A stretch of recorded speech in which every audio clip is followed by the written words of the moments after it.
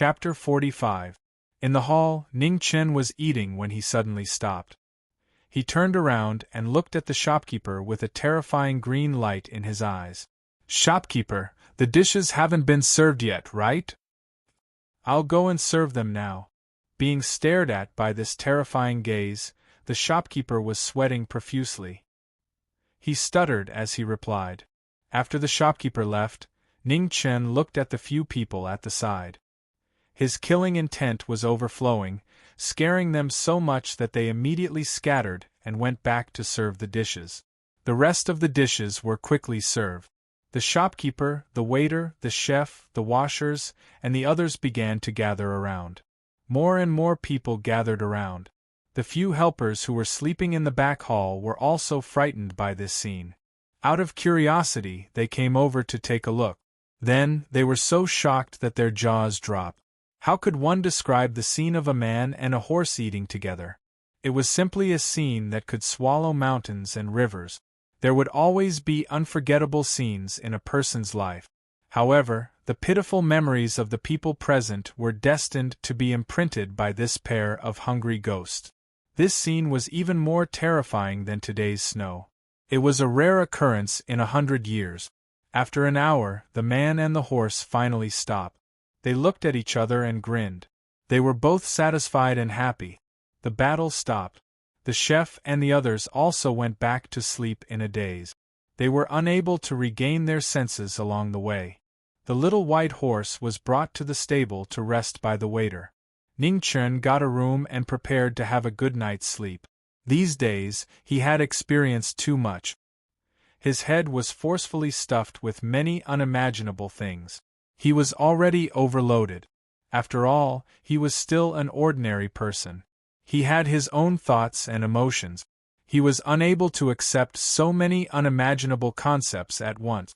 This night, it was unprecedentedly quiet. The little white horse in the stable and Ning Chen in the guest room slept soundly. Even if lightning struck, they would not wake up.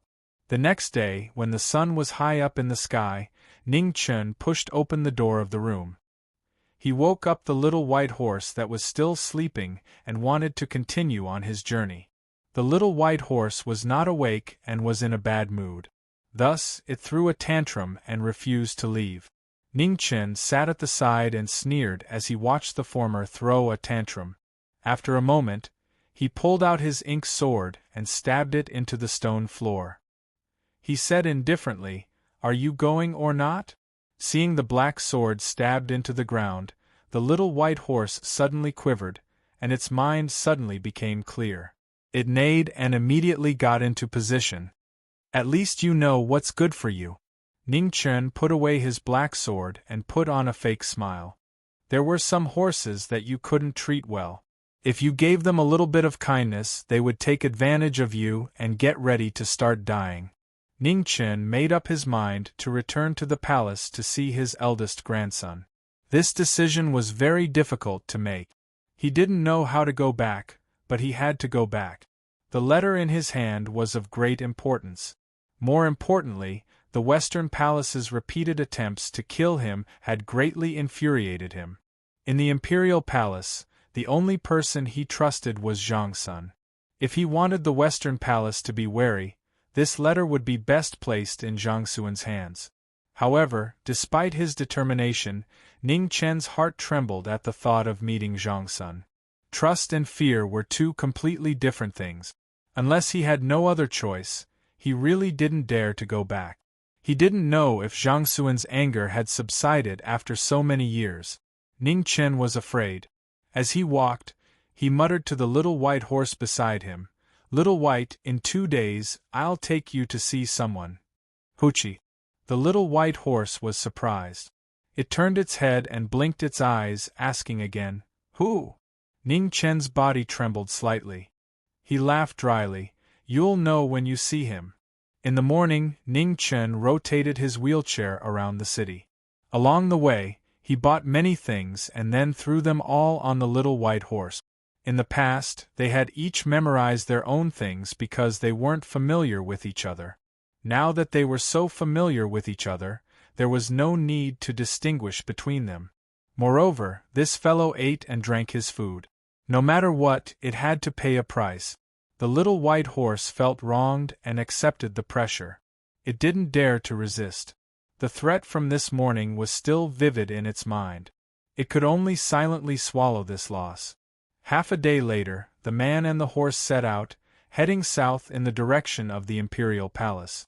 But before that, he still had to return to the academy.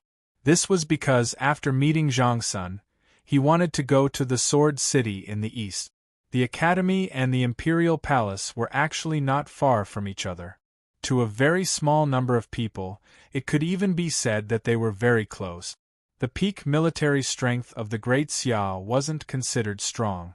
The reason why they could still suppress all sides was firstly because of the invincible military strength of the Great Xia, and secondly because of the existence of the academy. The dean of the academy was one of the 5 strongest people in the world. Even if the 6th Xiantian had appeared, it still didn't change the fact that the dean was one of the 5 strongest people. Xiantian experts also needed time to accumulate. It wasn't possible to reach the world-shaking strength of the 5 strongest people in the world just by stepping into the Xiantian realm. Although the 6th Xiantian was shocking, he still needed time to settle down. In this world, except for Ning Chen, no one could be sure who the 6th Xiantian was. The barren city in the east was too mysterious. Even the powerful Great Xia didn't dare to provoke it. One of the strongest martial marquises of the Great Xia had been there for a long time. This made the world more curious about the origin of the barren city. However, all these years, none of the spies sent to the city had returned alive. When the swordsmen of the world looked at the city, their hearts would always feel heavy. This was because they saw a sword in the city. Or rather, they saw that the entire city was a sword. Therefore, the barren city was called the Sword City by the swordsmen of the world. It was a supreme sword. Its sharpness was restrained, but it made the swordsmen of the world submit to it. It was said that there might be a supreme swordsman in the Sword City. A swordsman that even the Xiantian experts were afraid of. The rumor was ridiculous. Everyone knew that the Xiantian realm was the holy realm of martial art. It was a completely different concept from the Hotian realm. If there was someone who could fight against a Xiantian expert, then that person must be a Xiantian expert. However, even if it was such a ridiculous rumor, many swordsmen still believed it. They believed that those who entered the path of swordsmanship could fight against a Xiantian expert even if their physical body didn't break through to the Xiantian realm. Regardless of whether the rumor was true or not, the strength of the Sword City was undeniable. It forced the Great Xia to send a martial Marquis to guard it for a long time. It could be seen how terrifying the deterrent force of martial arts was. Tiantsang Academy, Du-Yi Temple, Yongye Temple, Northern Meng's Golden Tent, and the Sword City. This was a forbidden area for the swordsmen of the world. No expert dared to enter without permission. Ning Chen didn't know what the relationship between Mu Qingxue and the Sword City was, but he had to go there sooner or later. Perhaps it would be after he returned to the palace. He wanted to see what happened to that woman. He still couldn't forget the aura that day. It was a kind of coldness that cut off everything. It was so cold that it made his heart cold. Mu Qingxue was the first person he met in this life. He had a special meaning to him. He hated the feeling that floated in his heart that day. If he couldn't confirm with his own eyes whether the premonition was real or not, he couldn't let go of the stone in his heart. His purpose for returning to the academy was simple.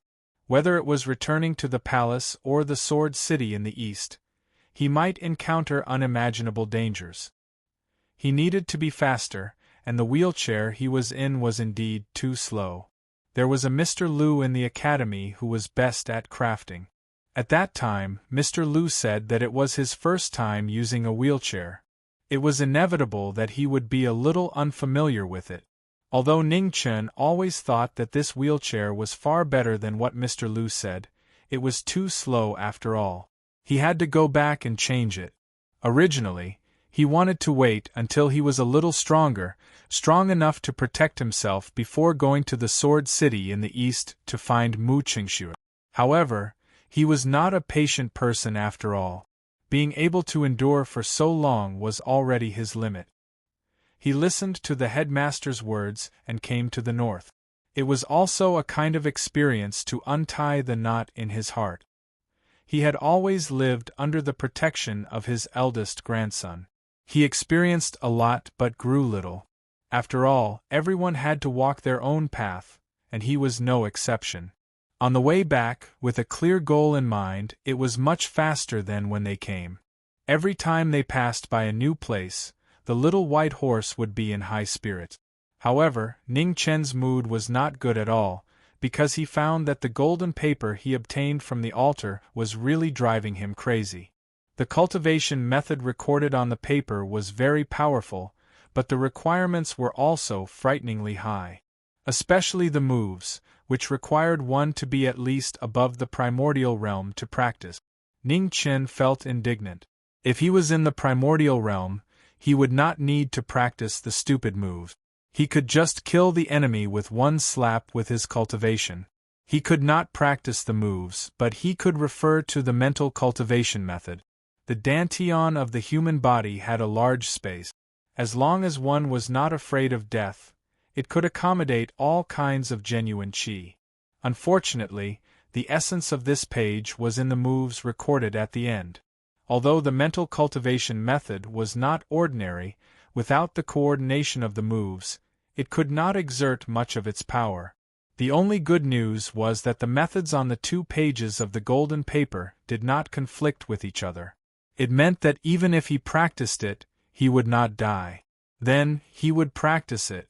Of course, he still focused on the cultivation technique on the first page of the golden paper. This cultivation technique was only used as a precaution. 10 days later, the travel-worn man and horse finally returned to the academy. At the same time, the students of the academy had started school. After returning, Ning Chen first paid a visit to the headmaster. It had only been more than a month, and the headmaster was even older. However, he still looked energetic. The headmaster liked the little white horse very much. Ning Chen simply left it here and went to find Mr. Lu himself. Mr. Lu's residence was not in the academy, but in an orphanage about 3 miles away from the academy. Mr. Lu liked silence, especially when he was studying new ideas. He hated to be disturbed. However, Ning Chen felt that this strange old man's temperament was very compatible. When Ning Chen arrived at Mr. Lu's residence, the door of the orphanage was closed. It was obvious that no one was welcome in. He knew that the strange old man should still be studying his framework at this time, so he was not in a hurry. Instead, he sat outside the door and waited quietly. Not long after, an irritable voice came from the courtyard. "Come in." Ning Chen smiled and pushed the door open. He saw a messy old man fiddling with a pile of wood. "Mr. Lu, you're not dead yet?" Mr. Lu did not even raise his head. He already knew who the person was. He was in a wheelchair, so he could tell from the voice. Ning Chen laughed and replied, "Mr. Lu, you worry too much. I don't want to die yet." However, before he finished speaking, Ning Chen's eyes suddenly shrank. His right hand instantly pulled out the ink sword and placed it in front of him. With a bang, his body and the wheelchair slid more than 3 feet away. "Not bad. You've improved a lot." Mr. Lu clapped his hands.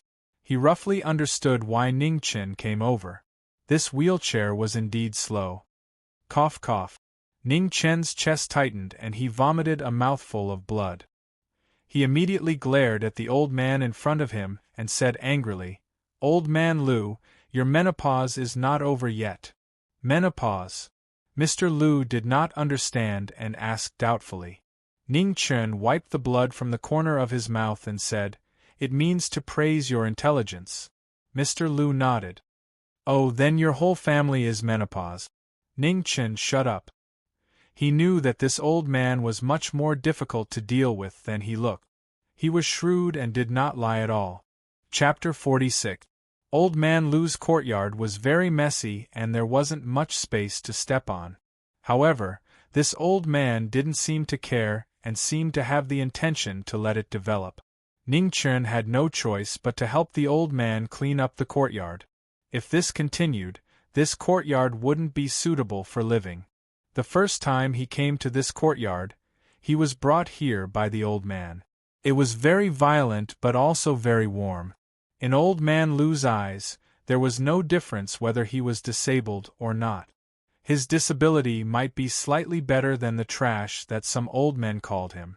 Old Man Lu didn't hit him hard just now. The main reason was that he hadn't recovered after being injured by the old eunuch. Coupled with the endless torture in the netherworld, his internal injuries worsened again and again. Once he fought, it was easy to trigger his old injuries. Since he came to this world, the most he had been injured was time and time again. It seemed that he had never fully recovered. Fortunately, he was still alive. Old Man Lu stood in front of the door and looked at the wheelchair under the busy young man. He frowned slightly. Back then, it was his first time making a wheelchair. Other than adding a few small mechanisms on it, he didn't do anything else. Now it was really difficult to make the wheelchair more agile. After all, a wheelchair wasn't a very fast thing. Ning Chen wasn't in a hurry and waited for Old Man Lu to think. He had been cleaning up the courtyard. He didn't know how many days he would be gone. If he didn't clean up this old man, he probably wouldn't even have a way to come back. If Old Man Lu was in his world, he would probably be a Frankenstein monster. Come here for a moment. After a long time, Old Man Lu's frown deepened as he called out. Ning Chen threw the last piece of wood against the mountain of trash in the corner and immediately turned the wheelchair to walk over. Old Man Lu went forward and pressed his hand on the wheelchair. In the next moment, a huge force pressed down. With a bang, the wheelchair suddenly broke into pieces and scattered everywhere. Old Man Lu Ning Chen was shocked. At this moment, he pulled out his ink sword and stabbed it into the ground with a clang. He barely didn't fall on his face. Good reaction, Old Man Lu said indifferently. He bent down and picked up the two wheels on the ground and walked back into the house. Clang. The door closed and an indifferent voice came from inside. Wait outside, you're not allowed to enter the house. Only a fool would be willing to go in, Ning Chen muttered. He then sat down and waited in boredom. Suddenly, Ning Chen felt a stuffy feeling in his chest, and drops of blood flowed out from the corner of his mouth. Ning Chen held his chest with his left hand, and he felt a wave of irritation in his heart. Although he wouldn't die from this injury, he couldn't keep vomiting blood like this. Closing his eyes, Zhang Xian circulated his zhenqi, and a silver glow circulated through his meridians, suppressing his injuries once more. In his Dantian Qi Si, under the first golden page, the silver Qi whirlpool was growing bigger by the day, slowly rotating like a galaxy. On the side, strands of dark yellow Zhen Qi gathered, vaguely forming an independent small whirlpool. Another golden page floated in the air, continuously receiving the nourishment of Zhen Yuan. Over the past few days, the growth of his cultivation had been slowing down. He knew that he had reached a bottleneck. The 5th grade of martial arts was the first hurdle in the Hotian realm. Many people were stuck at this point. Geniuses like Qing Ning, the son of God, and Xia Miaoyu, who had broken through to the peak of level 9 at such a young age, were still rare. Suppressing his injuries, Ning Chen continued to cultivate in the same place.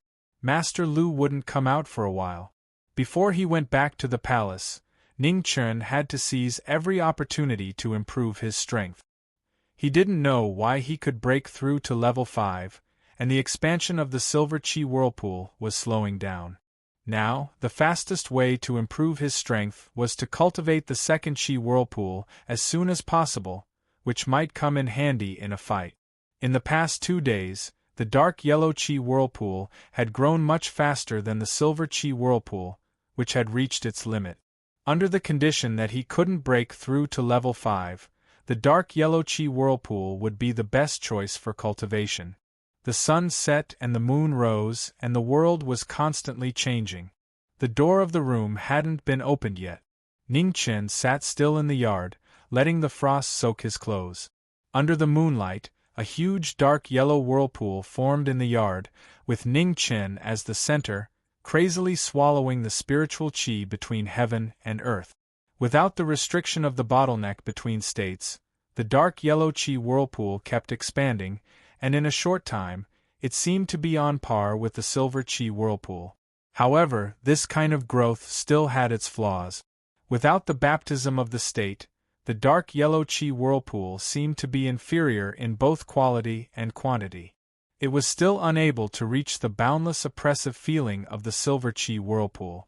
At this moment, the door of the room opened and Master Lu walked out. His face was full of fatigue, but his old eyes were as bright as the stars.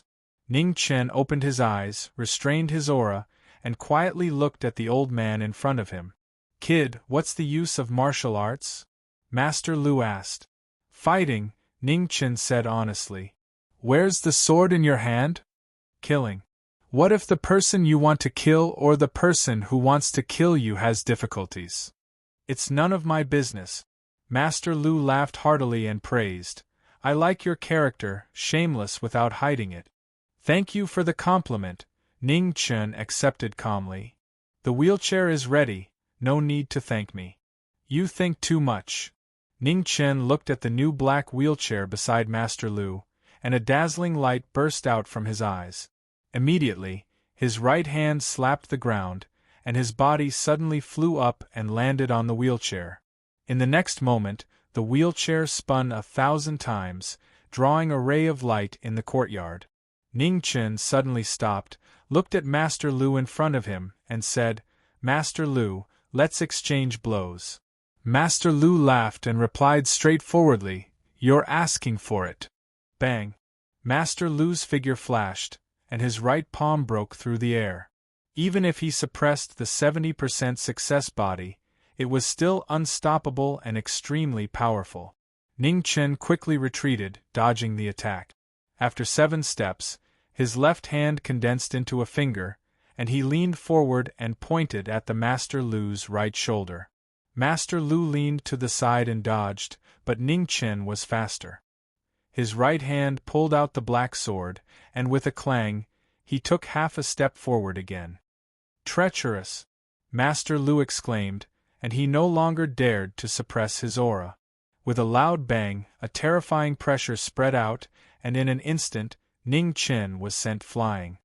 Swish! The black sword in Ning Chen's hand stabbed into the ground, and he only stopped after sliding 2 zhang away. "Master Lu, do you have any shame?" Ning Chen's face was filled with anger as he questioned. "Haha, it was a slip of the hand, a slip of the hand." Elder Lu's face flushed red. It was indeed disgraceful to use one's cultivation to suppress a junior. However, this kid's moves were indeed a little strange. Although they weren't extremely fast, the angle and timing were really tricky to deal with.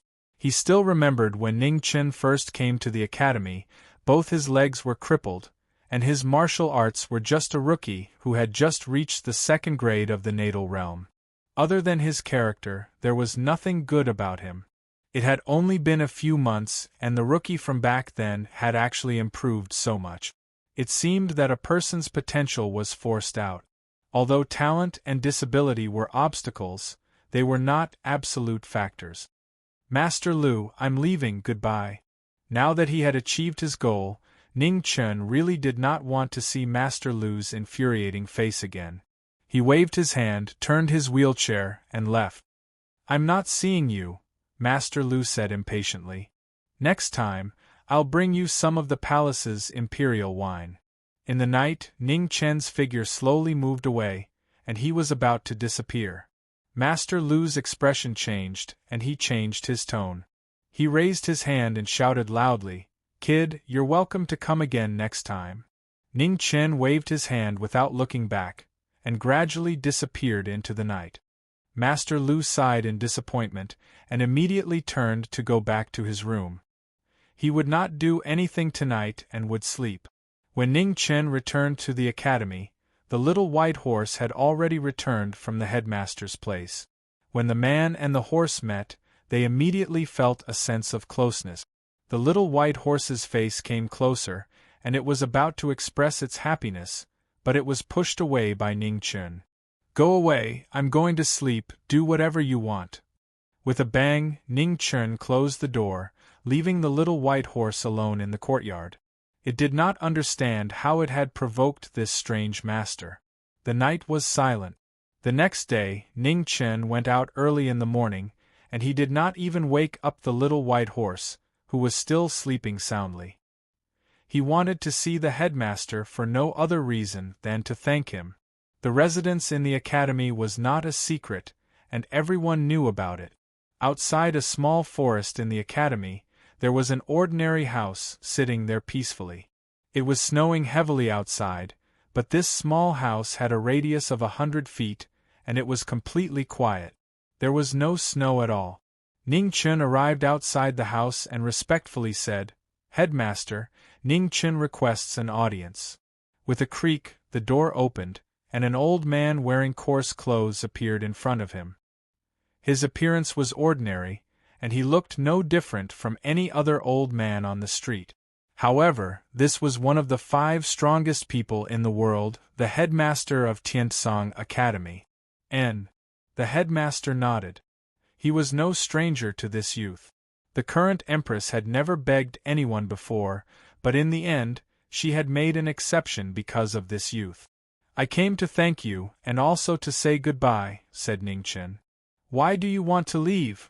asked the headmaster calmly. "Return to the palace." "What is it?" Ning Chun was silent and did not answer. The headmaster frowned and aggressively asked, "You don't trust me?" Ning Chun was silent once more. Saving a life and trust were 2 different things. There were very few people he could trust in this world, and that would not change just because the headmaster had saved him. "You can leave." The headmaster waved his sleeve and entered the house. "Thank you, headmaster." Ning Chun bowed before he turned around and left. The 2 of them had only met for a few breaths of time. The headmaster was very busy, and Ning Chun was also not an idle person. Thus, the 2 of them did not want to waste time talking. In the end, the 2 of them were not very familiar with each other. One had been entrusted by others, while the other had no choice. In truth, there was no need for them to be familiar with each other. In this world, how could there be so many pleasantries, such as respecting the old and loving the young? The difference in strength would always be the biggest barrier between people. The headmaster was a Xiantian, while he was a Hotian. A difference of 1 day was the difference between heaven and earth. Ning Chun was not a mediocre person, so he would not do mediocre things. The little white horse was still sleeping in the courtyard. Ning Chun waited for it to wake up. He had something to say to the little white horse. He felt guilty, so he needed a bit of time. An hour later, the little white horse slowly woke up. When it saw its evil master standing in front of it, it was so scared that its sleepiness disappeared. "I'm leaving." Ning Chun thought for a long time before deciding to say it directly. "Hoochie." The little white horse got up and prepared to leave. "I'm going to leave alone." Ning Chun stared at the little white horse and said calmly, "Hoochie, hoochie." The little white horse's eyes revealed a trace of panic. It let out a series of hurried sounds from its throat. It did not know what it did wrong again. "It's not your fault. I went back on my words. However, I still have to leave." Ning Chun suppressed the unbearable feeling in his heart and sighed softly. This trip was too dangerous. Whether he could come back was another matter. He could not let the little white horse take the risk. "Woo!" The little white horse lowered its body and begged with a sorrowful voice. There were faint tears of pleading in its big eyes. Sigh. With a silent sigh, Ning Chun hardened his heart and left. He was not willing to look back again. Chapter 47. The little white horse's whine was still ringing in his ears, but Ning Chun's heart was like a stone, so cold that it would not waver.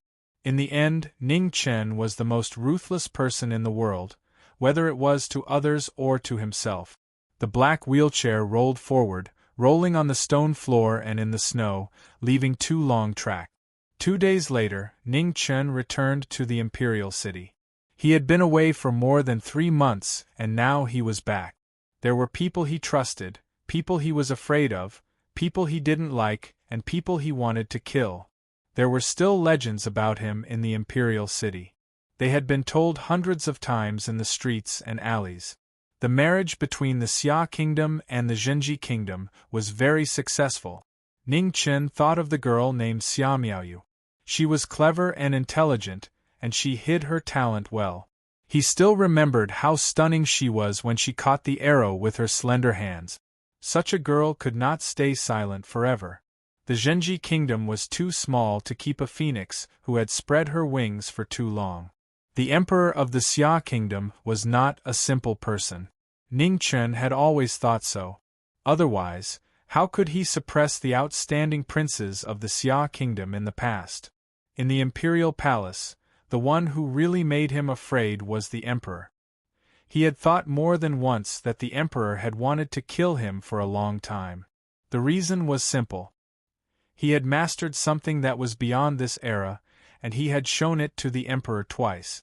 The first time, perhaps no one cared too much. But the second time, in front of so many people, the entire hall of Jingqi was almost destroyed.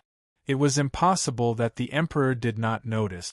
Back then, in order to get out of the imperial palace, he did not care so much. He had planted the seed of disaster, and it became the reason he was most afraid of returning to the imperial palace. Returning to the imperial palace was not easy for him. If he dared to enter the imperial palace openly, he would not be able to see his eldest grandson for the rest of his life. With no other choice, Ning Chen decided to go to the Lingyan pavilion and wait for 2 days. There were many people in the imperial city who were qualified to enter the imperial palace. He had to find a way to bring the news in. If Qing Ning could leave the imperial palace, then it did not matter whether he entered the imperial palace or not. When Ning Chen arrived at the Lingyan pavilion, it was still noon. Lear was sitting on a stool in the middle of the hall, dozing off. Her little head nodded, looking very cute. It had been a long time since he last saw her, but the little lass hadn't changed at all. Her delicate little face still carried a trace of the naivety of a young girl, and a little silly. There was another woman in the pavilion. When she saw the young man in the wheelchair, she was shocked and swallowed her yawn. Ning Chen grinned. He recognized that this was the woman who gave him the brush and ink when he beat up Zhang Sun Yunxian. She was a very beautiful woman, but she was a little timid. The woman was shocked and didn't know whether to laugh or cry. Her face turned red as she turned around and walked upstairs. Ning Chen was helpless. Was he that scary? After a while, Lear also woke up in a daze. She glanced at the scene in front of her and stood up without any reaction. After taking 2 steps, her body suddenly froze and she cried out in surprise. Li-er. Ning Chen chuckled and called out softly. Li-er's small mouth flattened as tears streamed down her cheeks. Her delicate and pitiful look made one's heart ache. Li-er, be good, don't cry. Ning Chen moved his wheelchair forward and gently rubbed the little lass's head, wiping away the tears on her face. Li-er sniffled as she stopped crying. Only then did she notice that Ning Chen was sitting in a wheelchair. Her tears involuntarily flowed down again as she anxiously asked, "What happened to your leg?" "It's nothing, I just fell down." Ning Chen smiled and softly said. Leah relaxed a little and wiped away her tears. She asked, "Have you seen a doctor?" "I have," Ning Chen patiently replied. Not only had he seen a doctor, but he had also seen a Xiantian. "When did the doctor say it would be ready?" Li asked with concern. "Soon," Ning Chen casually replied. If the Xia Emperor was willing to give him a Xiantian pill, it should be soon. However, this was the same as him going up north to kill that Xiantian from the northern Meng imperial court. It was purely a daydream. "Young Master Ning, how have you been?" It was at this moment that a young woman in white clothes walked over. Her face was like cream and her eyes were like bright moons. Between her brows there was a trace of charm that was well concealed. The person who had come was the owner of the Ascending Mist Pavilion, Yuhani. After so many days, Ning Chen did not want to dwell on the past. He politely praised, "How have you been? Miss Han Yi is becoming more and more beautiful." "Thank you for your praise, young master." Han Yi walked forward and smiled sweetly. "Is young master Ning doing well in the academy? HM?" Ning Chen's eyes narrowed. The meaning of these words was extraordinary. There were not many people in the world who knew that he was in the academy. How did Han Yi know? Of course, he did not expect to be able to hide it from everyone. However, it should not be known by everyone. That day when consecrated Jian had brought him back to the palace, it must have alarmed some people in the palace. Each palace would have their own spies, but there were not many who had the ability to bury spies in Wei Yong Palace. Could it be that Ling Yen Pavilion was related to one of the palaces in the Imperial Palace? This Han Yi had given him another surprise. "Miss Han Yi, this one has underestimated you before," Ning Chen indifferently replied. Han Yi's words had undoubtedly revealed her identity. This Ling Yen Pavilion, which occupied the most prosperous area of the imperial city, was not just a simple brothel. "Young master is too kind." Han Yi smiled. "Miss Han Yi, this one is a little tired. I wonder if you could arrange a room for me?" Ning Chen stopped this topic. He did not want to continue talking about it. He did not want to participate in the struggle between the palaces. He had no interest and no time. Han Yi was startled. She did not expect Ning Chen to refuse to talk about it. She felt a little uncomfortable but did not show it on her face. She smiled and said, "There is a room in the backyard prepared for young master. Han Yi will take young master there." "No need, Lear will take me there." Saying this, Ning Chen turned his wheelchair and walked towards the backyard. He had lived here for more than 10 days and was not unfamiliar with the backyard. Lear glanced at the young miss and immediately ran to follow. Her little head did not understand why the two of them were quarreling. "The room is not bad." After Ning Chen was brought into the room by Lear, he looked around and gave an objective evaluation. "It's not bad, right? I cleaned it." Lear raised her head and asked for praise. Ning Chen smiled and turned his wheelchair to the bed. He looked at the dazzling array of young girls' headwear and pointed, "Don't tell me that you also prepared this for me." Lear blushed and quickly put away the headwear. How could she forget about these things? "These things are not cheap. Where did you get so much money?"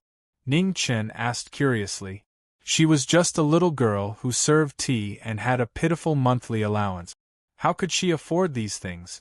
Hearing Ning Chen's question, Li Er's face showed a trace of embarrassment. She said shyly, "That day when you were taken away by that fierce woman, Big Sister E made the decision to give me 40% of your profits temporarily." Ning Chen laughed involuntarily. The matter was very clear. The little girl had money in her hands. When she saw beautiful headwear, her heart would definitely itch. She could not help but buy them all. Seeing that Ning Chen did not blame her, Li Er was even more embarrassed. She said shyly, "When I have enough money, I will return it to you." "Haha, you can slowly save it. I am not in a hurry." Ning Chen smiled. It was useless for him to have so much money. In his eyes, the little girl's happiness was more important than anything else. Since Yuhani made the decision to give the profits to Li Er, he would not say anything. With this money, if Li Er wanted to leave in the future, at least she would not have to worry about money. Thinking of this, Ning Chen temporarily put down the stone in his heart. He looked at Li Er and could not help but smile strangely. Unknowingly, this little girl had become a little rich woman. On the side, Li Er felt uncomfortable being stared at by Ning Chen. She picked up her headwear and was about to run away. "You rest first. I will call you for dinner." After the little girl left, the smile on Ning Chen's face gradually disappeared and became gloomy. He had underestimated the strength of the spies in the palace. It seemed that the matter of him returning to the imperial city was most likely exposed. This was also good. Wei Yang Palace would probably know about his return soon. He only needed to convey the words he wanted to convey to the palace through these spies. Zhang Sun was smart and would definitely be able to guess what he meant. Ning Chen had a kind of blind trust in Zhang Sun. In his opinion, Zhang Sun was omnipotent. In the words of his previous life, he was Zhang Sun's die-hard fan. Outside the main hall of Weiyang Palace, Qing Ning received a slip of paper from a palace maid. After reading it, a hint of surprise flashed across her beautiful face. Shortly after, she quickly walked into the main hall. Looking at Zhang Sun, who was sitting on the main seat, she softly said, "Nyang Nyang, Ning Chen has returned to the imperial city." On the main seat, Zhang Sun slightly frowned and said, "Why would he come back at this time? Is he tired of living?" Qing Ning's eyes had a trace of worry. She said, "Empress, His Majesty." "Shut up!" Zhang Sun shouted, stopping Qing Ning from continuing. "Send someone to keep an eye on him. If there is any movement, immediately report back." "Yes." Qing Ning nodded and quickly walked out of the main hall to make the necessary arrangements. In the Imperial Hall of Great Summer, Emperor Xia sat on the dragon throne and concentrated on correcting the memorials. He did not miss a single word or sentence. He had to review everything. In the next moment, in the main hall, a figure silently appeared and respectfully knelt in front of the hall. He said, "Reporting to His Majesty, Ning Chen has returned to the imperial city." Emperor Xia raised his head with a calm expression. He said lightly, "Send someone to keep an eye on him. Don't allow him to take half a step out of the city. If he resists, kill him." "Yes." The Shadow Guard received the order and immediately disappeared. In the Western Palace, the world's most beautiful woman sat behind a curtain. In front of her, a palace maid respectfully knelt on the ground with a trace of undetectable fear on her face. "Are you sure that Ning Chen, who has returned to the imperial city, is the one who took the letter?" A questioning voice came from behind the curtain. That day, where the bandits were killed, there were wheelchair and horse hoof prints. 10 days ago, where bodyguard Xiao died in battle, there were also messy wheelchair prints. "If it is not a coincidence, this person is most likely Ning Chen," the palace maid replied. Behind the curtain, a faint cold smile flashed across Wan Nichang's beautiful face. She said softly, "How can there be so many coincidences in the world? Based on the date, it is very likely that Manager Liao is already dead." The palace maid lowered her head, not daring to answer. She had indeed searched in the direction that Manager Liao left. Unfortunately, the snowstorm was too heavy a few days ago, and she could not find any trace of him. In less than a quarter of an hour, the 3 most powerful palaces in the imperial palace of the Xia kingdom all reacted to Ning Chen's return. Their orders were different, and their motives were even more different. Ning Chen also guessed that his whereabouts had been exposed, so there was no need to deliberately hide. After a short rest, he openly went out. There was still some time before nightfall, so he had to go to Duan Pharmacy. Suppressing his injuries was not a long-term solution. The shopkeeper was a miraculous doctor. He was a powerful figure who had once saved the severely injured Mu Qingxue with a few needles. He should have a solution. However, when Ning Chen arrived at Duan Pharmacy, he bumped into a person he had never expected. It was Yu Ling, the sickly woman who gave him the ink sword. Yu Ling in front of him was still wearing a light blue dress. She was noble but not gorgeous. There was a faint smile on her beautiful but slightly pale face. She looked exceptionally beautiful. When Ning Chen saw Yu Ling also saw Ning Chen. When the two met, they looked at each other gently and smiled. There was no awkwardness, nor did they pretend to be familiar with each other. "See a doctor?" Yu Ling asked. Her voice was soft and very pleasant. "See the injury," Ning Chen replied. "What a coincidence," Yu Ling sighed softly. She naturally came behind Ning Chen and gently pushed the wheelchair. "It is indeed a coincidence," Ning Chen nodded. He also did not expect that the two would meet again so soon. In the pharmacy, the shopkeeper looked at the two people coming. He did not care at first, but the next moment, he suddenly raised his head and looked at Ning Chen in the wheelchair. There was a trace of shock on his face. "Brother Ning, what happened to your leg?" Chapter 48. Ning Chen didn't know how to explain and could only helplessly reply, "I fell and became crippled." The shopkeeper frowned and quickly stepped forward to grab Ning Chen's arm. After checking his pulse, his expression became more and more unsightly. "Can I be saved?" Ning Chen chuckled and asked. "Don't speak nonsense." The shopkeeper frowned and reprimanded. Ning Chen's internal organs were injured and even his heart was injured. He could be saved, but it was indeed very troublesome. Ning Chen didn't mind and smiled. "My injury isn't urgent. It has been a long time. You can check Miss Ling's pulse first." Only then did the shopkeeper notice the girl behind Ning Chen.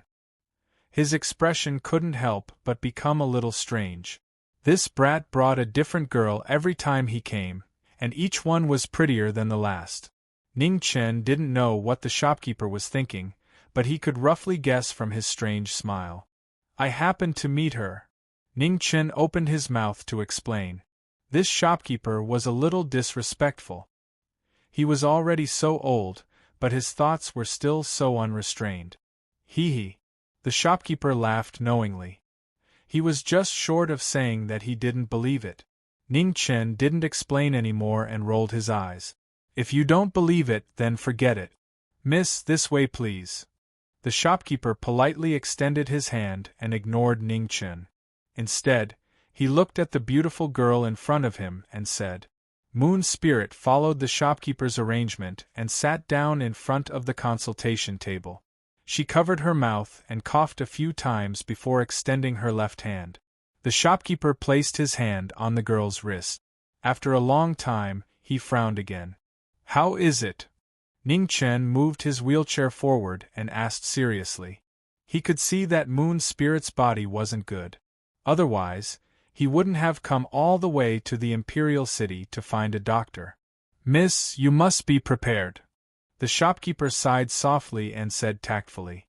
Hearing the shopkeeper's words, Moon Spirit's expression didn't change much. She was already used to it and there was nothing to be disappointed about. "How much time do I have?" Moon Spirit asked softly. "At most 1 year." The shopkeeper answered honestly. Moon Spirit frowned but didn't say anything. She was very clear about her body. The shopkeeper's 1 year was already the longest she could live. Over the years, she had seen too many doctors and taken too many elixirs. Unfortunately, the results were few and far between. Recently, the pharmacy received 1,000-year-old king blood ginseng, but, speaking up to this point, the shopkeeper glanced at Ning Chen and felt a little awkward. Just now, he had planned to give the ginseng to this kid. Give it to her. "I don't have any money." Ning Chen poured himself a cup of tea. The 1,000-year-old blood ginseng king was very expensive. It would be a waste to let him eat it. "How much money?" Moon Spirit didn't refuse and asked. 100,000 taels. Ning Chen spat out the tea in his mouth and asked in disbelief, "How much?" 100,000 taels, the shopkeeper said seriously. Cough, cough. Ning Chen choked on his tea and coughed incessantly. It was no wonder that old man had been so generous and had given him a small ingot worth 5 taels. He had been so happy. So it turned out that this old man's first move was a business worth 10 or 20,000 taels. The shopkeeper looked at the woman in front of him and did not continue to speak. The price he asked for was not expensive. When he bought this ginseng king, he had already sold it at the original price because of Ning Chen. Of course, if Ning Chen wanted to buy it, the amount of money didn't matter. The pharmacy belonged to the Zhangsun family, so the medicinal ingredients naturally belonged to the Zhangsun family. He believed that between Ning Chen and 100,000 taels of silver, the Empress would definitely not choose the latter. After hearing the price, Moon Spirit didn't have any obvious reaction. She nodded and said, "Tomorrow, I will order someone to send the money. I hope you can keep this ginseng king for a day." Rich people. Ning Qin sighed in his heart. Comparisons were odious. The total amount of money he had didn't exceed 100 taels. Moreover, he had robbed many people. The shopkeeper thought for a moment, then got up and walked into the back hall. Soon after, he came out with an exquisite wooden box in his hand. "Since you and Brother Ning are old friends, you can take this ginseng king first. The money can be sent tomorrow." While speaking, the shopkeeper handed over the wooden box in his hand. Ning Chen's eyelids twitched. 100,000 taels. If Moon Spirit ran away with it, would the shopkeeper chop him to death? Moon Spirit looked at Ning Chen in surprise. She didn't expect the latter to have such a big face. 100,000 taels was not a small amount. Even she had to send someone to prepare it for a day. Ning Chen smiled shyly. Good character. The shopkeeper wrote a prescription for Moon Spirit to take with the Blood Ginseng King. As for the medicinal herbs, they weren't worth much, so they were all given away. Ning Chen waited at the side. He wasn't in a hurry, drinking cup after cup of free tea. In his eyes, Moon Spirit was a wonderful person. She didn't force life or death, but she didn't give up either. He really admired her. After the shopkeeper wrote a prescription for Moon Spirit, he wrote another prescription for Ning Chen. There weren't many medicinal herbs, but they were all very precious. 800 taels. The shopkeeper handed the prescription to Ning Chen and said lightly, "Cough, cough." Ning Chen took the prescription and looked at it for a long time. He pointed at the top of the list and said weakly, "This snow caltrop flower shouldn't be of any use. Do you want to remove it?" The shopkeeper looked at him with contempt and said, "This is the main ingredient." Ning Chen was speechless. He continued to look for it with his scalp numb. Then, he pointed at another medicinal herb and said tentatively, "Do you want to remove this?" The disdain in the shopkeeper's eyes became stronger and stronger. He said indifferently, "This is the guiding ingredient. Do as you see fit." Ning Chen had a headache. He simply made up his mind and said fearlessly, "I don't have enough money." The shopkeeper returned to the counter and flicked the abacus. He didn't even raise his head and said, "How much do you have?" Ning Chen took out a small bag from behind his back and poured out the money. He counted and said weakly, 75 taels. The shopkeeper counted a few times and said, "I'll leave you 5 taels. Pay 70 taels. The rest will be recorded." Ning Chen was reluctant, but he had no choice. He took out a small silver ingot with 5 taels and pushed the rest of the money over. Ning Chen owes 730 taels. The shopkeeper took the account book from the top right corner of the counter and wrote down 8 words neatly on a single page. It was so eye-catching. Ning Chen's eyelids followed the movements of the pen in the shopkeeper's hand and jumped with each word. In such a short time, he actually owed such a huge amount of money. He wasn't a rich person and didn't know how to do anything other than chop firewood. When would he be able to repay this money? Ning Chen was habitually distracted. He didn't even know when Moon Spirit pushed him out of the pharmacy. He was worried about how to earn some money. As for the bonus in Li Er's hands, he didn't even think about getting it back. He really couldn't afford to lose face. "Are you short of money?" Behind the wheelchair, Moon Spirit asked softly with a trace of curiosity. She couldn't understand the youth in front of her more and more. The latter's thoughts were never on the same line as most people. He. Ning Chen scratched his head in embarrassment. He was afraid of being short of money. Ever since he came to this world, the thing he worried about the most was not having money. When he was in the palace, Zhang Sun cut off all his sources of money and didn't leave him a single coin. The money he used to run away was sponsored by the shopkeeper. In the end, it was taken away by Yuhani to pay off the debt. Where does young Master Ning live? It was getting late. Moon Spirit wanted to go back and rest. If it wasn't on the way, they were ready to part ways. Lingyan Pavilion, Ning Chen replied. Brothel. Moon Spirit's beautiful face flashed with a strange expression as she asked. Yes. Ning Chen nodded awkwardly. He and Moon Spirit had met twice, and it seemed that both times were related to brothels. Let's go. Moon Spirit continued to push the wheelchair. Coincidentally, the places they lived were not far from each other. When the two arrived in front of the Lingyan Pavilion, the sky was gradually darkening. The land beside the Inshui River was the most prosperous area in the entire imperial city. Every inch of land was worth its weight in gold. Once night fell, there would be more people. Li Er stood in front of the Lingyan Pavilion, looking left and right. Her small face was anxious. It was already so late, why hadn't that guy come back yet? He couldn't have been taken away by that fierce woman again, right? Not long after, Moon Spirit pushed Ning Chen over.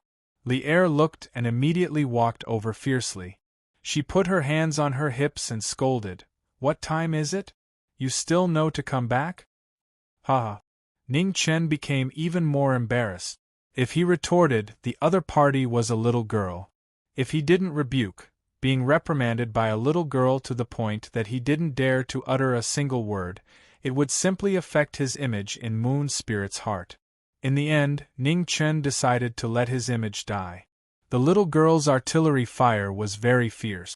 It went from a drizzle to a downpour, and it even had thunder and lightning.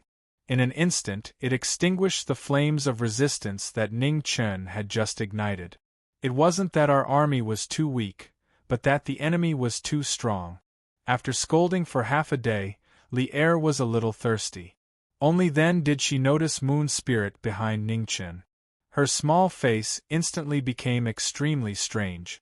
This guy only went out once and brought back such a beautiful woman. This was too fast.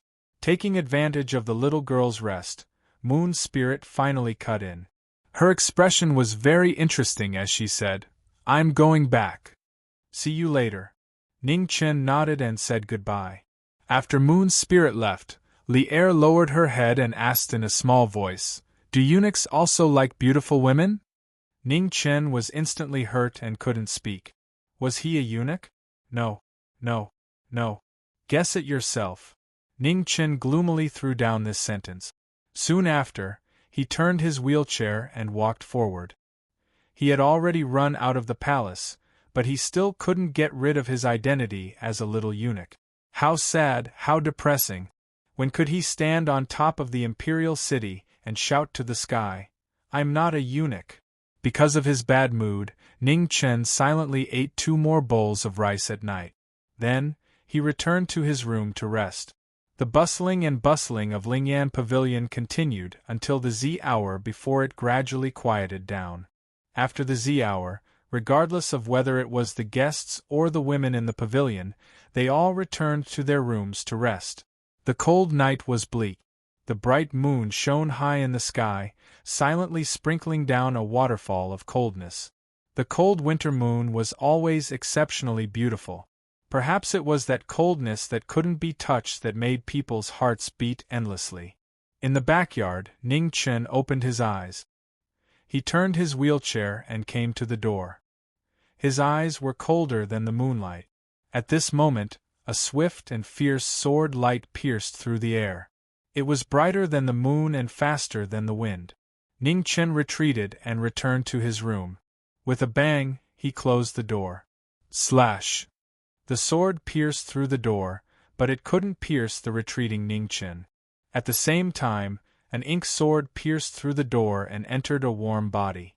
She couldn't see Ning Chen, but Ning Chen could see her. Because the moonlight outside the door was really very bright. Chapter 49. The moonlight shone through the paper window, casting the assassin's shadow on it. The feeling of the sword piercing through the body was indescribably wonderful. It was like breaking a fragile piece of porcelain, satisfying a human's desire to destroy. Ning Chen didn't think he was a pervert, but in order to save his life, he didn't mind experiencing this perverted feeling. A muffled groan came from outside the door. It was a woman's voice. It was very clear and couldn't be hidden. Ning Chen didn't like to hit women, let alone kill them. However, women who wanted to kill him were an exception. With a bang, the door was broken through by the wheelchair. Ning Chen rushed out of the room with the ink sword in his hand. He took 3 steps forward with the woman's body. Suddenly, a horrifying arrow light came from afar.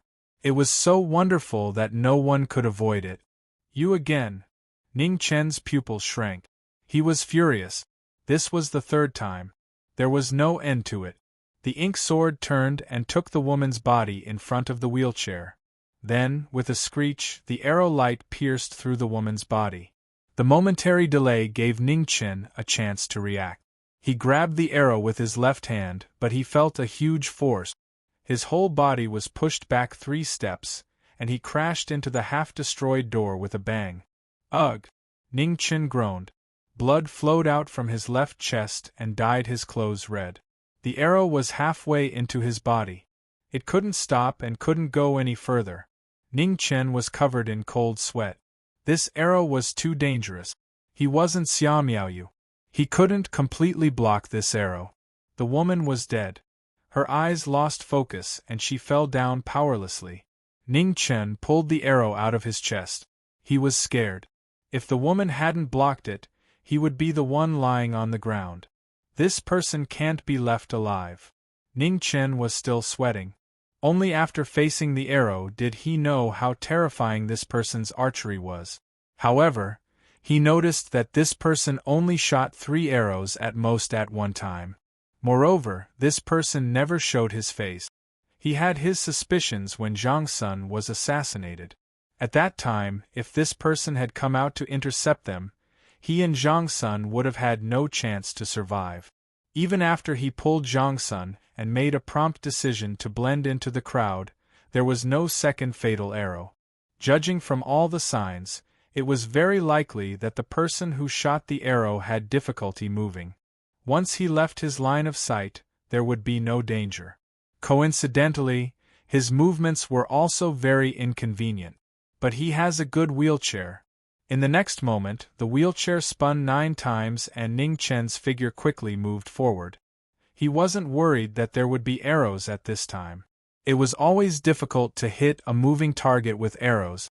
That woman didn't die in vain. At the very least, he could tell the exact direction the arrow came from through the woman's body. This person's arrow was too fast. If not, he would have to go to the underworld to make a judgment based on his own corpse. There weren't many places in the imperial city that could overlook the Lingyan pavilion. Based on the direction the arrow came from, it wasn't difficult to determine the location. The only thing he had some misgivings about was just how strong was this person's Dao protector. Under the cold moonlight, a black light flashed in the night. Mr. Liu of the academy was a genius in craftsmanship. After the black wheelchair was driven by his genuine qi, it moved much faster than expected. Ning Chen looked at the pagoda in front of him with a cold glint in his eyes. There were very few people who believed in Buddhism in Great Xia, and he didn't believe in it either. Buddha talked about the afterlife, but he cared more about this life. If there was an afterlife, he hoped that the world would be peaceful. The pagoda was very tall and there was light. It wasn't candlelight, but the moonlight reflected by the saraira. It was said that a long time ago, Buddhism was once popular on this land. After the eminent monks of that time passed away, they might leave behind saraira. The existence of this pagoda was even older than the history of the Great Xia dynasty. Although the Great Xia dynasty didn't believe in Buddhism, they would still renovate this ancient pagoda over the years. Soon, Ning Chen arrived at the bottom of the pagoda. He looked up, wondering if he should go up or wait. In the end, he decided to go up. If this dead person stayed up there for the whole night, wouldn't he have to wait for the whole night like a fool? Was he a fool? He obviously wasn't. Ning Chen hated stairs the most. Things like wheels weren't suitable for climbing up and down. The pagoda was very tall, so there were naturally many stairs. It took him a lot of effort. The wind at the top of the pagoda was very strong. Ning Chen squinted his eyes slightly. He didn't know when he had developed this habit. There were 2 people waiting in front of him. One was a man, and the other was disabled. The man was holding a flute in his hand. When he saw the young man, he frowned. The disabled man turned around with difficulty and grinned. His ugly face made people feel disgusted. He looked strange, and his combination was also strange. Ning Chen thought to himself, how could he catch up with him and Zhang Sun when he was disabled like this? He couldn't move his legs, but the person in front of him seemed to only be able to move his hands. It was really terrifying for such a person to be able to practice such archery. As for the man holding the flute, Ning Chen didn't pay much attention to him at first. Here, the biggest threat to him was the bow in the disabled man's hand. The man holding the flute didn't give off any oppressive aura. Unless a powerful warrior reached the Xiantian realm, it was very difficult for them to completely conceal their aura. The more powerful a person was, the more oppressive they would be. The green bow in the disabled man's hand was too dangerous. He didn't know if his guess was true. If the disabled man could shoot that kind of terrifying arrow endlessly, there was no need to fight today. Ning Chen slowly pulled out his ink sword from behind the wheelchair. Today, he had to get rid of this terrifying enemy. He didn't want to be shot to death by a silent arrow on the street. The man's face was also very serious. He could feel danger from the young man's sword. This was not the wasteland, and his strength was greatly reduced. At the scene, only the disabled man kept smiling. His smile was twisted and perverted. Suddenly, he drew the bow and nocked an arrow. The arrow was like a shooting star, instantly arriving in front of Ning Chen. Ning Chen blocked with his sword. With a clang, the arrowhead drew a spark and was blown away by the ink sword. The disabled man's smile became even brighter. His ugly face was twisted, and he looked a bit scary. Ning Chen's expression didn't change. This kind of arrow was no threat to him. The north wind on the top of the tower was getting colder and colder. The cold moon hanging high in the sky shone on the three people, making this life and death battle even colder. The man held the flute in his hand and put it near his mouth. Ning Chen was shocked. He subconsciously felt that something was wrong. He moved his ink sword and rushed forward. Whoosh! Another arrow came and blocked his path. He had no choice but to turn his sword back to block it. Woo! The next moment, a low and gloomy sound of the flute was heard above the pagoda. The decadent sound made people's minds sink in an instant. The devilish sound was soul-sucking and went straight to the heart. Ning Chen turned his right hand and the ink sword mercilessly pierced into his leg. He felt a sharp pain and forcibly dispelled the dizziness in his head. However, at this moment, an arrow more dazzling than the moon arrived in an instant. The cold wind at the end of the arrow was hissing, piercing people's minds. "I've been waiting for you." Ning Chen's eyes were cold. He didn't dodge. In front of him, a big black umbrella opened and instantly covered the dazzling arrow. Boom! With a terrible bang, the arrow hit the big black umbrella and created the most horrible sound wave. The three people present only felt a sharp pain in their ears, and their blood kept surging in their bodies. The wheelchair was shaken by the huge force and only stopped when it was 10 meters away. The big black umbrella was completely destroyed and a big hole was blown out.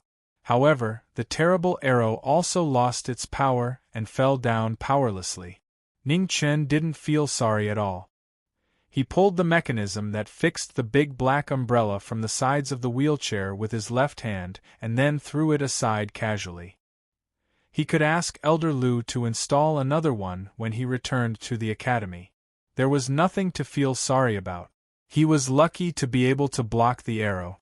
The mechanism structure of the wheelchair was proposed by him. The design method and materials were prepared by Elder Lu. Neither of them was a gentleman. Therefore, the biggest function of the wheelchair was to trick people and save their lives. Well, the mechanism is used up. We don't owe each other anything. Let's start again and have a fair fight. Ning Chen moved the wheelchair 10 meters forward and said lightly. The man stepped forward, put away the flute in his hand, and then pulled out a machete from behind. He looked at the young man in front of him coldly and accepted the challenge. Man, Ning Chen praised him.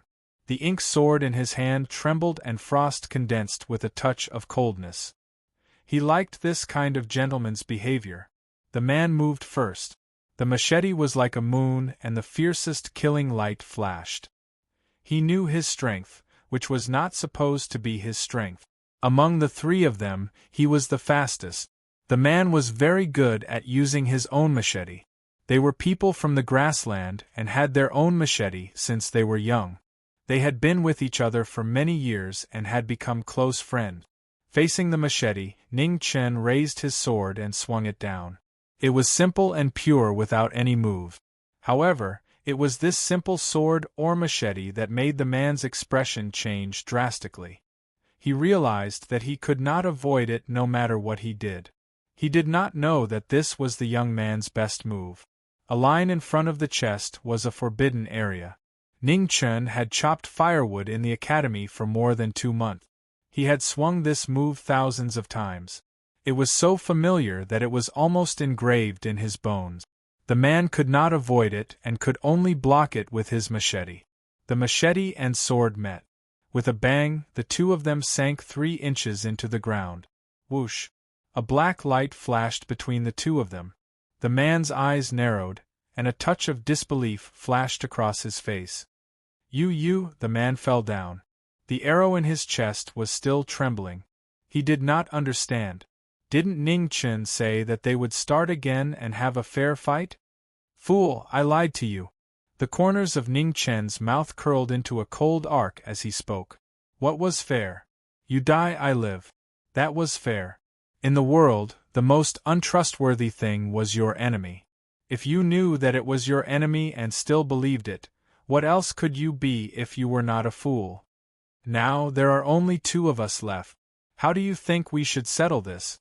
Ning Chen moved his wheelchair forward and looked at the cripple in front of him. There was no suspense in the rest of the battle. The bow was a long-range weapon after all.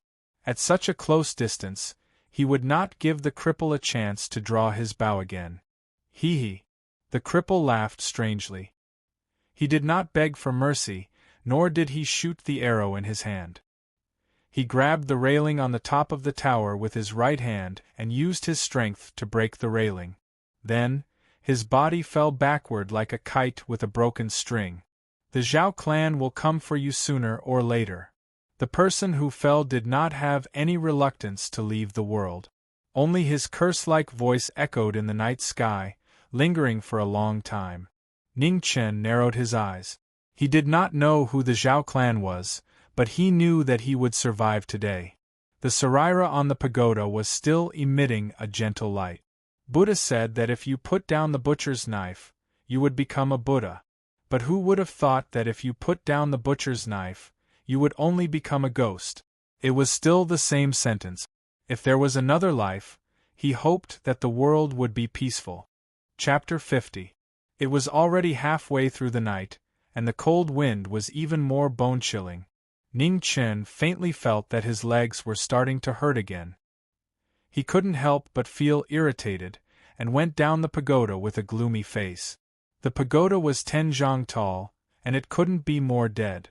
The green bow and arrow box were scattered not far away, emitting a cold light. This is a good bow, Ning Chen commented. Actually, he didn't know what kind of bow was good, and what kind of bow wasn't. He only judged based on his feelings. This bow almost shot him through the heart last time, and this time, it almost shot him through the heart again. It could be said that there was a deep hatred between them. The material of the bow wasn't like wood, but a kind of metal that he couldn't understand. There were too many strange things in this world, and he couldn't distinguish them. The inside of the green bow was engraved with the 2 words, Broken Death. It was simple and grand, and seemed to be quite old. It should be worth a lot of money. From today onwards, this green bow was his, and the arrow box was also his. The way back was a bit far, and Ning Chen didn't want to waste his energy, so he walked slowly. The wheelchair squeaked on the stone road, and it was a bit harsh, but it was better than the emptiness and loneliness. Dark clouds gradually covered the moon, and this damned sky seemed to be about to snow again. It was endless, and it made people unhappy. Occasionally there would be extremely soft sounds behind him, and Ning Chen knew that there were people following him, and it wasn't just one or two people. He was too lazy to pay attention to these. As long as no one killed him, it was fine. Among the people following him, there must be Zhang Sun's spies. If he accidentally hurt the wrong person, it would be a big joke. In this world, there weren't many people he was afraid of, but unfortunately, Zhang Sun was one of them. The cold wind was especially cold. Ning Chen walked on the road and unconsciously trembled, and the hand holding the wheelchair was slightly stiff. Don't tell me I'm going to vomit blood again. The stuffiness in his chest made his bad mood even worse. He had already drunk the medicine last night, and the effect seemed to be very normal. 800 taels of silver was lost. Ling Yen Pavilion was already very quiet, and the women of the brothel also needed to rest. Everyone said that prostitutes were heartless and actors were unloyal, but the truly heartless ones were these self-proclaimed romantic brothel patrons. What Ning Chen hated the most in his life were these so-called romantic scholars. Scholars were romantic, but behind them were the tears and blood of women. Du Shenyang jumped into the river, Chen Yuanyuan became a monk, Lu Ru hung herself, and Li Shishir would rather die than submit. He wasn't a nationalistic youth, but if anyone dared to call themselves a romantic scholar in front of him, he would definitely kick them in the face. Young Master Ning. At this moment, a beautiful figure slowly walked out from under the moonlight. It was Moon Spirit, who he had just parted with. It's already so late and you're still awake? Ning Chen's face revealed a trace of surprise as he asked. Moon Spirit looked thoughtfully in the direction of the pagoda and replied softly, I heard some noises just now, so I came out to take a look. Ning Chen understood that it must have been caused by the collision between the arrow and the big black umbrella. He didn't expect that Moon Spirit, who was so far away, would notice it. It seemed that what happened tonight would soon spread throughout the imperial city. Enhe's night was very beautiful, but the weather was not on his side, and it gradually started to snow. Let me send you back, Ning Chen said, worried about Moon Spirit's health. Moon Spirit didn't refuse. She lived not far from here, less than a quarter of an hour's walk. Ning Chen turned the wheelchair himself. He didn't let Moon Spirit help him push it.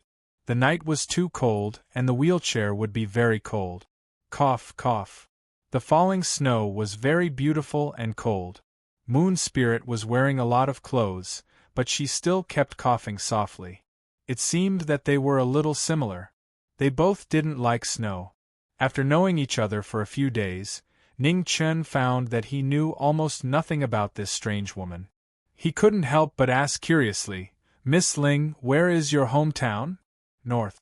Moon Spirit pointed to the north and said softly. Ning Chen smiled. He knew it was the north that day. When they met, it was in the north of Great Xia. However, since Moon Spirit didn't want to tell him, he didn't ask any more. Young Master Ning, what's your lifelong dream? Moon Spirit looked at the distant north, and a flash of color flashed in her eyes. It was so bright that people didn't dare to look directly at it. Ning Chen fell silent. This question was too difficult for him to answer. He used to want to leave the palace, and then he left. Now he was trying his best to go back. If he really had to say something, it would be to be able to stand up one day. It was a very simple wish, but it seemed unattainable. What about you? Ning Chen didn't answer, but asked back. The world is peaceful, and the people are rich. When Moon Spirit said this, there was no pretense on her beautiful face. She was pure and noble, untainted by a speck of dust. Ning Chen became even more silent. He wasn't as good as her. He always pushed the world's peace to the next life, because he knew he couldn't do it. This was a dream that couldn't be blasphemed, but it was also the most difficult dream to realize. They arrived at the pleasant inn. Moon Spirit went up to rest. Ning Chen watched her go up the stairs, then turned his wheelchair and left. He sincerely hoped that her dream could be realized. After returning to Lingyan Pavilion, Ning Chen sat in front of the bed and looked at the broken death bow in his hand. He immediately circulated his martial arts and gently pulled the bowstring. The bow was very hard, but it didn't move at all. He had no choice but to continue to exert force and channel his vital energy into the bow. However, he felt a majestic suction force, and the vital energy in his body was instantly reduced by 30%. No wonder! Ning Chen frowned and muttered to himself. This bow was indeed strange. It consumed too much vital energy, and an ordinary person couldn't even pull it open once. Currently, he could only pull it open twice at most. This thing could be used to save his life, but he couldn't use it every time he fought. Otherwise, he would be exhausted to death. Putting the broken death bow behind his back, Ning Chen closed his eyes and began to adjust his breathing. He had been fighting too many times recently, and getting injured was like eating a meal.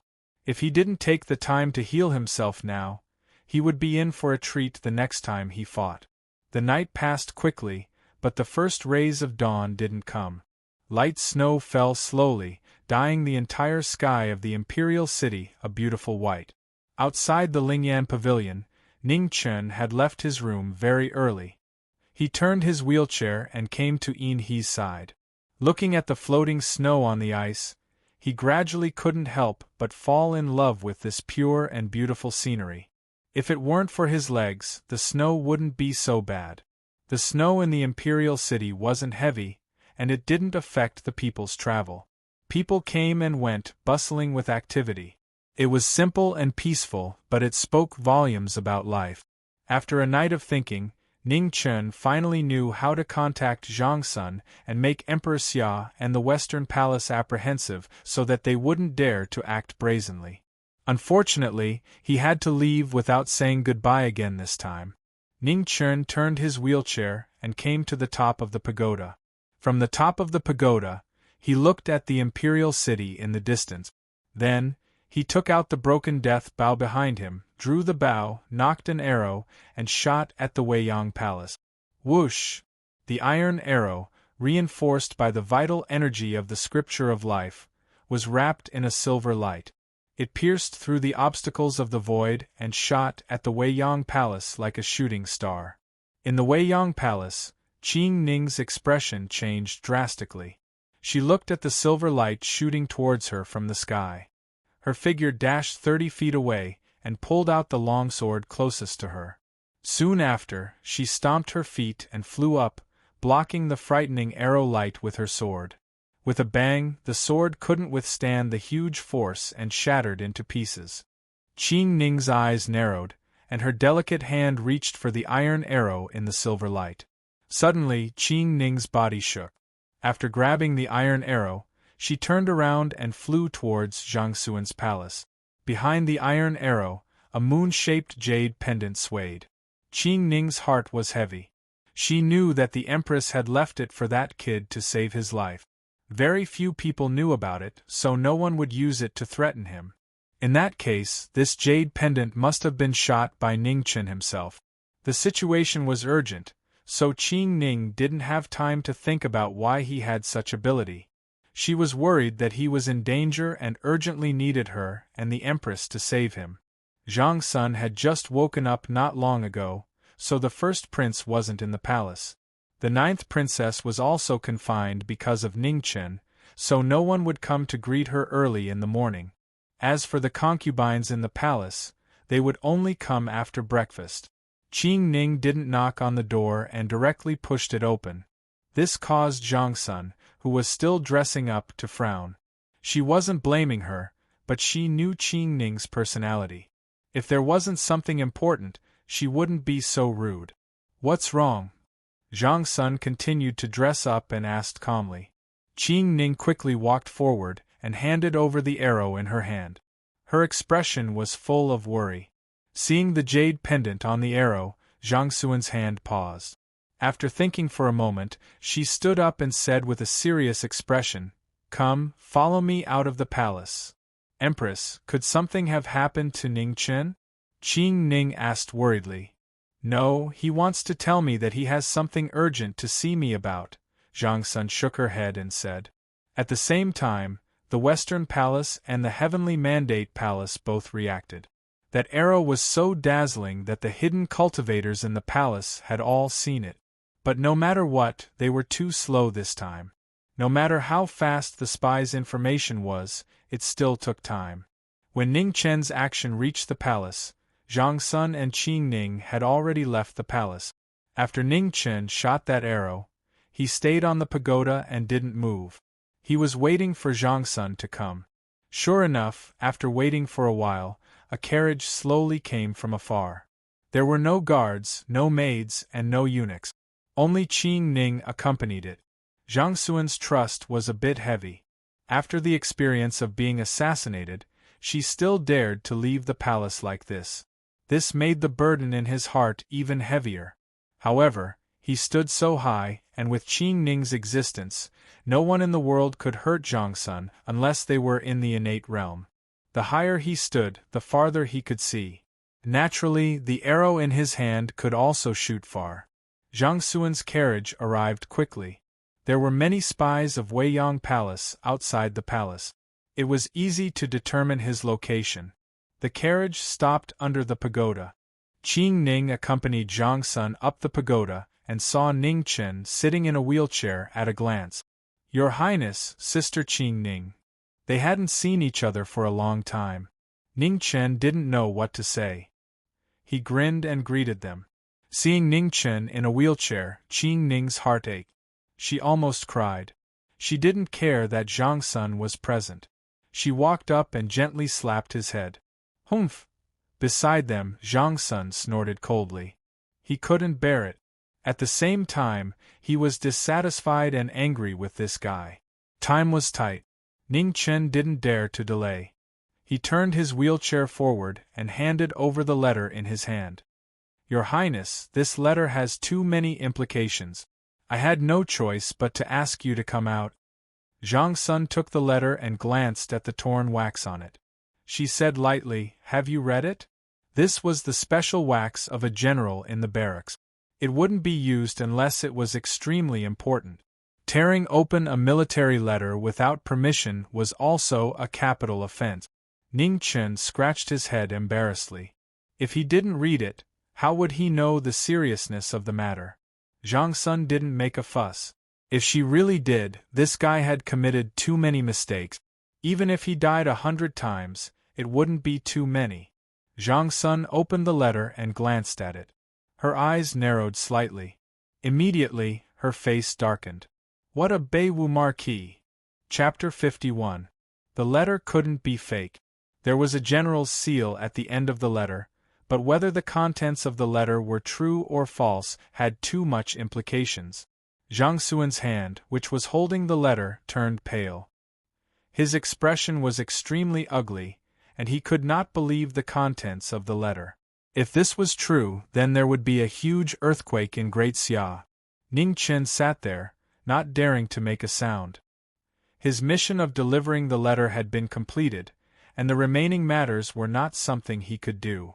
Ning Chen, you can't stay in the Imperial City. Where are you prepared to go? Zhang Sun put away the letter and made a prompt decision. Qing Ning was shocked and was about to speak when Zhang Sun reached out to stop her. Now that Ning Chen knew of this secret, Emperor Xia would definitely not let him off. This time, even she was powerless to stop him. Qing Ning glanced at Ning Chen, and a trace of pity appeared on her beautiful face. The latter had risked his life to deliver the letter from afar. It was too cruel for him to leave just like that. Ning Chen grinned, indicating that it was fine. He turned to look at Zhang Sun. Nyang, I need to make a trip to the east. It might be a bit troublesome to leave the city. Can you give me a ride? Yes. Zhang Sun's eyes flashed and he nodded in agreement. Ning Chen was right. It was indeed difficult for him to leave the city. Emperor Xia would not allow someone who might be out of control to leave the imperial city. If he wanted to leave, he would only be a corpse. The three of them descended from the pagoda, and then they sat in the carriage and quickly headed towards the city gates. In the shadows, a wisp of anxiety appeared on the face of a shadow guard, but he didn't dare to stop them. Emperor Xia's order was to stop Ning Chen within the imperial city and kill him without mercy once he stepped out of the city. However, with the empress accompanying him, they were unable to stop him, and they did not dare to make a move. If there was anyone capable of resisting the might of Emperor Xia, Zhang Sun would definitely be one of them. No one could ignore the influence of Zhang Sun's lineage in the Great Xia, not even Emperor Xia. The carriage heading east continued to move forward. After Zhang Sun sent Ning Chen out of the city, he stepped down and let the latter drive the carriage away. When the guards at the east gate saw that it was the Empress, they were so scared that they didn't dare to make a sound, let alone check who was in the carriage. Inside the imperial city, the shadow guards watched as the carriage left, but they were powerless and did not dare to step out of the city gate. The reason was simple. Zhang Sun and Qing Ning were standing in front of the city. "Let's go back." Seeing that the carriage had already disappeared before his eyes, Zhang Sun called out to Qing Ning before turning around and walking towards the city. Qing Ning sighed inwardly and followed him. She could no longer help him. He had to walk his own path in the future. Ning Chen drove the carriage all the way to the east, temporarily avoiding all the spies. The first thing he needed to do was to go to Sword City and look for Mu Qingxue. That was what was truly dangerous. After all, there were still rules in the imperial city of Great Xia. Even Emperor Xia had to consider the influence of many parties and could not be too unbridled. However, Sword City was different. It was a place without any rules, and the only rule was the sword in one's hand. The strong were respected. This was the truest portrayal of Sword City. Before Mu Qingxue, there were only 5 Xiantian realm experts in the world. However, the true experts gathered in Sword City. This was a fact that even the 5 Xiantian realm experts could not deny. There was a sword in Sword City that had been battered by the wind and rain for many years, but it had never been unsheathed. This sword was Sword City itself, a forbidden area where there might be a terrifying existence that surpassed the Xiantian realm. And now, another Xiantian realm expert had appeared in Sword City, becoming the 6th Xiantian realm expert in the world. This caused Sword City's prestige to rise to the peak. One had to know that even the Eternal Night sect, which had existed for countless years, only had 2 Xiantian realm experts. As for the Great Xia, which had been invincible for thousands of years, there was only 1 Xiantian realm expert. In Sword City there were many sword scars. It was said that the Xiantian realm expert left these scars behind when he practiced his sword. Each of the sword scars was filled with incomparably powerful sword intent. This was an irresistible temptation to swordsmen in the world. The Xiantian realm expert in Sword City did not stop the swordsmen from all over the world. 10 years ago, he even took in 3 talented young people. 10 years later, the weakest of the 3 had reached the 9th realm, and the strongest had even taken the crucial half-step. Once the opportunity came, it was very likely that he would take the last half-step and become the 7th Xiantian realm expert in the world. However, other than the 3 of them, no one in Sword City had ever seen that Xiantian realm expert. They could only feel the incomparably powerful sword intent from Sword City. Even though its sharpness was restrained, it still made all the swordsmen in the world submit to it. No one knew how terrifying this sword would be when it was unsheathed. Would it really be able to match or even surpass the Xiantian realm?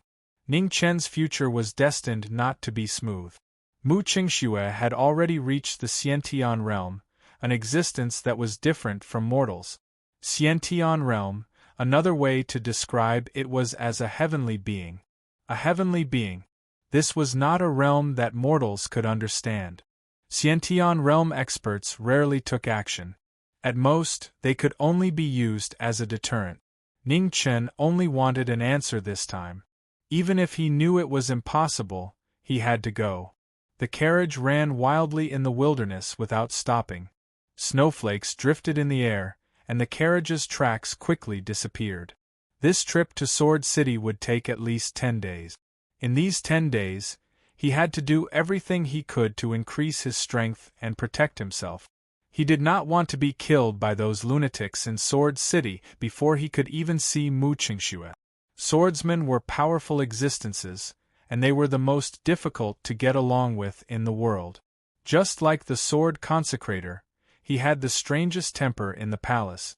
In the palace of Great Xia, Zhangsun, who had already returned to the palace, went directly to the Heavenly Mandate Palace to meet Emperor Xia. On the Dragon Throne, Emperor Xia had already received the news from the Shadow Guards and knew what had happened in the Imperial City. "Empress, what's the matter?" Emperor Xia did not intend to expose the matter and asked seriously. Although Ning Chen's life and death were important, it was not enough to change his relationship with the Empress. "Your Majesty, this is a letter from the northern borderline." Zhang Sun stepped forward and handed over the letter in his hand. Emperor Xia frowned and took the letter. After opening it, he quietly read it. Bang! The next moment, Emperor Xia was so angry that he slammed the table and stood up. At this moment, an extremely hurried voice came from outside the main hall, announcing the arrival of a disciple. "Your Majesty, bad news. The 8th prince was assassinated on his way back to the palace. He is seriously injured and unconscious. His life is in danger." "What?" The successive bad news caused Emperor Xia's body to sway, and he spat out a mouthful of blood. He staggered and fell down in front of the Dragon Throne. "Quickly call for an imperial physician." Zhang Xuan's expression changed, and he immediately shouted, "Yes." The eunuch who came in to report was frightened and hastily went out to pass down the order.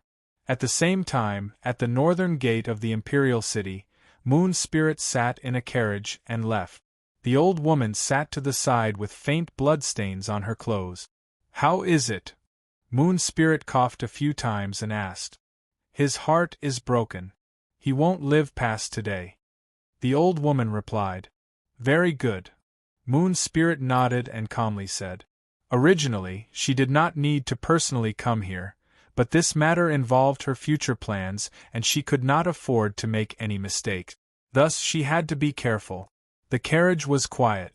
The old woman thought for a moment and softly said, "Young miss, this subordinate still has something to tell you." Moon Spirit indifferently said. According to the news from noble consort Wan, the youth who was happily chatting with young miss was Ning Chen. As she spoke, the old woman's expression became somewhat unsightly. She had only just received this news, but it was too late. Moon Spirit frowned and a trace of surprise flashed through her eyes. She had truly been too careless. Unexpectedly, she had never suspected him. However, that day in Fallen Moon City, when she had taken Ning Chen's pulse, the latter's pulse definitely did not belong to a eunuch. Where is he now? Moon Spirit's expression turned cold as she coldly asked. He's already headed east. The old woman replied. Send people to chase after him. If he's alive, I want to see him. If he's dead, I want to see his corpse. Moon Spirit ruthlessly said. Yes. The old woman respectfully accepted the order. Ning Chen did not know that the woman who had been happily chatting with him the day before was actually willing to risk everything to kill him. A person's emotions were so fragile at this moment. In terms of position, they were worthless. Fortunately, snow fell in time and covered the carriage's tracks, slowing down the chase. Within the carriage, Ning Chen closed his eyes and rested. He wanted to break through to the 5th grade natal realm, but unfortunately, after a few attempts, he had no choice but to give up. Right now, he was only a paper's distance away from the 5th grade natal realm. However, this paper's distance had forcibly stopped him in his track. He was not a genius, so encountering a bottleneck was a very normal thing. For this kind of matter, being impatient was useless. If he forcefully broke through, it was very likely that he would go berserk due to his unstable state of mind. On the path of martial arts, if he did not advance, he would fall back. If he failed to break through, it would leave behind a hidden danger. If he wanted to break through again in the future, it would be almost impossible. Right now, the two true essence cyclones in his body were about the same size. However, if he really fought, there would still be a certain gap. The first page of the life scroll that he cultivated was the foundation of his martial art. The second page of the life scroll's effects were much worse. The main reason was that it lacked the tempering to break through to the next realm. Moreover, the second page of the life scroll's techniques that he could not cultivate now made him gnash his teeth in hatred. This kind of feeling was like having a large pile of silver in front of him, but someone told him that the silver belonged to his eldest grandson. This was the only move recorded in the life scroll. He had been practicing it all this time, but his progress was very slow. The cost of using this move was a bit excessive, but it also had its unique and extraordinary aspects.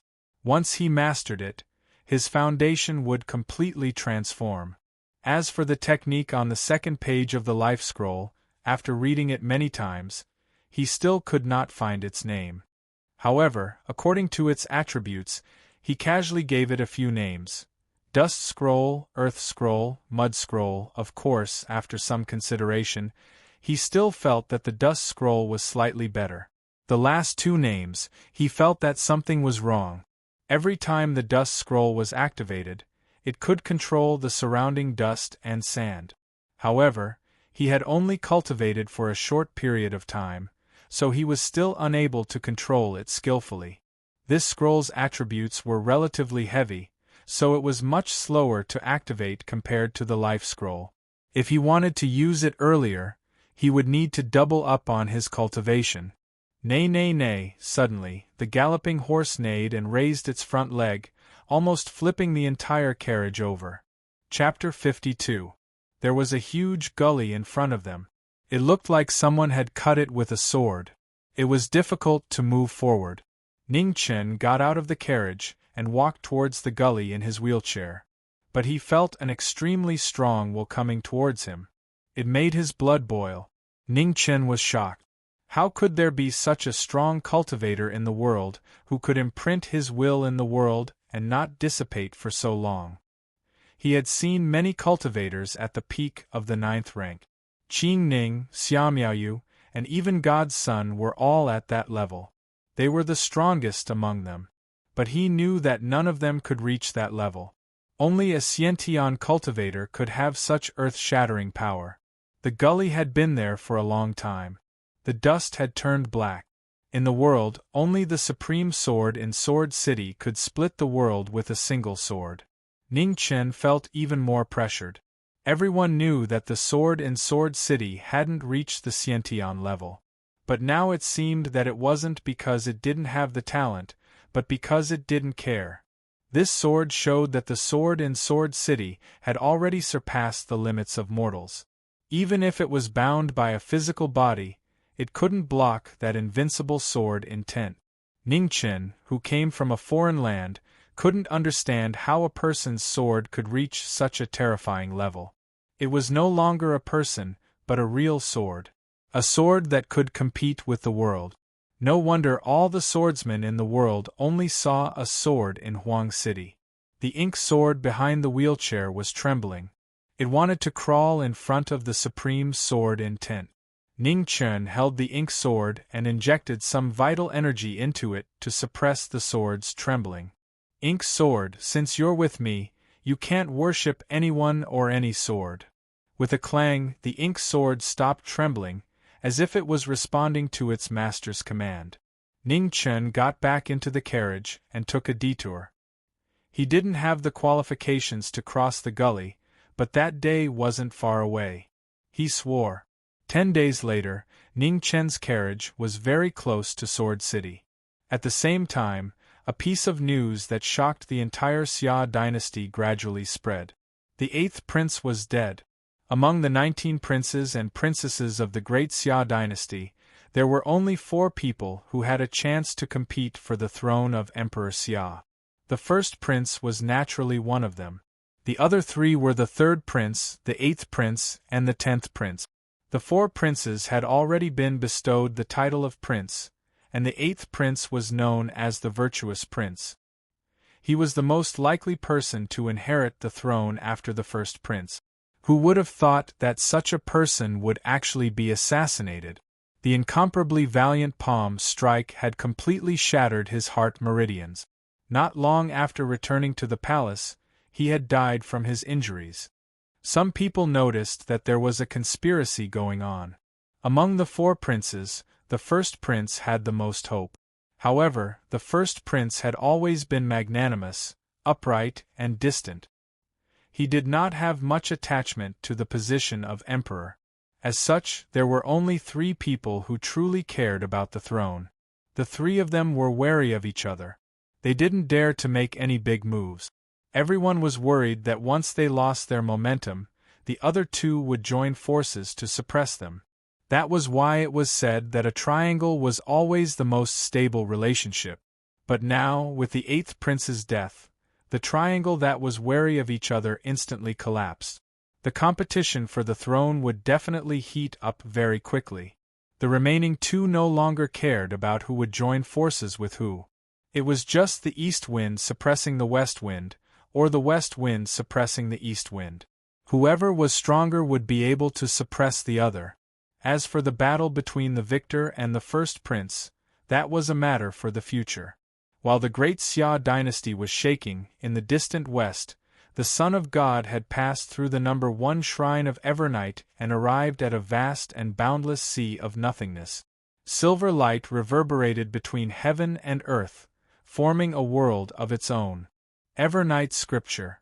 The Son of God stretched out his hand, and an ancient scripture flickering with a black brilliance slowly descended from the void. It was as black as ink, and it was like a black hole that devoured the surrounding light. "What are you looking for?" At this time, a mighty figure walked over. His domineering aura caused the entire void to distort. "Martial Lord." The Son of God bowed respectfully and said, "I'm looking for information about the heavenly scripture." "It seems you've gained something from this trip." The martial lord's eyes flashed with a strange light. The Evernight sect had many young champions, but he was most satisfied with Jun Shaoqing. He was neither arrogant nor rash, and he was persistent in doing things, just like his father in the past.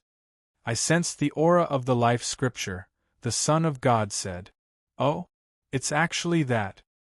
Hearing this news, the martial lord couldn't remain calm. Although the life scripture wasn't the strongest, it was the most special one.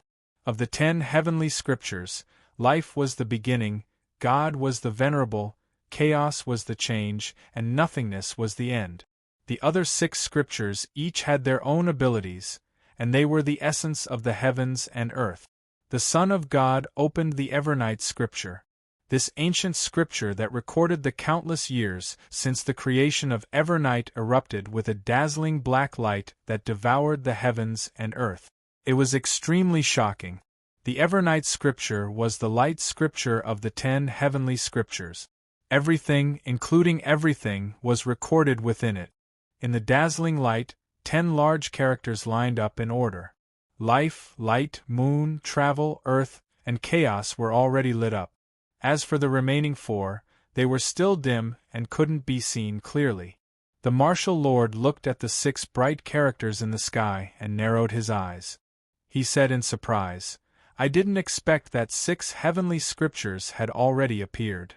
The Son of God nodded and said, "Of the 6 heavenly scriptures, the light and moon scriptures are in the Evernight sect, the travel scripture is in Sword City, and the chaos scripture is in the hands of that woman from the northern Meng imperial court. The whereabouts of the remaining 2 scriptures are unknown. However, I sensed the aura of the life scripture in the wedding procession of the Grand Xia. Although it was very brief, it can't be wrong." "Is there any news of the earth scripture?" the martial lord asked. "No." The Son of God shook his head. When the earth scripture had appeared, it had been too far away from the Evernight sect. Furthermore, it had been within the Grand Xia. It would have been very difficult for the Evernight sect's experts to arrive in time. The whereabouts of the other 2 heavenly scriptures were unknown, which wasn't good news for the Evernight sect. After the Evernight sect had created the world, the 10 heavenly scriptures had been scattered throughout the world. The Evernight sect had obtained 5 of them, and their power had been unparalleled for a time. However, as time passed, other than the Evernight divine scripture, the other 4 heavenly scriptures had been lost. Even the moon scripture that had been placed in the first shrine had only been retrieved 100 years ago. The Evernight sect's decline 1,000 years ago wasn't unrelated to the loss of the heavenly scriptures. Retrieving the remaining heavenly scriptures was extremely important to the Evernight sect. Is it possible to find the whereabouts of the Earth scripture in the Evernight divine scripture? Asked the martial lord. The Son of God waved his hand, and his true chi surged out and entered the Evernight divine scripture. After a long time, he shook his head and said, "I can't find it." The martial lord frowned. Ever since the Chaos scripture had appeared, the Evernight divine scripture's usefulness had become more and more limited. Unfortunately, that woman from the northern Meng imperial court still had some value. The Son of God narrowed his eyes as if he had thought of something. "Martial Lord, I almost forgot to mention that the underworld child has also awakened." "Oh? That rumored variable from the netherworld hell?" The martial lord's expression turned cold. It seemed like this really was a sign of chaos. Even that madman had awakened. The underworld child and the ghost woman were a pair of variables from the netherworld hell. They were extremely powerful, and when they joined hands, they could contend against a Sciention expert. However, this generation's underworld child was a madman. Whether it was the degree of absurdity or his talent, he far surpassed any of the previous underworld children. In this world, the only person who could contend against the underworld child was the ghost woman. Apart from her, even a Sciention expert would find it difficult to kill the underworld child who had come out of the netherworld hell. In this world, there would always be some special people. Their life and death wouldn't be decided simply by strength. The underworld child and the ghost woman came from the netherworld hell. They balanced each other out, but they also complemented each other. Apart from their strength, the most difficult thing to deal with was their nearly unkillable netherworld ghost body. Tomorrow, make a trip to the Sword City in the east. I have already accepted that person's sword-proving battle. However, before that, you should go and fight with the new Sciention expert in the Sword City. This will help you comprehend the Sciention realm. As he spoke, the martial lord didn't hide his eagerness for the battle. Warriors were born for battle. The Eternal Night cult had been silent for too long. If they continued to hide their edge, they would be completely forgotten by the world. The god's son nodded. He had been stuck at the peak of the post-liminary realm for a long time. He had vaguely taken a step forward, but he couldn't really take it. He really needed a battle to stimulate himself. On the wasteland, the galloping carriage gradually slowed down. After half a day, an ancient city could be vaguely seen. However, this wasn't the Sword City. Instead, it was the last city in the east of the Great Xia Empire, Matchless City. Matchless City was located on the only road that connected the east and the west. It was extremely prosperous. The walls of the entire ancient city were made of strange ancient wood and metal. Sabers, forks, swords, and halberds had left marks on them. One could vaguely see the fierce battles of the past. Since ancient times, it had been one of the impregnable passes of the Central Plains. No one knew how long it had been there, but it still stood firm and upright in the divine continent. Ning Chen entered the city and casually found an inn to stay in. He had almost run out of money, so he had no choice but to deal with it. Chopping firewood was too slow, so robbing people wasn't too suitable. He could only go out and try his luck. He knew a bit of martial arts, so fighting in a ring wasn't a problem. This wasn't a problem at first, but now it had become a hindrance to his progress. He felt somewhat helpless. Warriors were also humans, and they also needed to eat. Since ancient times, things like rings were quite common. Matchless City naturally didn't lack one. Ning Chen was like a wolf that had seen a fat piece of meat. After seeing it from afar, he rushed there as if his life depended on it. There was a fluttering banner in front of him that had 2 words written on it, "Ring." In his eyes, this was silver, this was bread. After squeezing through the crowd with great difficulty, Ning Chen didn't say anything and slapped his wheelchair to get up. On the opposite side of the ring was a middle-aged man in green clothes. He had a beard and a jade-like face.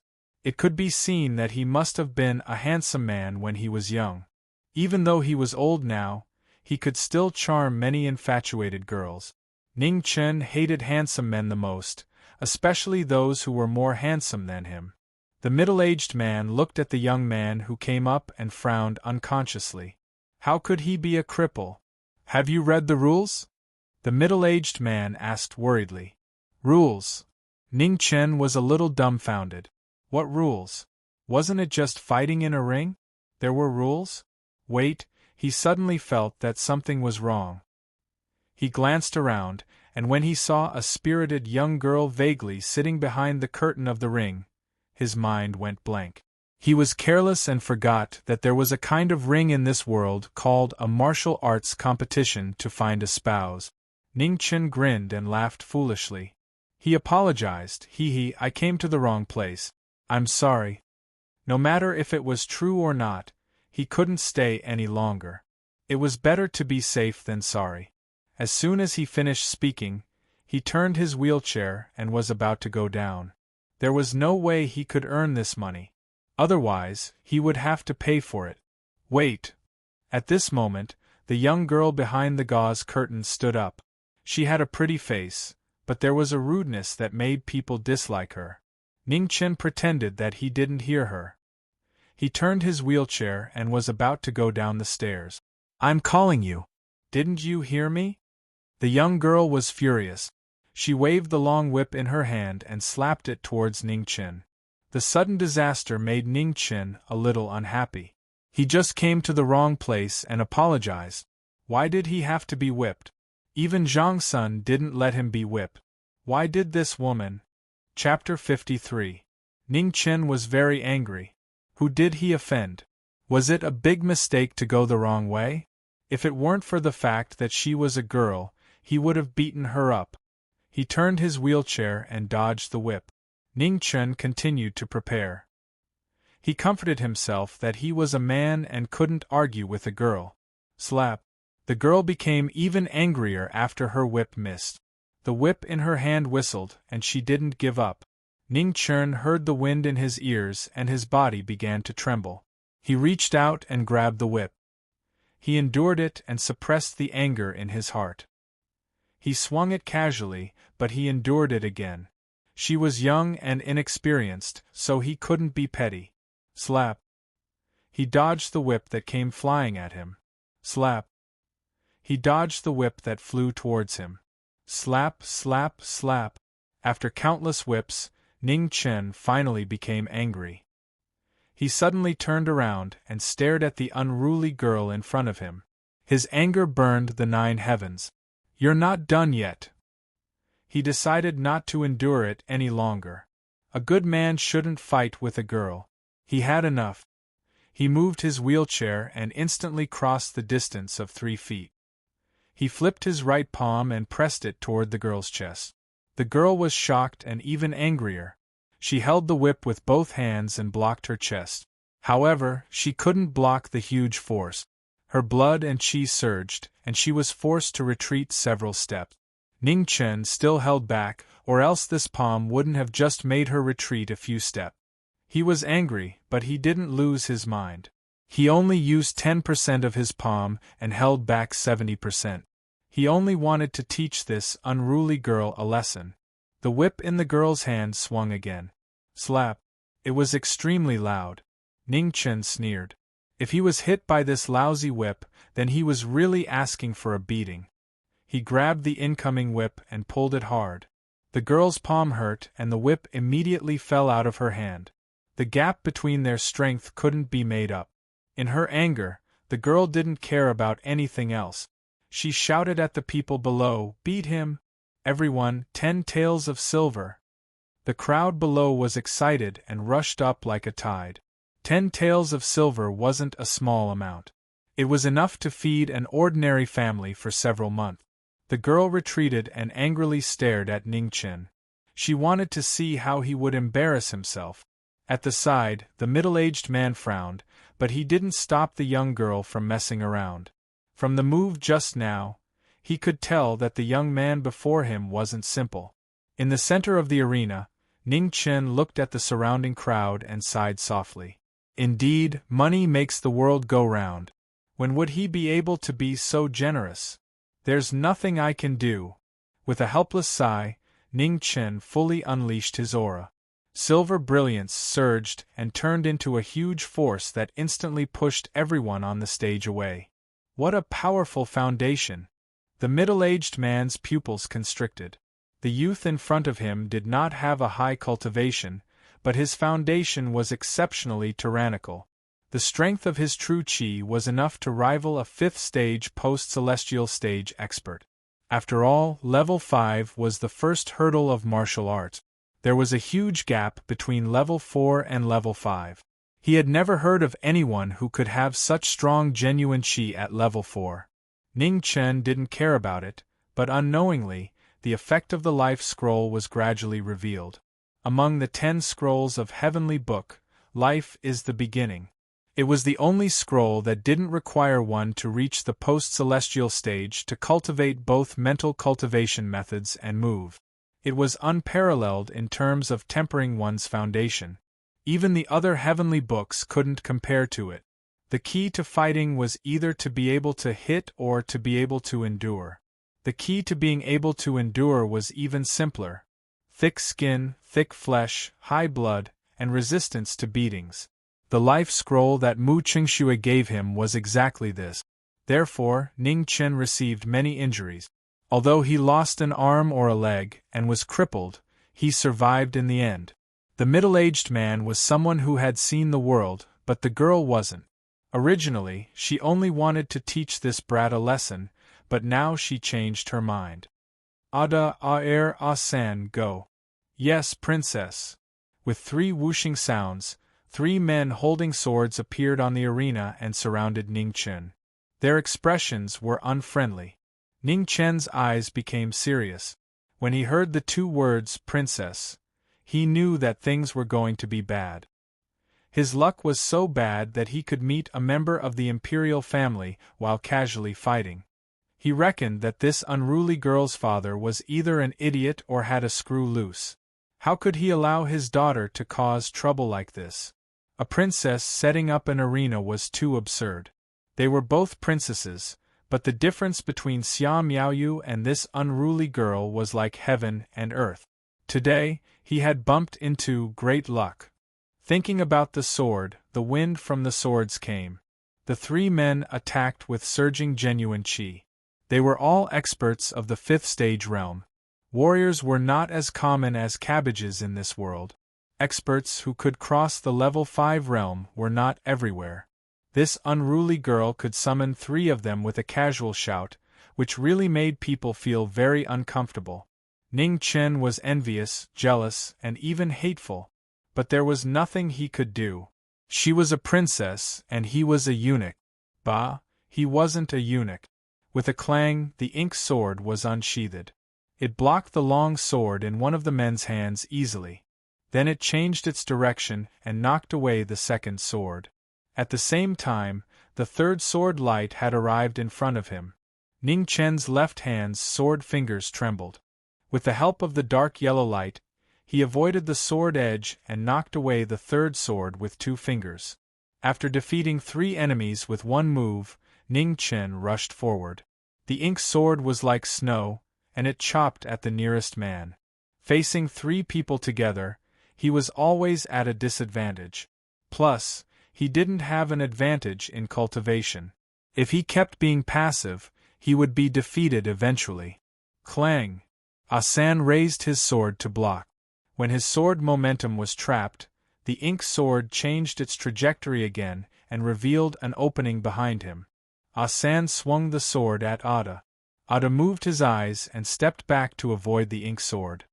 Air's sword light was reflected in his eyes. The opening became Air's target. Ning Chen's sword momentum was exhausted, so it was hard for him to defend. At the edge of the arena, the middle-aged man was about to stop Air. However, before he opened his mouth, he closed it immediately. Air's sword did not welcome an opening, but a swift and fierce dark arrow. Ning Chen was not the kind of person who would expose his back to his opponent, especially after his legs were disabled. He didn't like strangers standing behind him. The dark arrow on his back was something that even the wheelchair he retired in earlier had, not to mention this one. Air's sword clashed with the dark arrow, making an ear-piercing sound. After a short moment, the ink sword was chasing after his life. Air's eyes shrank. He instinctively leaned to one side. Then he saw blood splattering everywhere. The ink sword had pierced through his right arm. Clang! The long sword fell. Air's body froze. He couldn't react in time. Ada and Ah-san looked angry.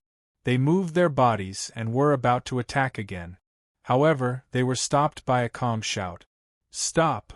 It was the middle-aged man who shouted. This battle couldn't continue. Otherwise, the consequences would be hard to deal with.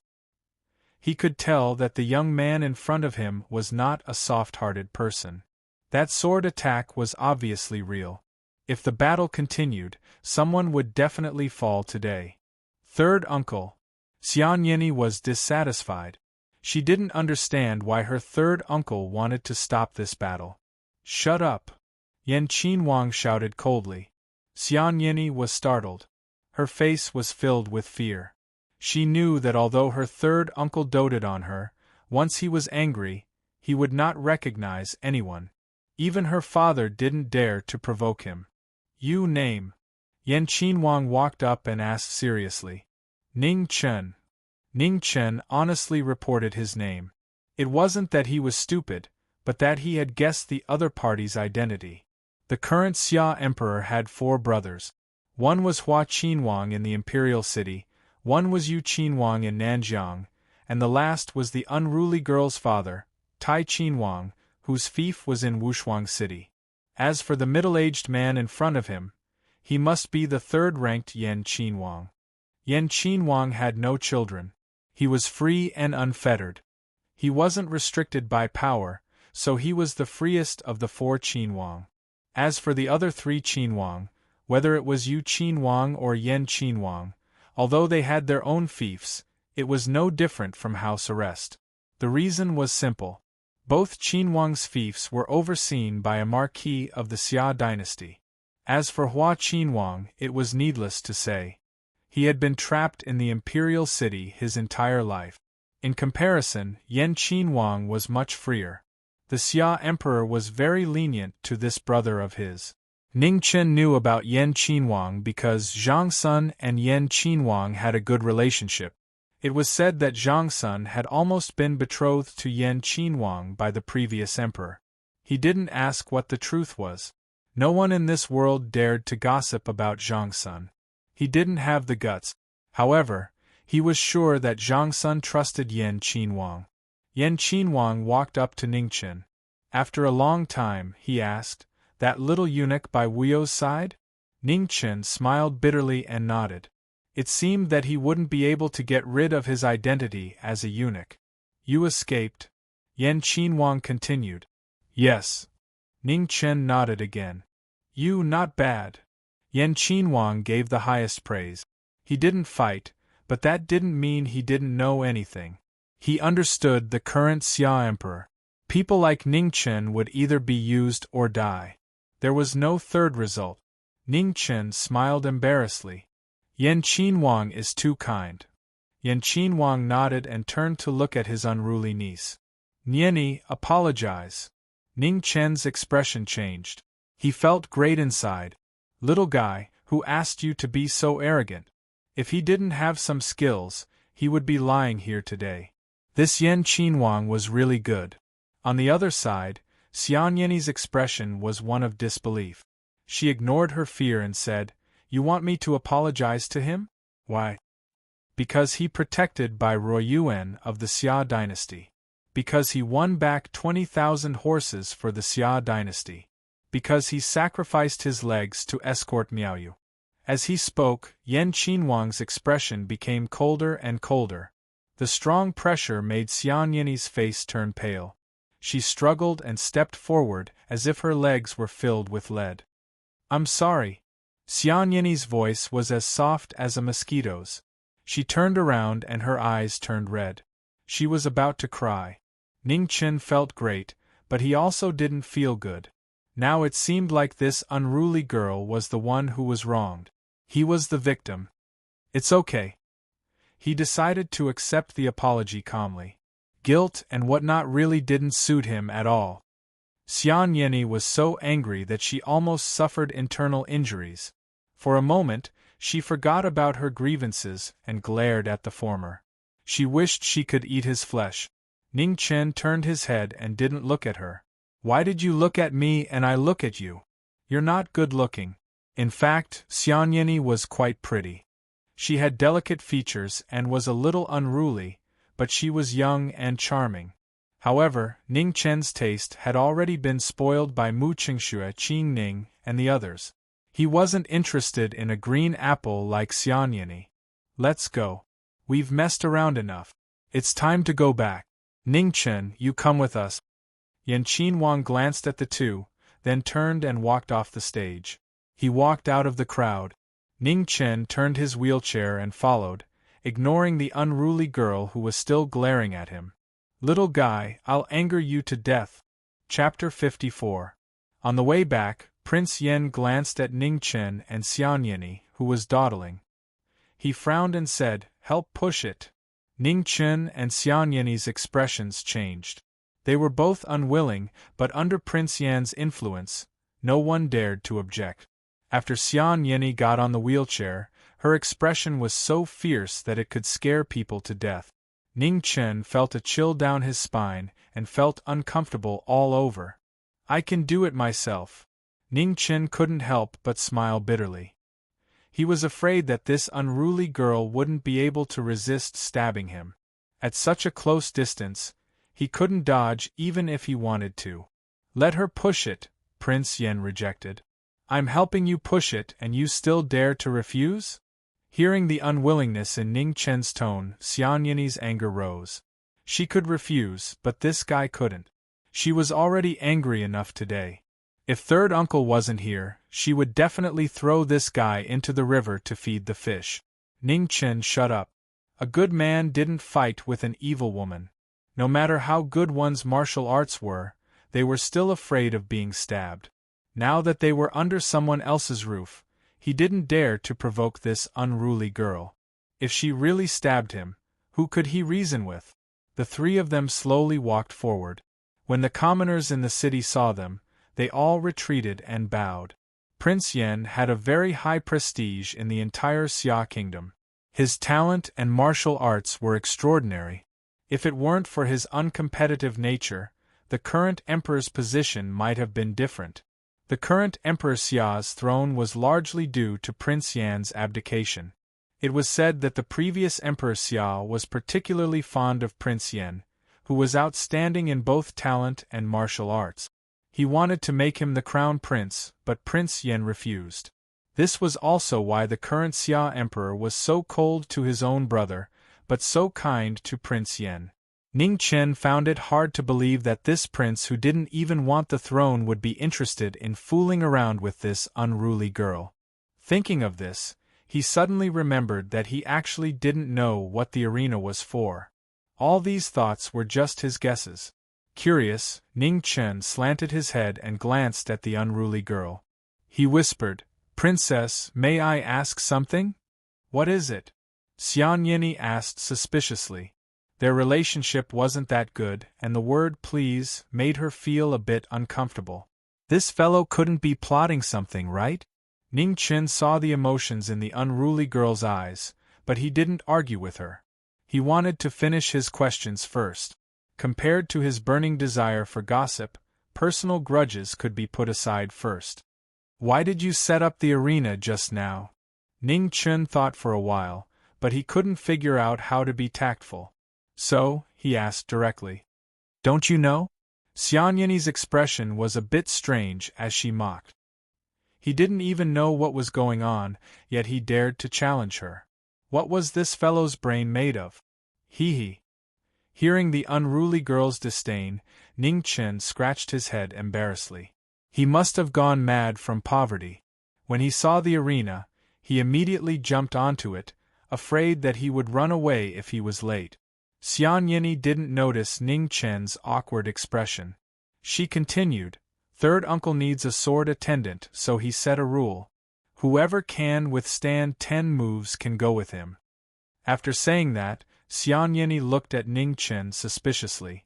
Then what did you think it was? Nothing. Ning Chen quickly turned his head, not letting the unruly girl see his awkward expression. So the one with a cannon in his head wasn't Imperial Prince Tai, but him. The princess was holding a martial arts competition to find a groom. What was he thinking? He really admired himself for even being able to think of such a nonsensical thing. He thought you were holding a martial arts competition to find a groom. At this time, Imperial Prince Yen indifferently added another blow, causing the 2 people behind him to be stupefied. Ning Chen had never thought that Imperial Prince Yen had been listening to their conversation the entire time. He also didn't think that Imperial Prince Yen even knew what he was thinking. Could it be that he had written his answer on his face? But how could he say it out loud? However, compared to Ning Chen's anger, Xianyani was so shocked that her mouth couldn't close. In the next moment, she completely exploded. In her anger, she grabbed his neck and viciously squeezed it. Am I so disdainful? She had thought that Ning Chen had said a few words before turning around to cause trouble. She hadn't thought it was actually because he saw her. Ning Chen was having difficulty breathing. He tried to pry Xianyani's hand away while struggling to say, Princess, don't be impulsive. Imperial Prince Yen was just joking. Xianyani didn't believe him and squeezed even harder. She wanted to strangle this brat to death. The world was big, but it couldn't compare to this guy's courage. He actually dared to disdain her. Ning Chen's face was completely red. He felt that he couldn't breathe. With great effort, he said, Princess, you are a princess. No matter how stupid I am, I wouldn't let my imagination run wild like this. Really? Xianyani suspiciously released her hand. Thinking about it, it made sense. How could someone be so stupid to think like this? No matter what, she was still a princess of de Xia. Her marriage was decided by Emperor Xia. No matter how bad it was, it wouldn't degenerate to the point of holding a martial arts competition to find a groom. Unfortunately, she had underestimated Ning Chen's extremely powerful imagination. For a transmigrator whose worldview was gradually collapsing, it wasn't impossible for him to think that pigs could fly. More importantly, when she went on stage, only a ghost would know her identity as a princess. Cough, cough, it's true. Ning Chen rubbed his throat as he hurriedly nodded. At the same time, he was constantly complaining about Prince Yen. It was fine if you guessed it yourself. Why did you have to say it out loud? What if he couldn't help but beat up this unruly girl? Although he had a lot of opinions about Xianyani, he didn't plan on offending her too much. This was his eldest grandson's niece. Even if he didn't give face to the monk, he still had to give face to the Buddha. Prince Yen smiled faintly and didn't say anything else. After a short interlude, the 3 continued to walk forward. Prince Yen walked in front with an indifferent expression. Step by step, he walked at a steady pace. His plain green robes fluttered in the wind. He was calm and noble. Truly stylish. Ning Chen sighed in his heart. This Prince Yen wasn't an ordinary person. Just his peerless demeanor left others in the dust. It was no wonder that his eldest grandson was almost betrothed to this talented third master. Unfortunately, Prince Yen had never taken a wife in his entire life.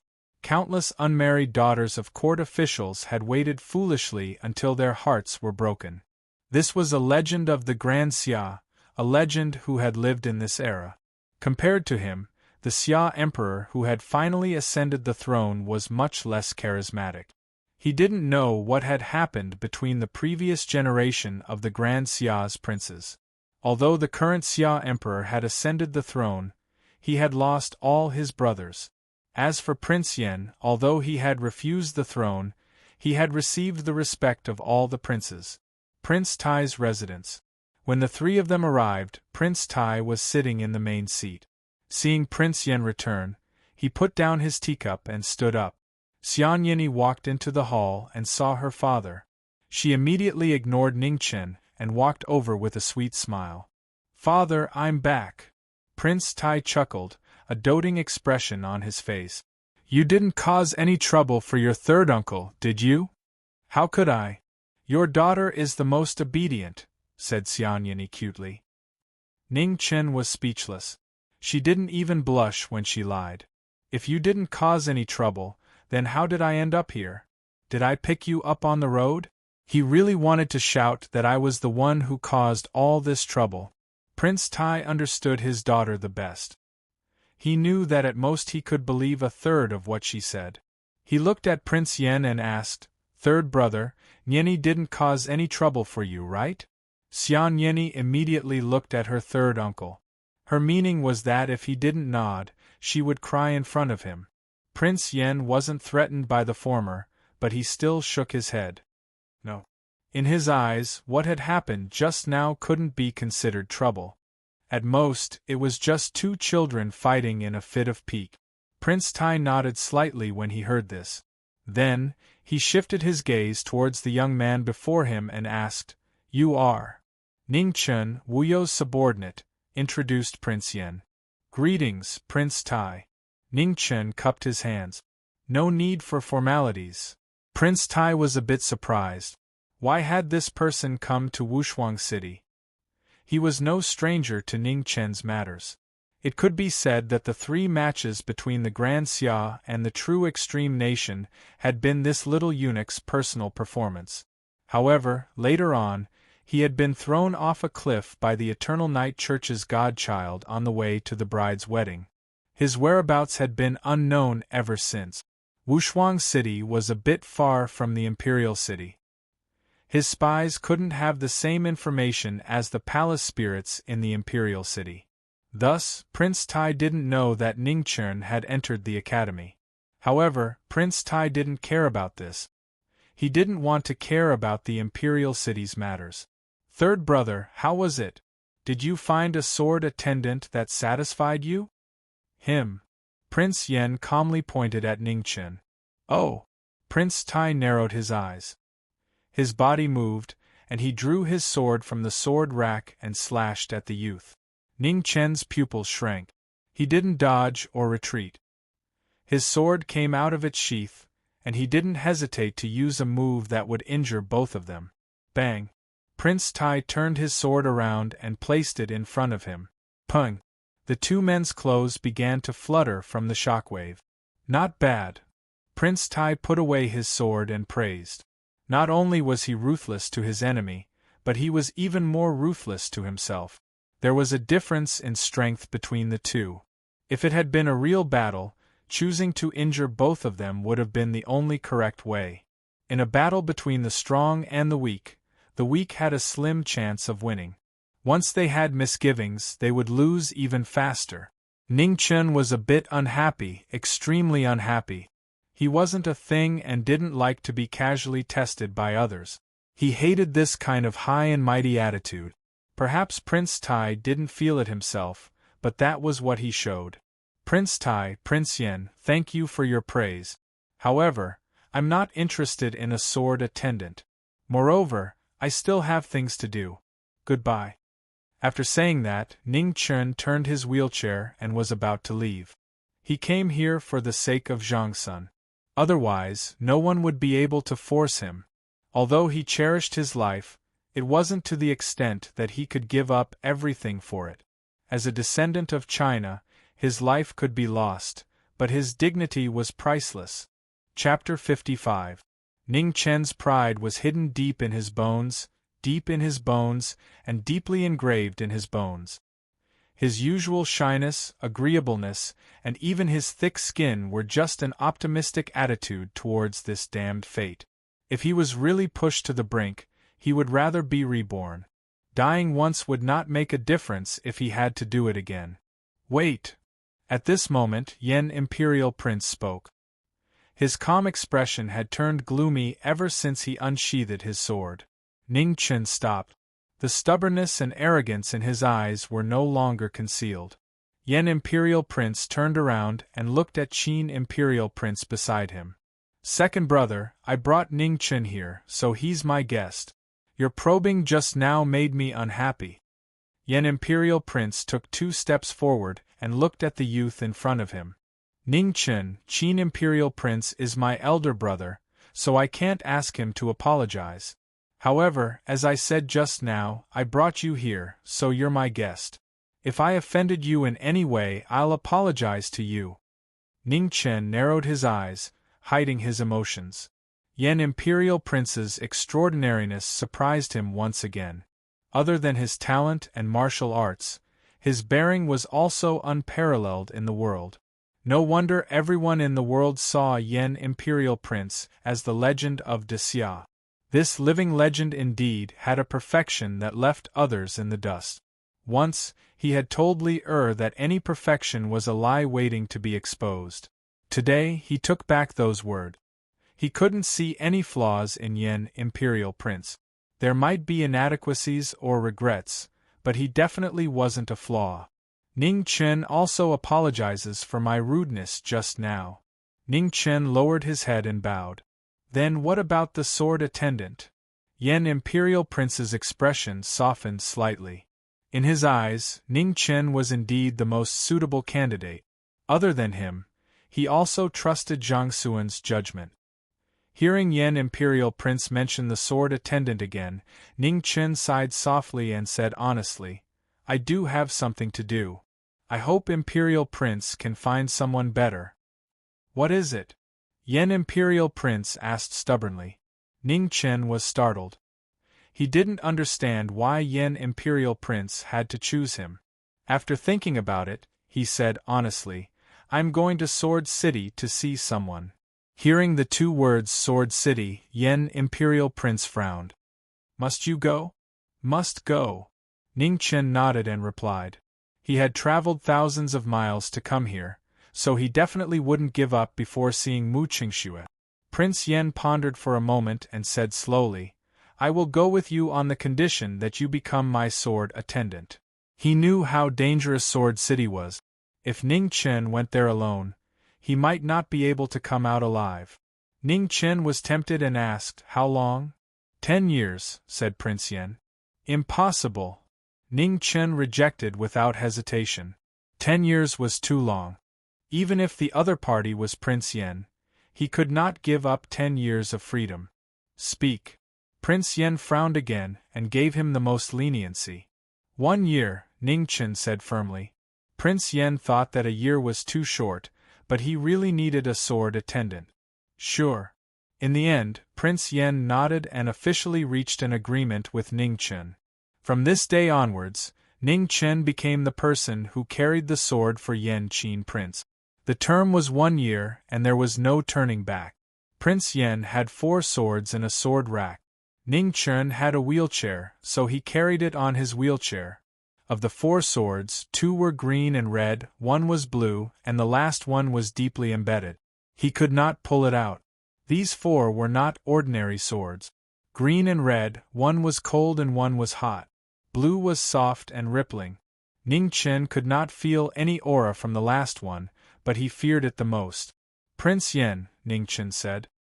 He felt awkward when he spoke. Prince Yen frowned. Ning Chen was going to follow him for a long time, so he could not keep calling him Prince Yen. In the past, he had always been alone. Now that there was one more person, he had to think of a new way to address him. Just call me Senior. After thinking for a moment, Prince Yen relaxed his frown and said casually. Speaking of which, Ning Chen had been with Zhang Sun for a while, so he deserved to be called Senior. Ning Chen called him that secretly, feeling much better than calling him Prince Yen. Senior, when can we leave for Sword City? Tonight, but before that, come with me to get a sword, King Yen said as he strode forward. Ning Chen was stunned, then turned his wheelchair and followed. The Silver Garden was a beautiful place to welcome guests in Wushuang City's City Lord's mansion. It was located above a heavenly spring, and it was as warm as spring all year round. Pear blossoms drifted down like snow. Wushuang City was different from other places in the Central Plains.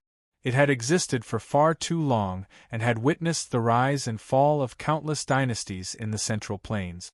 Its origins were shockingly ancient.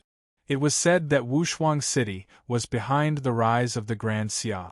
After the founding of the Grand Xia Emperor allowed the city lord's bloodline to be hereditary. 1,000 years had passed, and many things had changed. The only thing that did not change was the strength of Wushuang City. Under the heavens, no one would look down on this ancient place that had not declined. The city lord's bloodline was a transcendent existence in Wushuang City.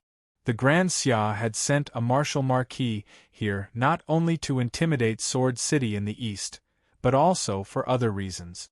Today, in this beautiful silver court, they welcomed a distinguished guest. This person was naturally not Ning Chen, but the #1 person of the Grand Xia's younger generation, Yin Ma Xiao.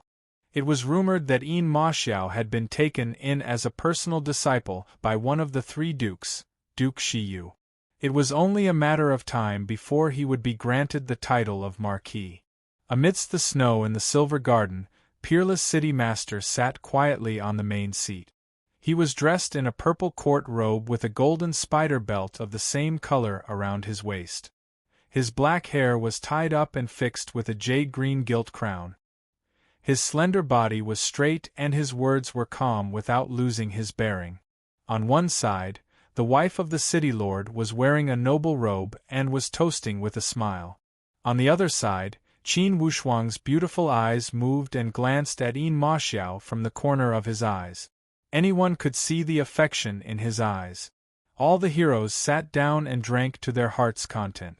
The titans of the 10 places had brought the most outstanding people of the younger generation and represented the top strength of each place. However, at this moment, an uninvited guest slowly walked over. Behind him, he brought his newly recruited sword servant. Ning Chen felt helpless. He was not here to cause trouble, he was only here to carry a sword. Prince Yen, the Wushuang City Lord, stood up with an ugly expression. This Prince Yen had come to steal his sword. I am here to take the sword. Prince Yen opened his mouth and said these words without any threat. However, it had changed the expression of all the major figures at the scene. Everyone knew that the Wushuang City Lord had a family treasure sword called Zhiga. It was in this silver garden. The Zhiga sword was bestowed by the 2nd generation Xia Emperor 1,000 years ago. It was a rare heavy sword and also the Emperor's sword. In the past, the Wushuang city's internal strife had continued for many years and the people had suffered greatly. The 2nd generation Xia Emperor had bestowed the Emperor's sword and allowed the Wushuang City Lord to borrow 100,000 soldiers from nearby to quell the chaos. However, as soon as the internal strife was quelled, and before the Emperor's sword could be retrieved, the 2nd generation Xia Emperor had passed away due to illness. Immediately, the Wushuang City Lord took this opportunity to bury the Zhiga sword in the Silver Garden. From then on, they lied to the outside world that the Emperor's sword had been lost in the chaos. This was a secret that everyone knew. However, no one had exposed it. 10 days ago, Prince Yen had sent someone to deliver a letter to the city lord's residence. The content was very simple. Either the Qin family would send the sword or he would come to take it himself. Everyone knew that Prince Yen treasured swords and was good at them. Because of this, the Xia Emperor had ordered that Prince Yen could choose any sword that belonged to the imperial court or the royal family. Prince Yen, you have come to the wrong place. I don't have the sword you want. Facing the major figures and the disciples of the 3 chancellors, the Wushuang City Lord naturally wouldn't admit that the Zhiga sword was in Wushuang City. Prince Yen ignored him and walked forward step by step.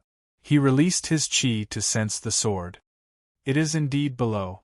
After 10 steps, Prince Yen stopped and muttered to himself. Prince Yen, you are going too far. Men, take them away. Facing Prince Yan's disregard, the Wushuang City Lord's expression became very ugly. He slapped the table in front of him and shouted, "Yes." As soon as he finished speaking, 12 guards dressed in iron armor appeared. Without saying a word, they surrounded the two of them. Ningchen frowned. He could see that these guards weren't ordinary people. Their qi was long and the weakest one was at the peak of the 4th stage of the Hotian realm. To him, dealing with one of them wasn't a problem. He could barely protect himself against 2 of them, and 3 of them would definitely be defeated. As for the strongest ones, their qi was much higher than his, so he couldn't tell. Prince Yen looked indifferent. He took a step forward and his powerful qi spread out, knocking away the 12 iron cloak guards who had surrounded him. Ning Chen's eyelids twitched. He knew that Prince Yen was very strong, but he didn't expect him to be this strong. These years, Prince Yen had hidden too much of his talent. Gradually, people forgot that this legendary martial artist of the Xia dynasty was as rare as his talent. Elder Fengyu.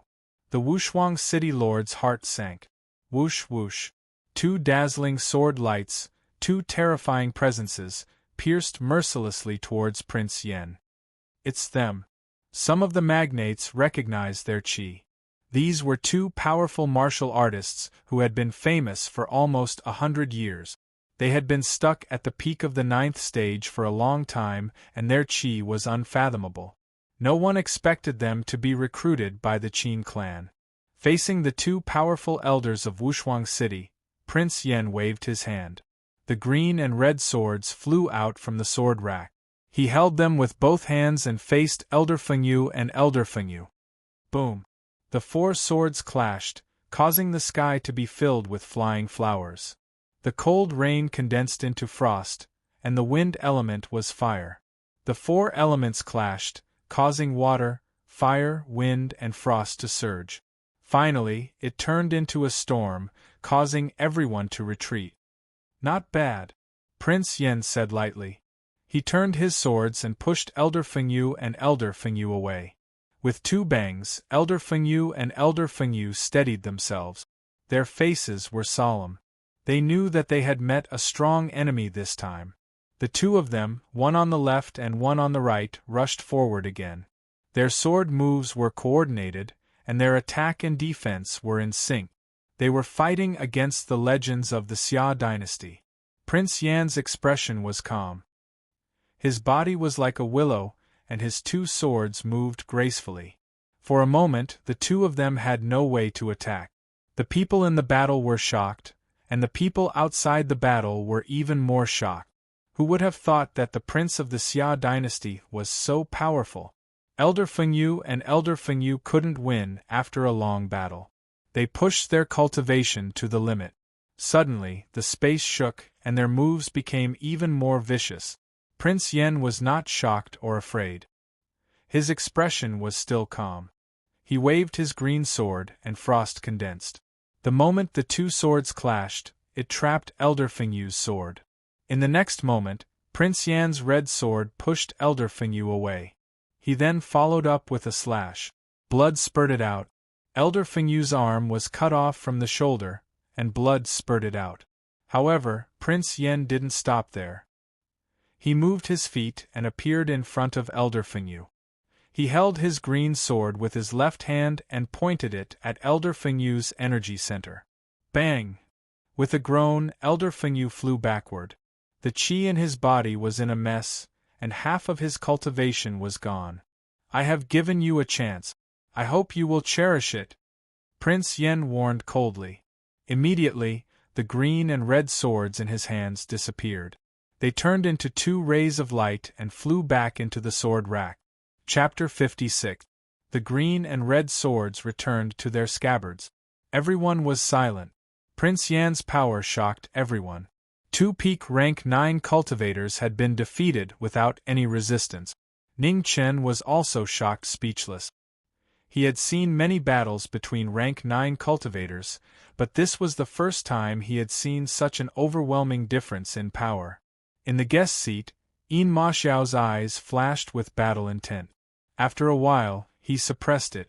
It was not yet time for him to challenge the current legend of the Xia dynasty. Prince Yan's power made the Wushuang city master's face turn pale. He had never thought that Feng and you would be defeated so thoroughly.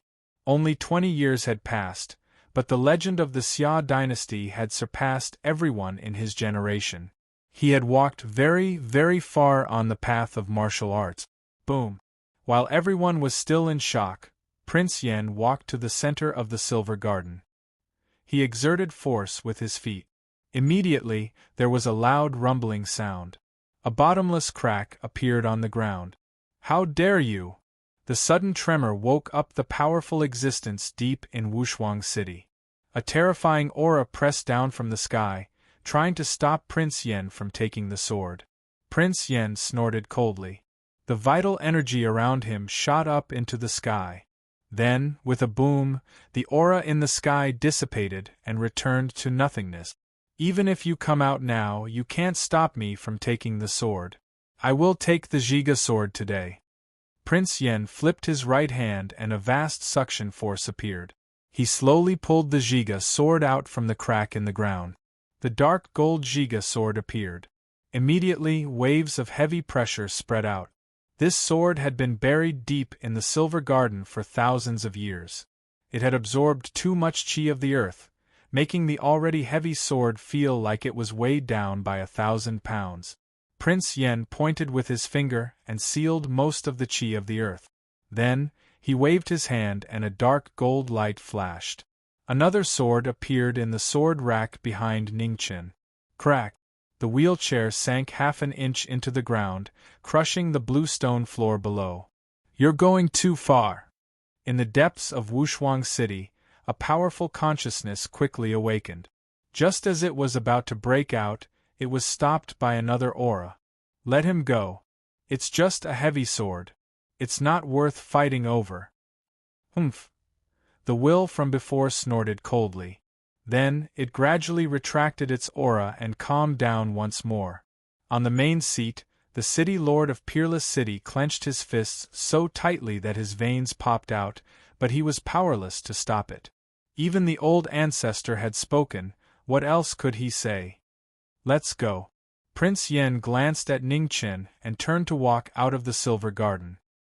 His steps were steady and no one dared to stop him. It's so hot that it's about to explode. Ningchen sighed softly, then struggled to turn his wheelchair and follow. From then on, he became a die-hard fan of Prince Yan.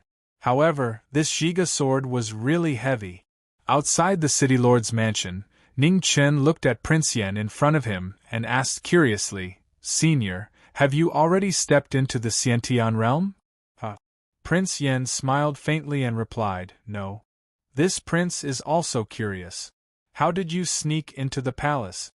Suddenly, Prince Yan said casually, scaring Ningchen so much that he broke out in a cold sweat. Prince Yan already knew about it? It was impossible for Zhang Sun to reveal this, so Prince Yan must have seen it himself. But when did he reveal this flaw? From beginning to end, he didn't have any contact with Prince Yan. How did he expose himself? Don't think too much. Your hand once touched the green sword. This prince knew then that you didn't cleanse yourself. Prince Yan walked in front and didn't stop. He continued to explain calmly. People have their own auras, swords have their own auras.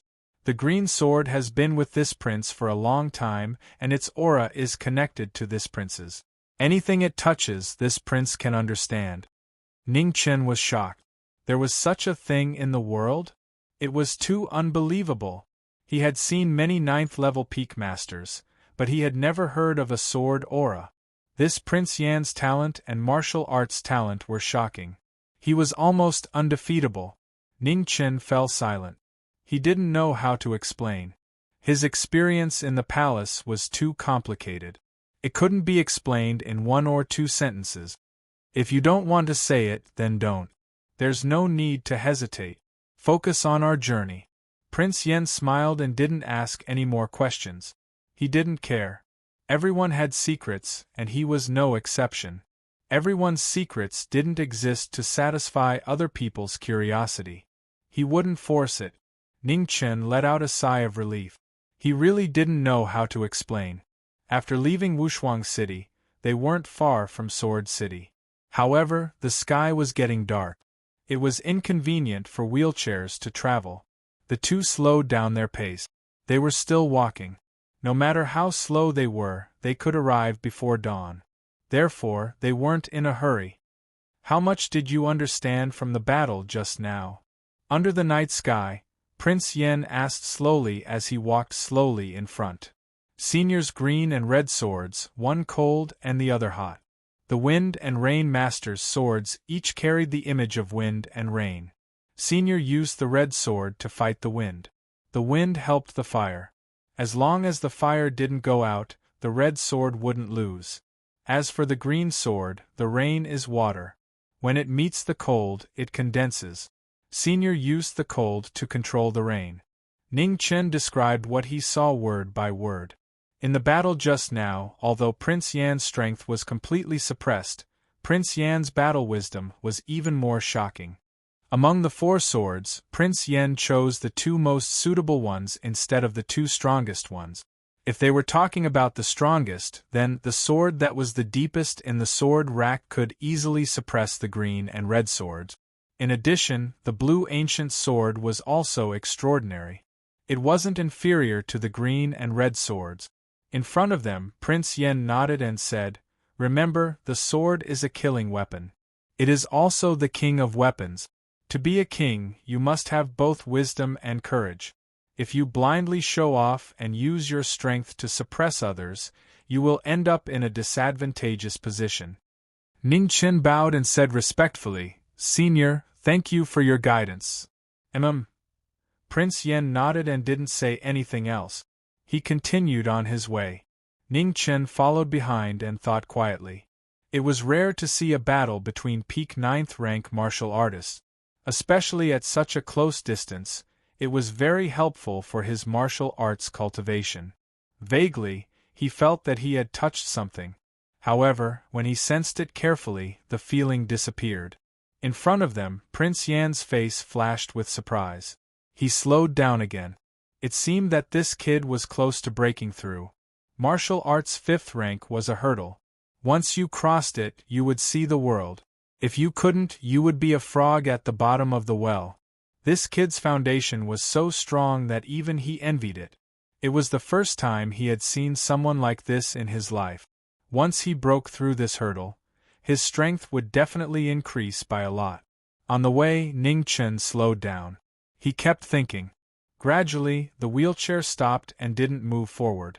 Prince Yen also stopped. He stood aside and didn't say anything. Boom. After about an hour, Ning Chen's aura spread out. The silver light shone brightly. The temperature within 10 feet of him dropped rapidly. The water vapor condensed and frost fell. Prince Yen guarded him quietly. His green robe was blown by the spiritual qi from all directions. In the sword rack, the green sword hummed lightly. It was very cheerful. In the next moment, the vast spiritual qi swept the frost into Ning Chen's body crazily. He broke through the hurdle and reached the peak of 5th rank. Prince Yen looked at Ning Chen, who was in the middle of the spiritual qi. Gradually, he frowned. There was another kind of aura. In Ning Chen's ocean of qi, the dark yellow cyclone spun faster.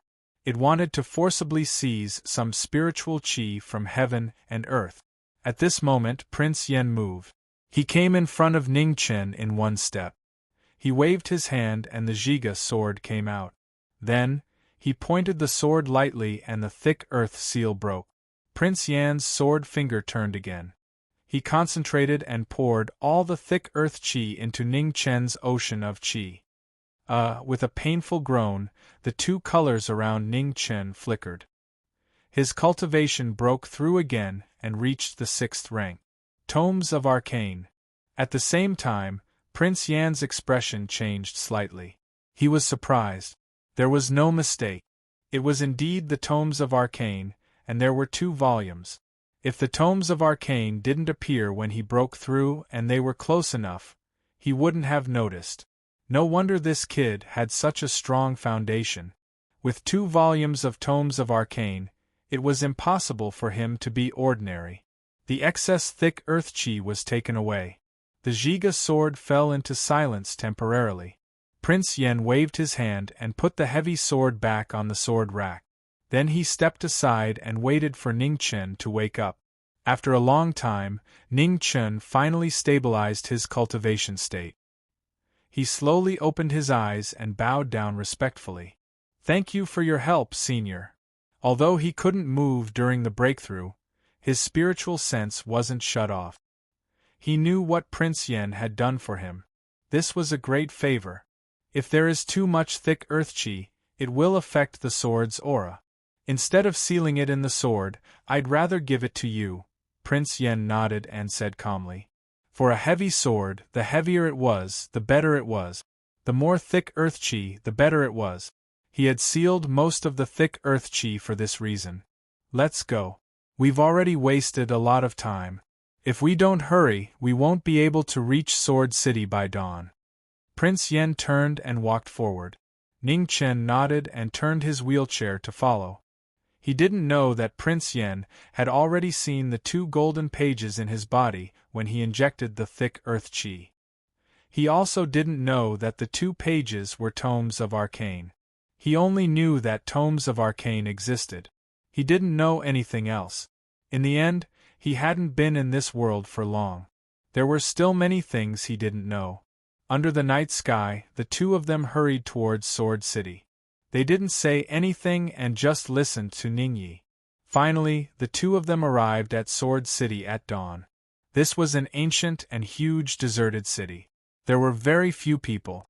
They couldn't see anyone even after walking for a long time.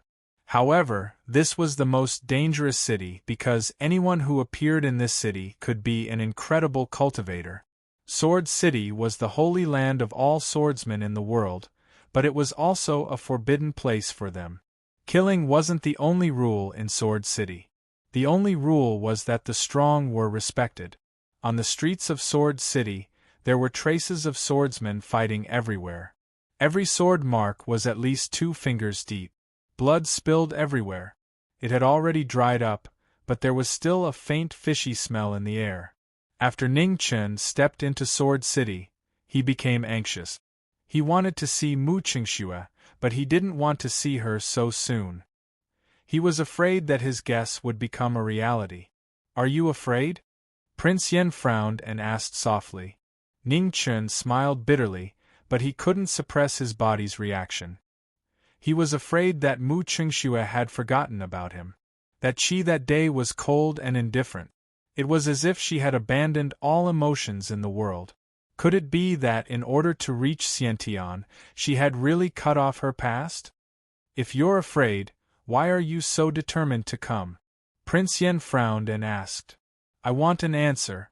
Ning Chen said gloomily. "What if the answer disappoints you?"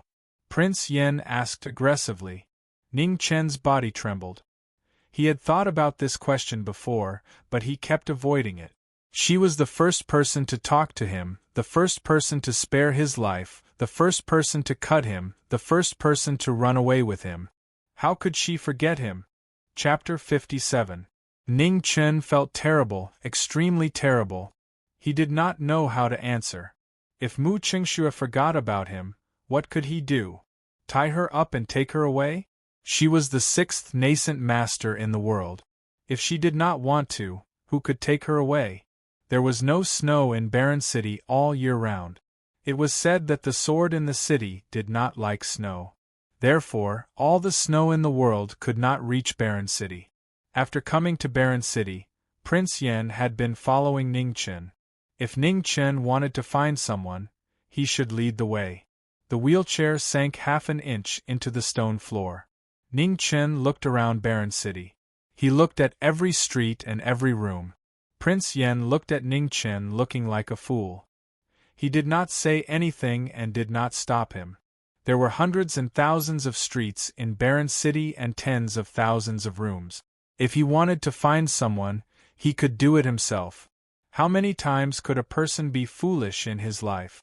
He could see that this person was very important to Ning Chen, more important than he could imagine.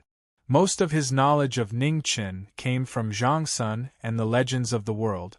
Until they met, he finally matched his impression of Ning Chen with reality.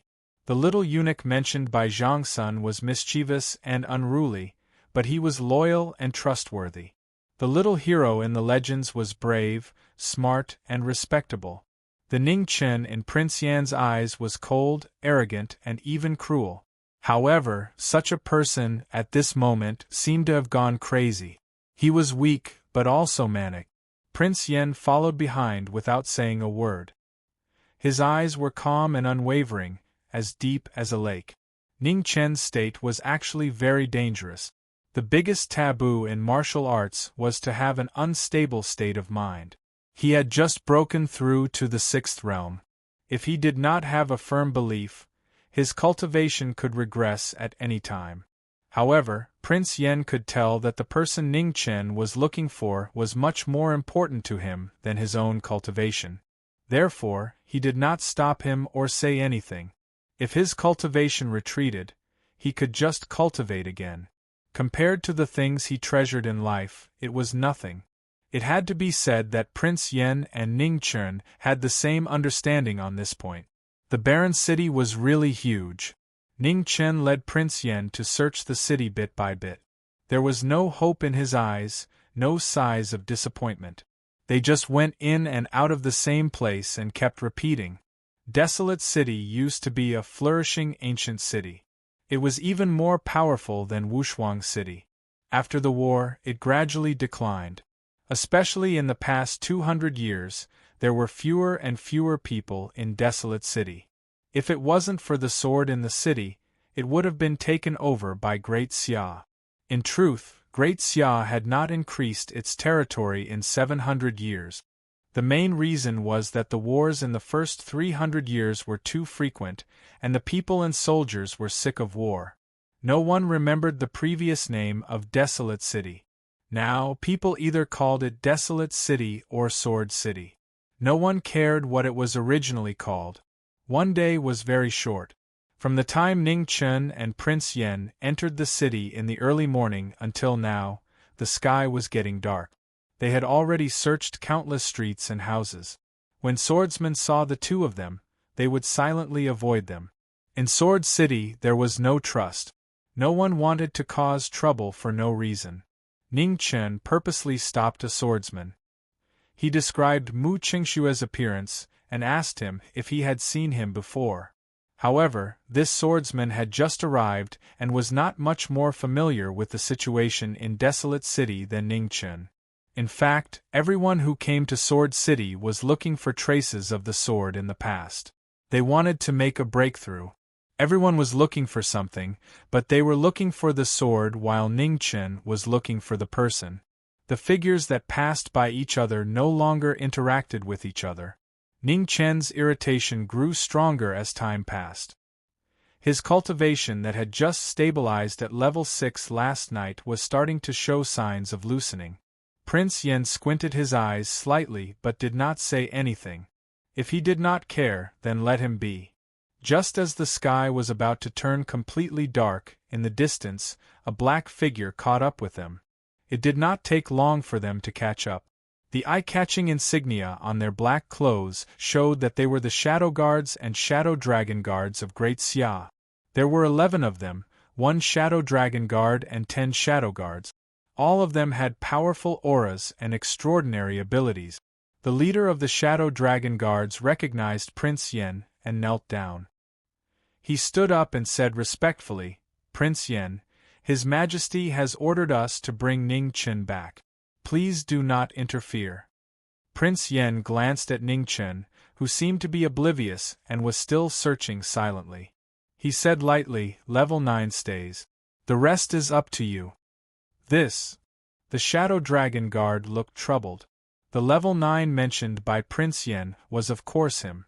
However, Emperor Xia's order was to capture him alive. If he did not interfere, the chances of capturing him alive would be much lower. Who would have thought that Ning Chen, who couldn't even defeat an ordinary imperial bodyguard in the past, would escape from their hands twice? The first time, it was still fine because he was thrown off a cliff by God's son and luckily survived. But the second time, the former escaped from their sight with the help of the Empress's escort. Emperor Xia was furious because of this. Go and capture him. If he resists, kill him. The Shadow Dragon guards hesitated for a moment and made a prompt decision. If they could not capture him alive, then kill him. They could not let this little eunuch escape again. Yes. The 10 Shadow Guards accepted the order and quickly chased after the figure in front of them. Ning Chen had just come out of a room and was about to continue searching for the next one when he saw 10 shadows surrounding him. The shadows blocked his path. Ning Chen's path forward was blocked. He could not help but become extremely irritated. He shouted, "Move!" The wheelchair moved forward towards the space between the 2 shadow guards. Ning Chen was in a bad mood and did not want to care about anything. "Follow us back to the palace." The 2 shadow guards pressed their hands on Ning Chen's shoulders and said in a low voice. In his irritation, Ning Chen could not suppress the anger in his heart and finally exploded. Scram! A violent airflow spread out. Immediately, the 2 shadow guards felt their arms go numb and their bodies become unstable. They took 3 steps back. Kill! The sudden resistance left no room for negotiation between the 2 sides. The order to kill was given and the long swords were drawn. The intertwining sword shadows formed a sword net and fell towards Ning Chen. Among the 10 people present, the lowest cultivation was at level 5. The highest was at level 7. All of you deserve to die. Ning Chen, who was furious, lost his mind. He raised his left hand slightly and a dark yellow light shone brightly, enveloping the 10 people. Boom! In an instant, the unparalleled gravity caused the bodies of the 10 people to suddenly fall. Before they had time to react, they saw the ink sword being unsheathed amidst the drifting frost. Snowflakes surged, and an ink light streaked across, cutting through their throats. The moment of shock brought about the most drastic change. Before the 4 people could stabilize themselves, they fell to the ground with a bang. The 6 people were shocked and even angrier. As Emperor Xia's personal guards, they had never been trampled on like this. The remaining 6 people were mentally prepared. They formed groups of 3 and took turns attacking and defending. They did not rush forward recklessly. Ning Chen's eyes were as cold as frost. He held the ink sword in his hand. Killing people was his priority. Soon, the 7 people were all dyed red. Ning Chen controlled the Qi of Earth, which made the 6 shadow guards very uncomfortable. However, the advantage in numbers was still unshakable. Every time the 2 sides exchanged injuries, it was a sign that the shadow guards were one step closer to victory. After a long battle without any results, Ning Chen showed a trace of impatience. Taking advantage of the gap between the 3 people's attack and defense, he knocked away 3 shadow guards with a bang. The wheelchair took advantage of the momentum to retreat 10 feet away. Just as the other 3 shadow guards were about to rush forward, they saw the ink sword stabbed into the ground. A green ancient bow appeared in Ning Chen's hand. The next moment, the silver light shone brightly and a terrifying arrow flew out. The 6 shadow guards narrowed their eyes. At the moment of contact, the silver arrow penetrated their bodies and 2 shadow guards flew out. Their blood dyed the sky red. The momentum of attack and defense was broken. Ning Chen patted the wheelchair and 6 shadow arrows appeared. They turned into faint black lights and swept towards the strongest of the remaining 4 people. Clang! With a few soft sounds, the shadow guards blocked 5 dark arrows. However, the last dark arrow suddenly fell at the last moment and changed direction.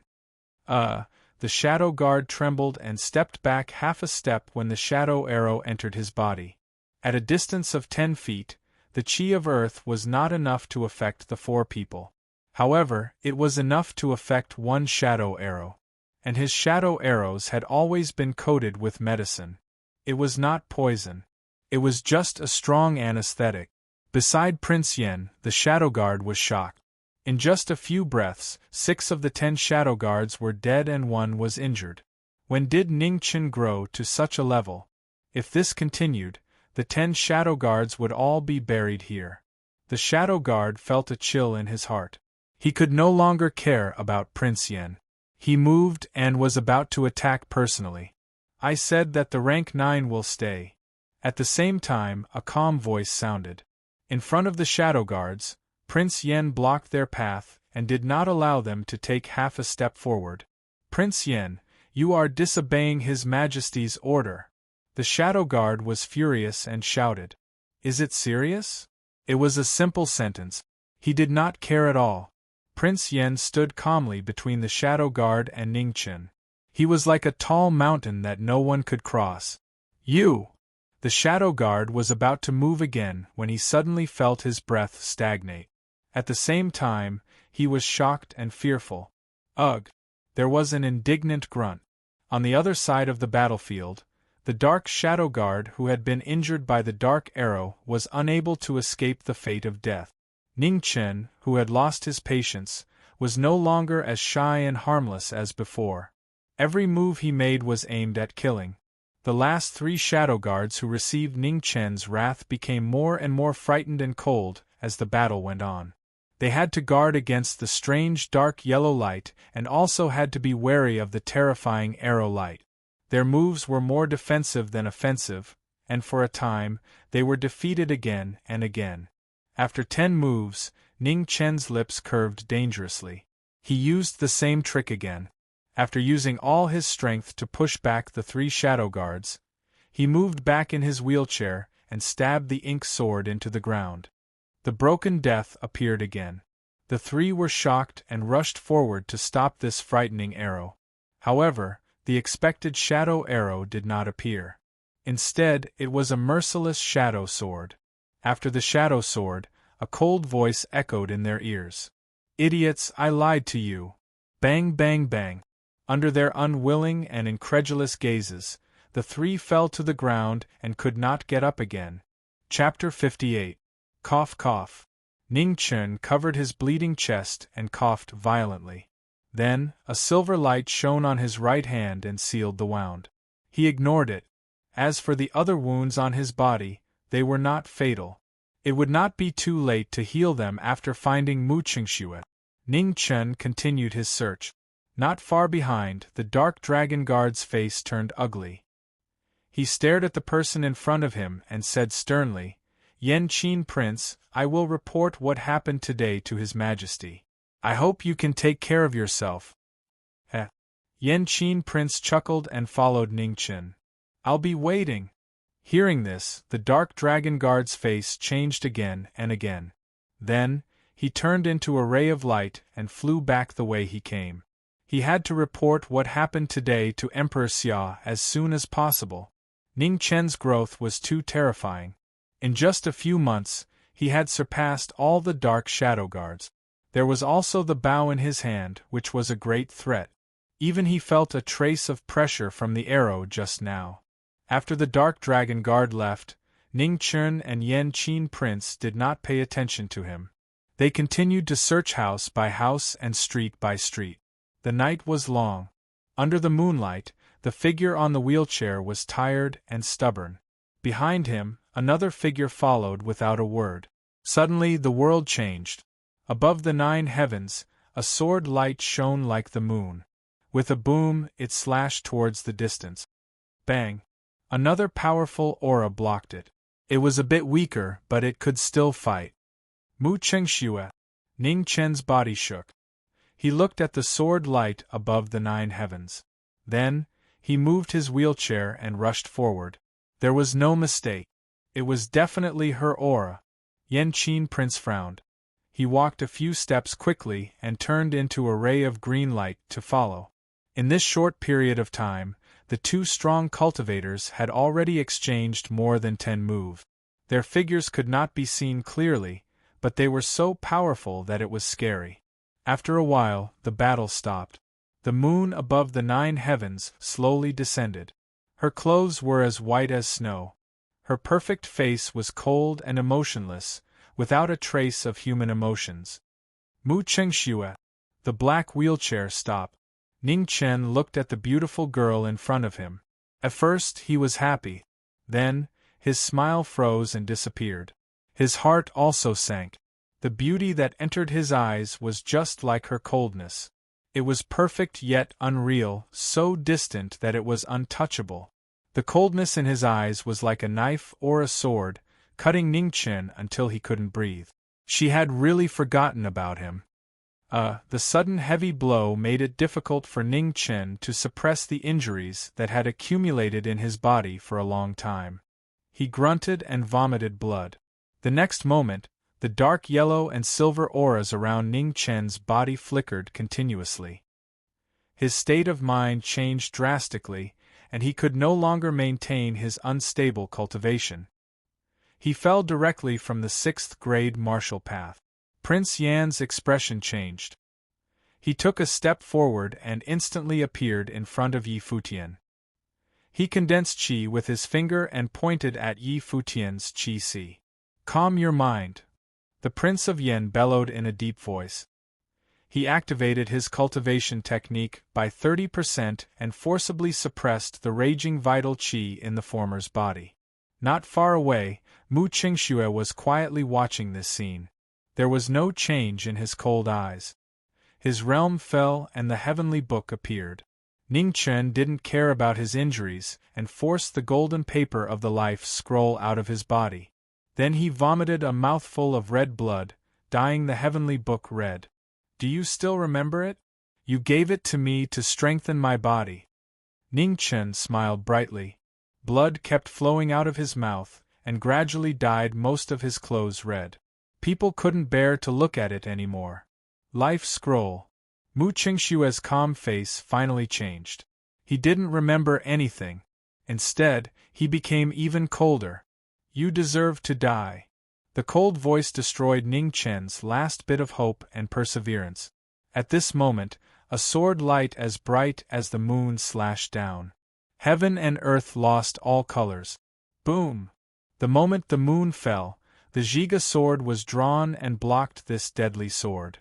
Prince Yan's expression was unprecedentedly serious.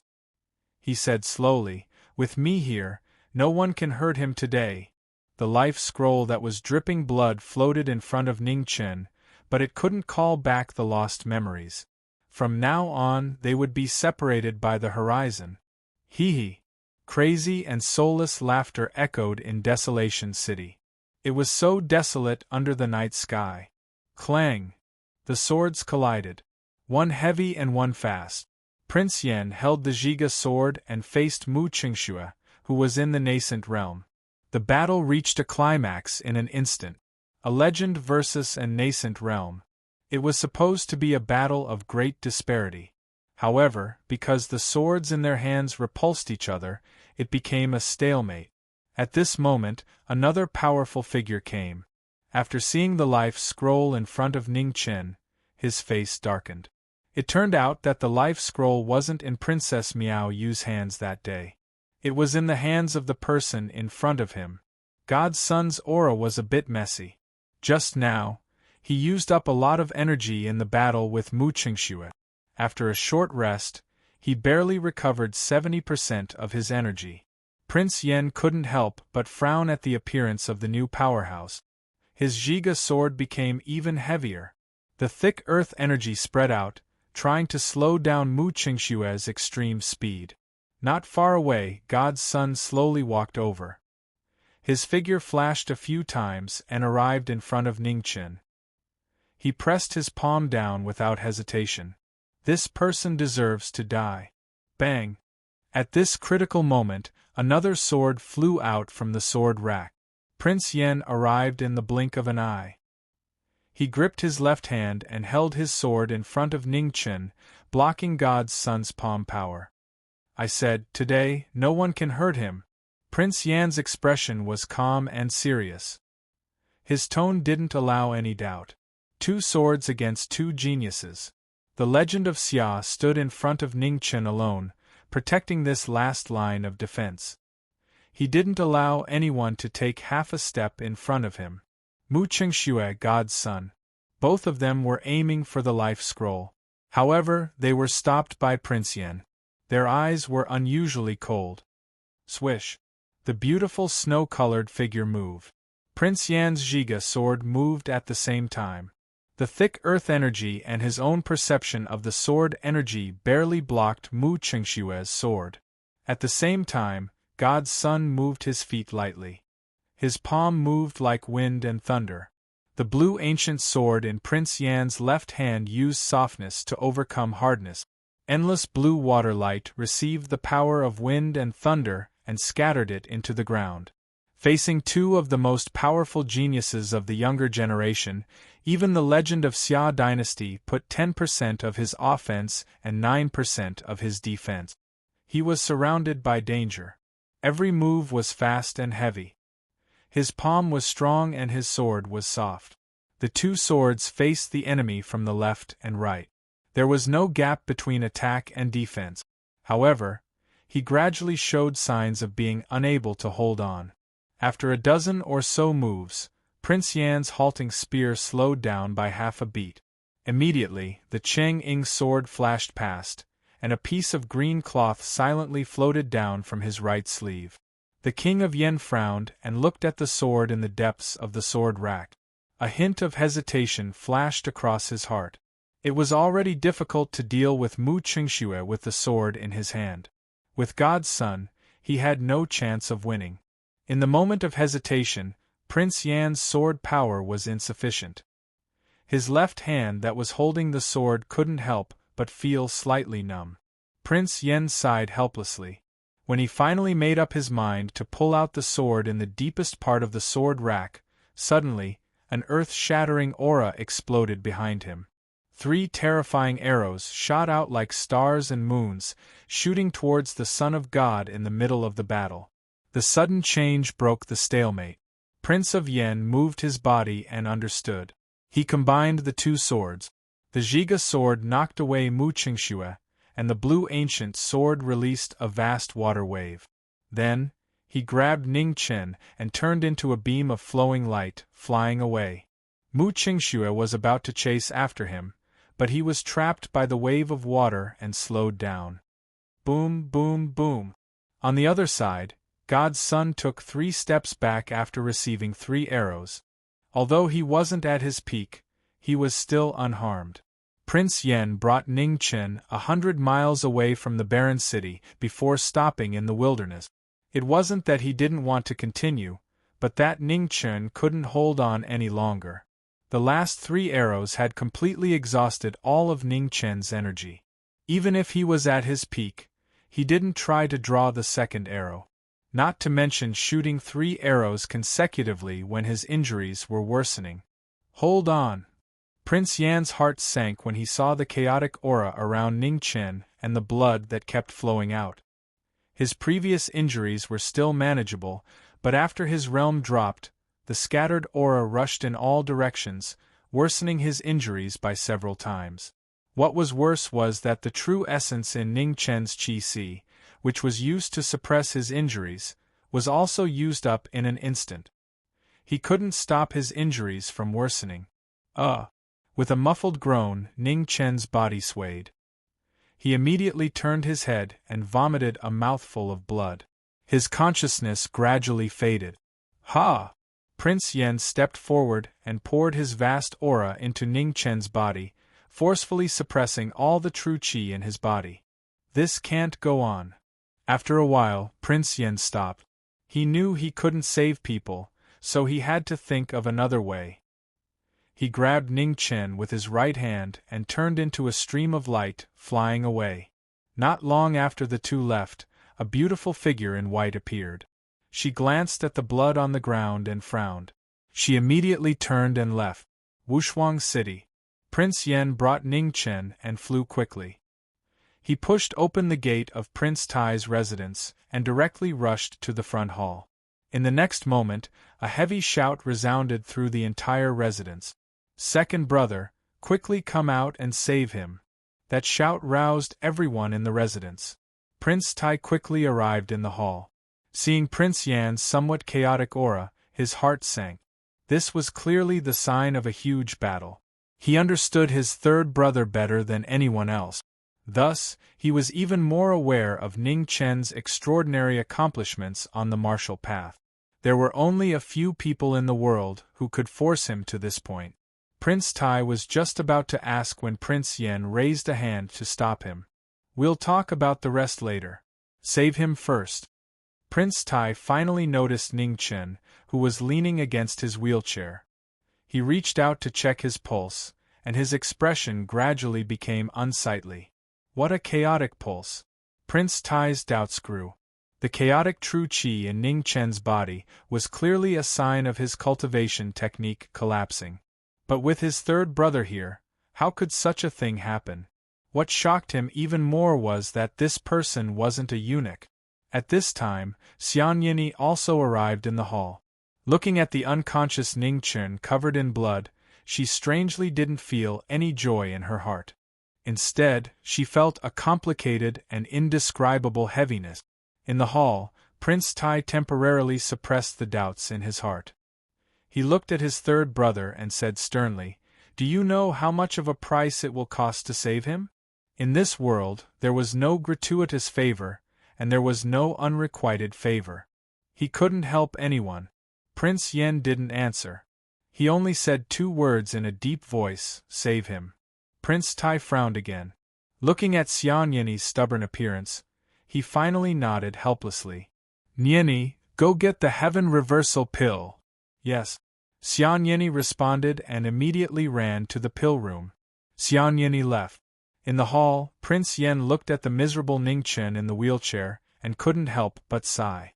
Time only left a name, not mercy. Chapter 59.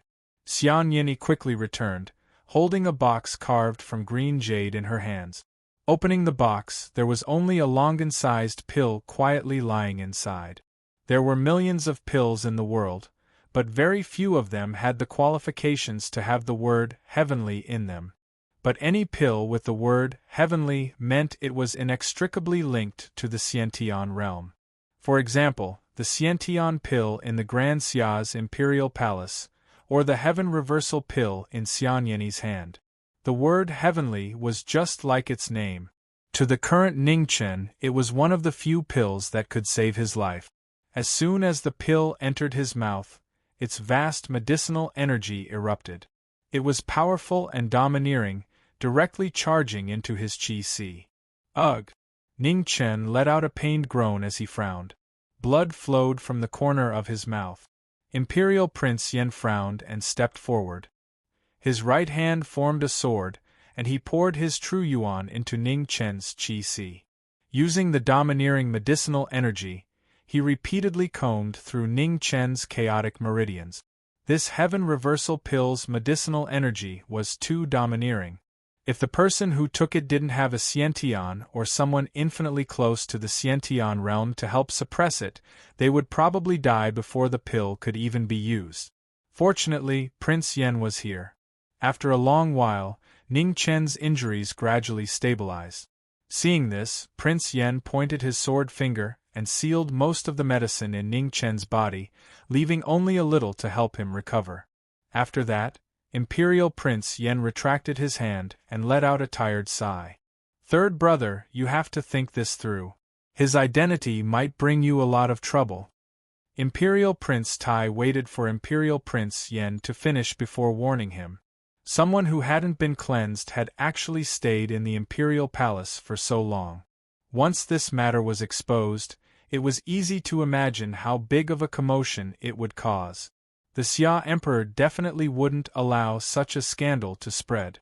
He would definitely kill everyone who knew about it. Imperial Prince Yan's identity was special. Although he wouldn't be killed, it would definitely arouse the Xia Emperor's suspicion and dissatisfaction.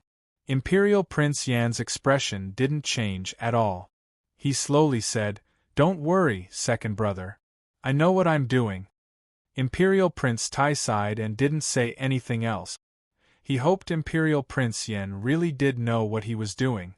The current Xia Emperor really wasn't a benevolent ruler. 10 days later, Prince Yen left Prince Tai's mansion with Ning Chen, who had just recovered from his injuries.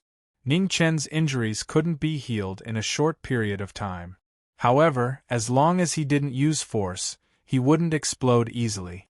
The heaven-revolving pill was omnipotent, but it was not omnipotent. It was not easy to pull Ning Chen back from the gates of hell in one piece.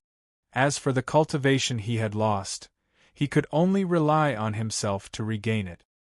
He had already sealed the remaining medicinal effects of the heaven-changing pill into the latter's body. It might come in handy one day. Their destination was the south of the Xia kingdom. This year, Ning Chen was the swordsman of Prince Yen and was responsible for carrying his sword. Prince Yen wanted to go to the south of the Great Xia. The reason was simple. In the vast empire, this was the only place he had not been to. Furthermore, it was time to settle a grudge from the past. Ning Chen did not express any opinion. Ever since he woke up, he rarely spoke. Prince Yen did not try to persuade him, nor did he care. In his eyes, any words of encouragement were useless. If he could not overcome the hurdle in his heart, no one would be able to persuade him. The road to the south was very long and long. The two walked very slowly, step by step, as if they were sightseeing. The heavens gave you a pair of eyes, not just to let you look at the ground beneath your feet, Prince Yen said calmly as he walked in front and looked at the scenery.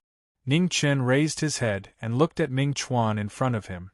Then, he fixed his gaze on Prince Yen and said unhappily, "Thank you for your advice, Senior. However, Ning Chen is not in the mood to appreciate it. I am not trying to enlighten you. I am just telling you that if you keep your head down like this, you will always see the ground beneath your feet. However, your eyes can see much more than this." "I understand." Ning Chen nodded and said respectfully. For the rest of the journey, Ning Chen no longer kept his head down.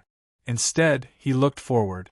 Even if he was not in the mood to appreciate it, he silently imprinted the scenery in front of him into his eyes.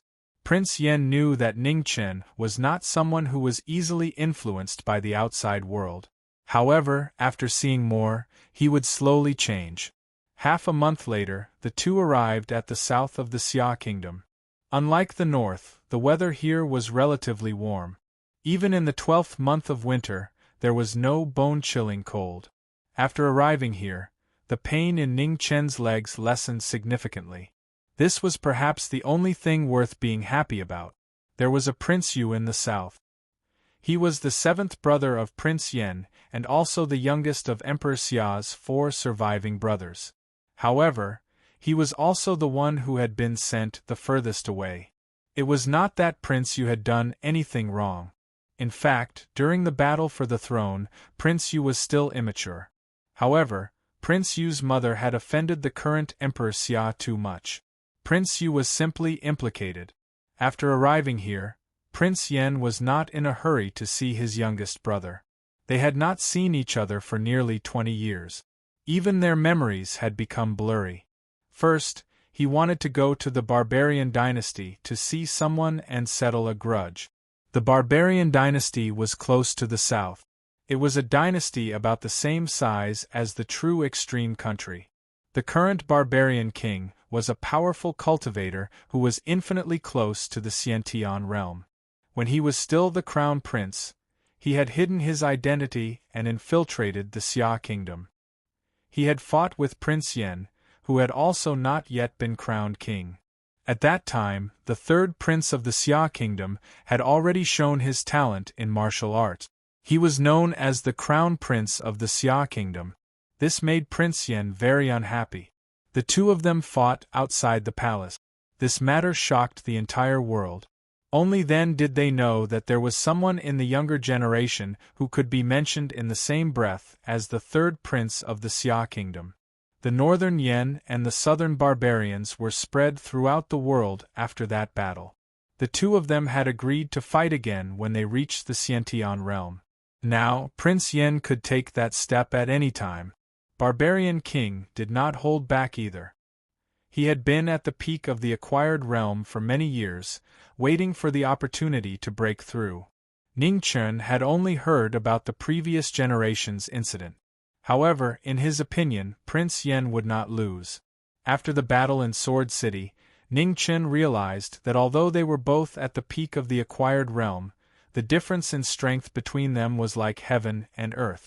People as strong as Son of God and Prince Yen could even fight with Mu Qingxue, who had just reached the Xiantian realm. He still could not understand what kind of realm this was. However, he knew that the Xiantian realm was a natural moat that separated the heavens and the earth. The Xiantian realm was also known as the Heavenly Man. They could communicate with the power of heaven and earth. This was something that acquired realm masters could not compare to. However, there were very few people who could break through this uncrossable natural moat and fight Xiantian realm masters with their peak acquired realm cultivation. There had been such people in the past, today, and in the future. No matter how strong Barbarian King was, he could not be stronger than Prince Yen, who could already fight Xiantian realm masters. At least, that was what Ning Chen thought. The Barbarian King Palace was only a 2-day journey from the southern border. Prince Yen led Ning Chen from outside the Barbarian King Palace and fought their way into the Barbarian King Palace. Everywhere they passed, there were no casualties. In fact, Prince Yen was not a person who liked to kill. The former crown prince of the Barbarian King was now sitting on the throne. His youthfulness was gone, replaced by endless majesty. "You're old," Prince Yen said calmly. "You haven't changed," Barbarian King sighed. "Return to your original appearance. It's only been 20 years. It's nothing to the current legend of the Xia Kingdom." "Ha!" Prince Yen smiled faintly. His appearance changed instantly, and he returned to his youthful appearance from 10 years ago. "This is the third prince that I know. He's both civil and military. He's arrogant and unruly." As he spoke, Barbarian King slowly stood up. At this moment, the color of the sky changed. A heavy aura like that of a prehistoric beast quickly awakened, causing the space to distort. Ning Chen, step back. Prince Yan's expression became serious as he said in a low voice. "Okay," Ning Chen nodded. He immediately put down the sword rack, turned his wheelchair, and walked away. "Ah man, go and greet the guests." The Barbarian King also said something to a pretty girl below the palace. "Yes," the girl nodded. In the next moment, Ah Man walked forward and pushed Ning Chen away silently from the battlefield between the two. She knew that her father had been waiting for this battle for a long time. As the two of them walked away, the battle began. Prince Yen moved his hand. On the ground, the Zhiga sword flew from the rack and into his hand. At the same time, Barbarian King stomped his feet and immediately flew out like a cannonball. He suddenly punched towards Prince Yen. Boom! The sword and the fist collided. In the end, the fist suppressed the sword. Prince Yen retreated half a step. For the first time, a drop of blood fell from the corner of his mouth. Ning Chen was shocked. Prince Yen, who had not been injured when facing Mu Qingxue and the God's Son, was injured in the first move. This Barbarian King's strength was too terrifying. He could definitely be called unparalleled in the world. "I haven't seen you for 20 years. Your progress is not as great as mine." Barbarian King laughed wildly. He jumped up and suddenly stomped his foot. Prince Yen frowned. He moved his left hand. With a swoosh, the blue ancient sword flew out. He waved his hand and a wave of water filled the sky. Immediately, the Zhiga sword moved again and met Barbarian King's big foot head-on. Bang! Barbarian King's big foot broke through the water barrier and crashed into the Zhiga sword. A powerful shock wave spread out. The clothes of the two people fluttered. Prince Yen used his two swords to disperse Barbarian King's divine power and finally managed to block the latter's attack. It wasn't until this moment that the two of them were once again on the same starting line. Their moves started again, and the rumbling sounds were endless, showing how fierce the confrontation between the two of them was. Beside Ning Chen, Ah Man's pretty face flashed with surprise. This was the first time she saw someone who could directly block her father's strength. Although it was a bit of a trick, he still managed to block it. Is this the legend of the Xia kingdom? A man's voice was very pleasant to hear. It was clear and melodious. She did not have the shyness of a girl from the Central Plains. Instead, she had the unique straightforwardness of the barbarians. Ning Chen nodded. Without a doubt, Prince Yen was the legend of the Xia kingdom. Perhaps Yin Ma Xiao, the eldest prince, Xia Miaoyu and the others of the younger generation had already grown up. However, compared to Prince Yen, they still could not be mentioned in the same breath. Are you his disciple? A man continued to ask. Ning Chen shook his head and replied, No, I'm just a sword attendant. The shock on Wild's face grew even stronger. Such a powerful person was just a sword attendant? She felt a dangerous aura from Ning Chen. The barbarians had the sharpest senses. This meant that Ning Chen's strength definitely surpassed hers. In the barbarian dynasty, the strongest person was her father. Perhaps there were others who were stronger than Ning Chen, but there were not many of them. Especially among the younger generation, there were very few. Can you take me to the Central Plains to have a look? A man asked softly. Now she was even more curious about the mysterious Central Plains. What kind of divine land could nurture so many strong cultivators? Hearing this, Ning Chen unconsciously frowned. He was not used to Ah Man's way of speaking. They had just met. In fact, they could not even be considered as acquaintances. Shouldn't this kind of request be made by people who were familiar with each other? However, this was only the beginning. In the next moment, Ah Man's next sentence made Ning Chen completely speechless. If you agree, I can marry you. Chapter 60. Ning Chen knew that most of the girls of the barbarian dynasty were straightforward. They spoke whatever they thought without hesitation or faking it. They didn't feel anything when they heard it from others and would even look at it with admiration. However, once it happened to him, it made him feel uncomfortable. Miss A Man. Just call me A Man. A Man. Ning Chen called out while a wisp of a complicated expression flashed through his eyes. She was a good girl, a very good girl. Unfortunately, they shouldn't have any interactions. Do you have someone you like? Ning Chen asked softly. A man shook her head gently. I don't. Haha. Ning Chen laughed bitterly. Once you have someone you like, you'll understand how childish your words are today. You don't agree. A man didn't understand the meaning behind Ning Chen's words, but she understood the rejection in his words. She couldn't help but frown. Why? There's no reason. If there's really a reason, then it's that you don't like me, and I don't like you. Ning Chen was surprisingly patient as he explained. Why don't you like me? A man frowned even more. Could it be that I'm ugly? Ning Chen didn't know how to answer. If he didn't like her, then he didn't like her. There was no reason for it. However, he didn't want to hurt this pure and straightforward girl, so he thought for a moment before replying with a question. Then do you like me? A man thought for a moment before she said, I don't know, but I know that I don't hate you. Haha. Ning Chen didn't know whether to laugh or cry. He continued patiently, A man, don't you want to understand the Central Plains? Then let me tell you something. In the Central Plains, only people who like each other can talk about marriage. Just not hating each other isn't enough. Is that so? A man nodded while seeming to be deep in thought. Then I'll work hard to like you and marry you. Then you'll take me to the Central Plains. Ha ha. Ning Chen laughed bitterly, but he didn't reply.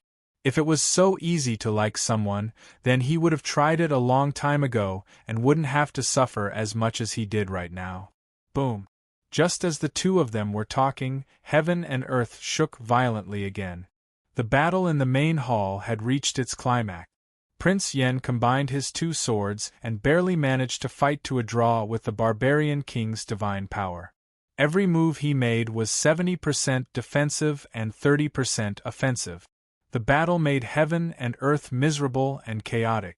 Many of the pillars in the main hall had already been destroyed. Some were shattered by the barbarian king's punches and kicks, and some were slashed by the Yen king's sword chi. Gravel flew everywhere and fell to the ground. The barbarian king was too powerful to the point of being inconceivable. His divine strength could shake mountains and split rock. He was invincible and terrifying to the extreme. Using his unparalleled control of the sword, Prince Yen rotated his two swords and blocked one move with two moves. Only then was he able to block this terrifying divine power. Compared to 20 years ago, the barbarian king had indeed made great progress. Especially his divine power, it was simply heaven-defying. The thick earth energy in the Jiga sword had little effect on the barbarian king. Under his divine power, that little increase in gravity had almost no effect. Therefore, Yen Imperial Prince's battle was extremely difficult. It was even more difficult than when he faced Mu Qingxue and God's Child alone. Yen Imperial Prince, you will definitely lose today's battle. The barbarian king was like a demon. The more he fought, the braver he became. The more he fought, the crazier he became. His punches and kicks caused the void to explode and tremble unceasingly. Crack! Suddenly, a soft sound was heard. The blue ancient sword in Yen Imperial Prince's hand couldn't withstand the huge force, and a fine crack appeared. Ha ha! The barbarian king laughed wildly. He channeled another 30% of his divine power into his fist. Soon after, a bang was heard. The ancient sword broke, and half of the sword flew out. Yen Imperial Prince frowned. His expression gradually turned cold. He blocked the attack with his Jiga sword and took advantage of the momentum to retreat 10 meters away. The half of the sword that flew out fell to the ground. A touch of sadness flashed through Yen Imperial Prince's eyes. Although this blue ancient sword wasn't the strongest among the 4 swords, it had been with him the longest. It had also witnessed his lifetime of honor and disgrace. He didn't expect that it would be the first to leave today. With a wave of his hand, the broken ancient sword disappeared along with the half of the sword on the ground. With 2 clangs, they returned to the sword rack one after another. After the broken sword returned to its scabbard, Yen Imperial Prince's left hand grasped the void again. The green sword flew out and returned to his hand. The bone-piercing chill instantly filled the entire main hall. Again. His voice suddenly became colder. Yen Imperial Prince's body moved and instantly pressed forward. At the same time, the Jiga sword in his hand changed from defense to offense. The barbarian king received the attack. His divine power shook the heavy sword. Suddenly, he felt that the satisfaction that was within his reach disappeared. The sword turned upon contact. It didn't connect and didn't stop. In the next moment, the green sword was about to take his life. It was as fast as a swan. It was so fast that it disappeared in the blink of an eye. It was so fast that he died in the blink of an eye.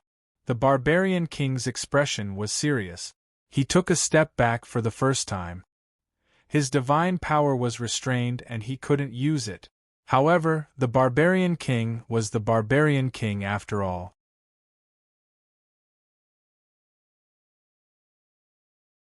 In the palace of the barbarian dynasty, Yen Imperial Prince stood 30 feet in front of the barbarian king.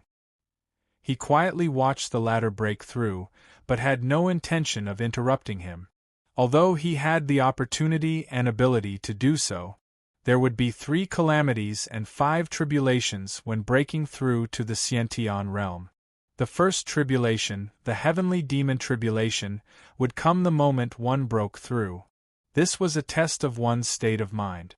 However, the barbarian king's mind was as firm as steel. This tribulation had no effect on him. It could be said that the people of the barbarian dynasty had a natural advantage when facing the heavenly demon tribulation. They were real, firm, and not fake. It had to be said that the barbarian king's strength was admirable, but at the same time, Yen Imperial Prince's integrity was also respectable. On the other side of the palace, Ah Man looked at Yen Imperial Prince for a moment, then turned to look at Ningchen and said, He's a good person. Yes. Ning Chen nodded. Although their fighting philosophy was different, this did not stop him from admiring Yan Imperial Prince's personality. The legend of the Xia Kingdom was worthy of this name no matter when, where, and under any circumstances. But my father is the strongest. Ah Man continued. The princess of the barbarian dynasty was like an ordinary little girl who worshipped her father. In her eyes, her father was the strongest. Ning Chen did not respond. He did not know if the barbarian king was the strongest, but he knew that if the person standing opposite him was him, he would definitely shoot an arrow through the heart without hesitation. Therefore, Yan Imperial Prince could become the legend of the Chu dynasty, but he could not. After a few breaths, the barbarian king's realm finally stabilized. Looking at Yan Imperial Prince in front of him, a complicated look flashed across his eyes. There was hostility, but also admiration. They were lifelong rivals, but also people who respected each other the most. If not for their different standpoints, they would be best friends. Again. As he spoke, the barbarian king took a step forward. The palace rumbled and shook. The power of the Xiantian stage was undeniable. Yan Imperial Prince's expression hardened. He waved his green and red swords. 2 rays of light entered the ground and suppressed the shaking ground. In the next moment, the barbarian king's body flashed. He stepped over the barrier and punched. Yan Imperial Prince's eyes narrowed. He took a step back and instantly moved 10 feet away. Boom, boom, boom. In the violent shaking, a huge gully appeared between the two of them. The floor of the palace instantly cracked and flew everywhere. After the barbarian king broke through, his already terrifying divine power increased again. He was so strong that it was frightening. Just the strength of his physical body, without using any vital energy, was already so strong. It seemed that the battle between the two of them was gradually coming to an end. Yan Imperial Prince's green and red swords' overwhelming speed advantage was no longer so absolute because of the barbarian king's breakthrough. In addition to the barbarian king's skyrocketing divine power, there was not much suspense in this battle. As the saying goes, one strong person can defeat 10 skilled people. When one's strength reaches a certain level, it can suppress all move. And the barbarian king, who had broken through to the Xiantian stage, had increased his strength to an unprecedented level. No matter how fast Yan Imperial Prince was, he was not so fast that he could not use any move. Therefore, the battle was basically over. What a pity. I originally wanted to enjoy the pleasure of the battle a little longer. It seems that I can't. The barbarian king could feel the power still flowing out of his body. He could not help but sigh softly, slightly disappointed. The swords in Yan Imperial Prince's hands turned. The green and red swords immediately disappeared, turning into flowing light and entering the sword rack. You will enjoy it. As he spoke, Yan Imperial Prince walked to the sword rack. His right hand grasped the ancient sword hidden in the deepest part of the rack, and then he slowly pulled it out. Chapter 61. It was a black sword, even darker than Ning Chen's ink sword. It was as dark as the night, and no light could be seen. The moment the sword was unsheathed, Prince Yan's aura changed. It kept rising, surpassing the post-liminary stage and the half-connate stage. However, there was still no sign of him breaking through to the connate stage. The barbarian king looked at the sword in Prince Yan's hand. After a long time, his pupils shrank as if he had thought of something. This was the sealing sword, Abyss Condensation. For thousands of years, countless swordsmen had been searching for this ancient sword. Unexpectedly, it had fallen into Prince Yan's hands. Abyss Condensation was as strong as its name. When you stared into the abyss, you couldn't see what was inside. It was so deep that you couldn't see the bottom. So you've already reached the connate stage. The barbarian king was shocked as he felt the increasing pressure from Prince Yan. Without a doubt, this was the aura of the connate stage. Now it seemed that Prince Yan had sealed part of his power in abyss condensation a long time ago. With abyss condensation, even if he broke through to the connate stage, heaven and earth wouldn't be able to sense it. Everyone in the world knew that Grand Xia was a legend of the current generation, the crown prince of Grand Xia. He was extremely powerful, yet in the end, they still underestimated him. The sixth person in the world to step into the Xiantian realm wasn't Mu Qingshui of Sword City, but rather it was the supreme genius of Grand Xia. Come. Prince Yen took a step forward. His expression was as calm as water as he said slowly. Unfortunately, he didn't plan to use this sword. Prince Yen gathered all his power and his aura surged. The pressure caused the space to wail. This was because he had just recovered his power. After familiarizing himself with it, he could control it freely. At the next moment, the abyss sword moved and the sky darkened. In an instant, time and space seemed to have been swallowed up. Prince Yen appeared before the barbarian king and slashed out the first and last sword attack with ease. Boom! The barbarian king blocked and punched back. However, at the moment of contact, he felt his aura leak. His divine power seemed to have fallen into the abyss and he was sent flying. The stone pillars in the main hall couldn't withstand the huge force. Several of them collapsed and fell to the ground. Prince Yen held his sword and stood in place. He didn't follow up with another attack. The battle had already ended. The barbarian king had just broken through and his cultivation wasn't stable yet.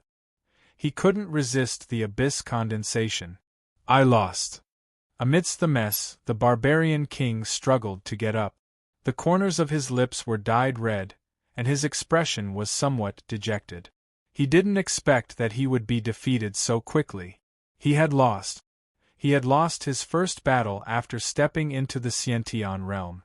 Prince Yen didn't say anything, nor did he console him. He turned around and walked to the sword rack. Then, he slowly inserted the abyss in his hand. At the same time, Prince Yen quickly withdrew his aura and returned to the peak of the acquired realm. The barbarian king was not an ordinary person. He was someone who could let go of things easily. After a short period of dejection, he recovered his original free and easy spirit and asked the two of them to stay for a few days. Prince Yen did not object. He had just gone through a great battle and needed time to adjust. He was not in a hurry to leave. Ning Chen was extremely shocked. After witnessing the battle between the two absolute geniuses from the peak of the Hotian realm to the Xiantian realm, he finally realized how weak he was. Indeed, a person's eyes needed to look ahead, because the world ahead was too big. Over the next few days, the two of them settled down. Every day, Wild would go to their residence and earnestly fulfill her promise. She had said that she would do her best to like Ning Chen, so she had to keep her word. At first, Ning Chen didn't feel anything. Later, he felt a little unnatural and began to urge Prince Yen to leave. What are you afraid of? Prince Yen left this sentence and immediately walked out of the courtyard to attend the barbarian king's banquet. Ning Chen was afraid. He was afraid that this stubborn girl would really do what she said. He was even more afraid that his heart would soften. He didn't want to hurt her. She was a good girl. Therefore, he could only urge Prince Yen to leave before Wild did what she said. Prince Yen didn't seem to see this and ignored it. This made Ning Chen more and more worried. Finally, one day what he was worried about happened. The day before the two of them were about to leave, Wild went to the palace and told the barbarian king that she was going to marry Ning Chen. The barbarian king looked at his daughter. He didn't persuade her or stop her. He only asked, "Do you like him?" "Yes." Wild nodded and said affirmatively. The barbarian king didn't ask anything else. He directly sent someone to invite Prince Yen to explain his position and opinion. Prince Yen frowned and said, "I can't make the decision." Ning Chen was only his sword attendant, not his servant. Other than carrying a sword on his back, he couldn't make any decisions for him. "Then I'll ask the person who can make the decision to say something," the barbarian king said simply and roughly. Prince Yen thought for a moment, then nodded and agreed to this matter. This day, a letter flew out of the palace of the barbarian dynasty and headed straight for the imperial city of Great Xia. Although he couldn't make the decision, there was one person who could. That was Zhang Sun in the Weiyang Palace. He knew that the relationship between Ning Chen and Zhang Sun wasn't as simple as master and servant. Zhang Sun would never mention an ordinary eunuch to him. Because they had to wait for the reply, their journey was delayed again. Ning Chen only knew that Wild went to the palace, but he didn't know what the barbarian king and Prince Yen talked about. He only felt more and more uneasy. Wild hadn't appeared for several days. This was very unusual. He didn't know that in the barbarian dynasty, girls who were about to get married couldn't go out. Half a month later, the reply from the imperial palace of Great Xia finally arrived. There were 2 letters in total. One was for the barbarian king and Prince Yen. The content was very simple. Zhang Sun agreed to the marriage on behalf of Ning Chen. As for the other letter, it was naturally for Ning Chen. Ning Chen didn't know about the other letter, but after seeing the letter in his hand, he finally knew where the strong uneasiness in his heart came from. In this world, if there was one person's orders he didn't dare to disobey, it was Zhang Sun. Zhang Sun was angry in the letter. It was very direct and very strict, forbidding him from resisting the marriage. If Zhang Sun had used her identity as the empress to pressure him, Ning Chen might have had the intention to fight back. However, Zhang Sun's entire letter was scolding him as an elder. He didn't even have the courage to fight back. It was because Zhang Sun didn't use her status to pressure him that brought him unparalleled pressure. In Ning Chen's heart, Zhang Sun had a very special place. After he came to this world, it was Zhang Sun who brought him back to Weiyang Palace and protected him from the wind and rain outside many times. Otherwise, he would have died long ago. He owed Zhang Sun a debt of support and protection. This debt of gratitude was as heavy as a mountain. So once Zhang Sun was angry, he didn't dare to talk back. He didn't dare to oppose, but he also couldn't really agree to this marriage. This made Ning Chen feel very irritated, unusually irritated. Zhang Sun's interference was the thing he least expected. He had even guessed that Prince Yen might interfere, but he didn't take it to heart. He was a sword attendant. He was only responsible for carrying the sword. He had no obligation to accept other arrangements. Did you tell the Empress this? Ning Chen barged into Prince Yan's room. This was the first time he was angry. There were only the 2 of them here. If he didn't tell Zhang Sun, then it naturally had to be Prince Yen. Yes. Prince Yen nodded. He had no intention of denying it. I want to challenge you. Ning Chen's chest felt heavy. He was so angry that he lost his mind.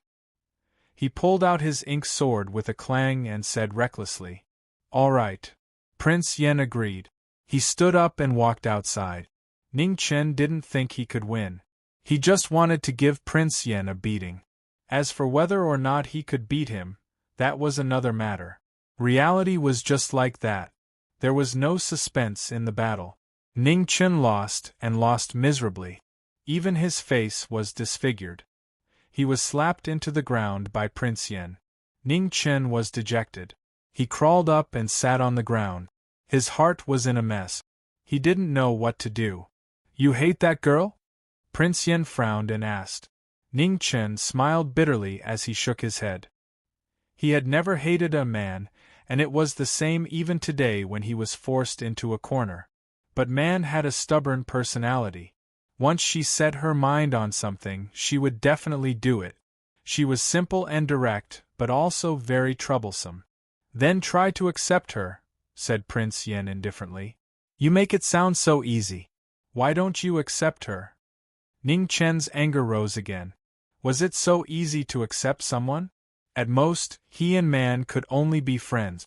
They couldn't go any further, let alone talk about marriage. Up to you. If you want to refuse, you can talk to Wuyo yourself. Prince Yen threw down this sentence, then turned and returned to his room. Ning Chen was so angry that he couldn't speak. If Zhang Sun was so easy to talk to, he wouldn't be in such a difficult position. They had known each other for so long, but when had he ever persuaded Zhang Sun? Even leaving the palace was his own decision. He had knelt for 3 days, and Zhang Sun had almost smashed him to death with a teacup. In reality, Zhang Sun was the most difficult person to talk to in this world. Once he decided on something, he would never change his mind. Ning Chen was a bit resentful that Zhang Sun had randomly set up a matchmaker. This was forcing him to run away again. But when he thought of the person in the room, he immediately gave up on the idea of running away. With that person there, it was impossible to run away. Moreover, he had a criminal record. Zhang Sun had definitely warned Prince Yan to be on guard against him running away again. If you agree, then go marry her. Why force me? Ning Chen was so angry that he couldn't do this. He couldn't do that. The one who tied the bell should untie it. Ning Chen had no other choice. He could only sit in his wheelchair and go to the princess's courtyard where Ah Man lived. Ah Man was the princess of the barbarian dynasty. Her status was noble. How could she marry someone like him who couldn't even stand up? What was going on in this girl's head? Ning Chen's distress was partly due to the pressure from Zhang Sun, and partly because he didn't want to hurt Ah Man. In reality, directly rejecting this inexplicable marriage was the most straightforward choice. But this was too cruel to Ah Man, who had just turned 17. Especially since Ah Man was a princess. This was equivalent to slapping Ah Man's face in front of everyone. This was something he couldn't accept. He could ignore people he didn't care about. He could even ruthlessly stomp on people he hated. But Ah Man wasn't one of those two types of people. He couldn't be so heartless. Thinking about this, Ning Chen arrived in front of Ah Man's courtyard. Just as he was about to enter, he was stopped by a pretty maid wearing the palace robes of the barbarian race. "Young master, you can't go in. You'll break the rules." "What rules?" Ning Chen frowned slightly. He hadn't heard of these rules when he came a few days ago. Could it be that in just a few days, the barbarian king palace had added new rules? The maid knew that the person in front of her was from the Central Plains and might not know the rules of the barbarian dynasty. She patiently explained, "Young master, you don't know. In the barbarian dynasty, whether it's a commoner or a princess, they can't go out before they're married. Naturally, they can't meet people casually." Ning Chen was shocked and his heart was in a mess. Could it be that Zhang Sun had already agreed on his behalf? Why didn't anyone mention it to him? Chapter 62. Ning Chen was both shocked and infuriated. But at the same time, he felt even more helpless. If it was anyone else, he would have thrown them off without hesitation. Only Chang Sun was an exception. It was just like an elder deciding a marriage for a junior without permission. Other than being angry and helpless, what else could the junior do? If an elder was wrong, then it was an elder's fault. If she thought it was right, then it was right. In Chang Sun's eyes, deciding on his marriage was only natural. He didn't think it was inappropriate. In fact, it was inevitable. Chang Sun was his only elder in this world. In the future, when he married, he would definitely have to get her approval. However, no matter what, he still hoped that when Chang Sun decided on his marriage for him, she would inform him in advance. She didn't want to decide everything just because she was an elder, right? Chang Sun's domineering attitude had already become a habit. Beneath her gentle and virtuous appearance was a domineering heart. He had long since seen through that, so he had always been a bit afraid of her. However, it was precisely because of that domineeringness that Chang Sun would ignore even the Xia Emperor's attitude and protect him time and time again. Chang Sun was already unrivaled. Whatever she thought was right, no one could compare to her in this aspect. He didn't dare resist, nor could he change Chang Sun's mind. He could only try to change Wild's mind. Furthermore, he had to resolve this matter as quickly as possible. Right now, the only people who knew about this matter were only a few people in the barbarian king palace. There was still time to back out. Once this matter spread, it would become extremely troublesome. Although the barbarian dynasty wasn't large and couldn't compare to the Grand Xia, it was still an independent dynasty.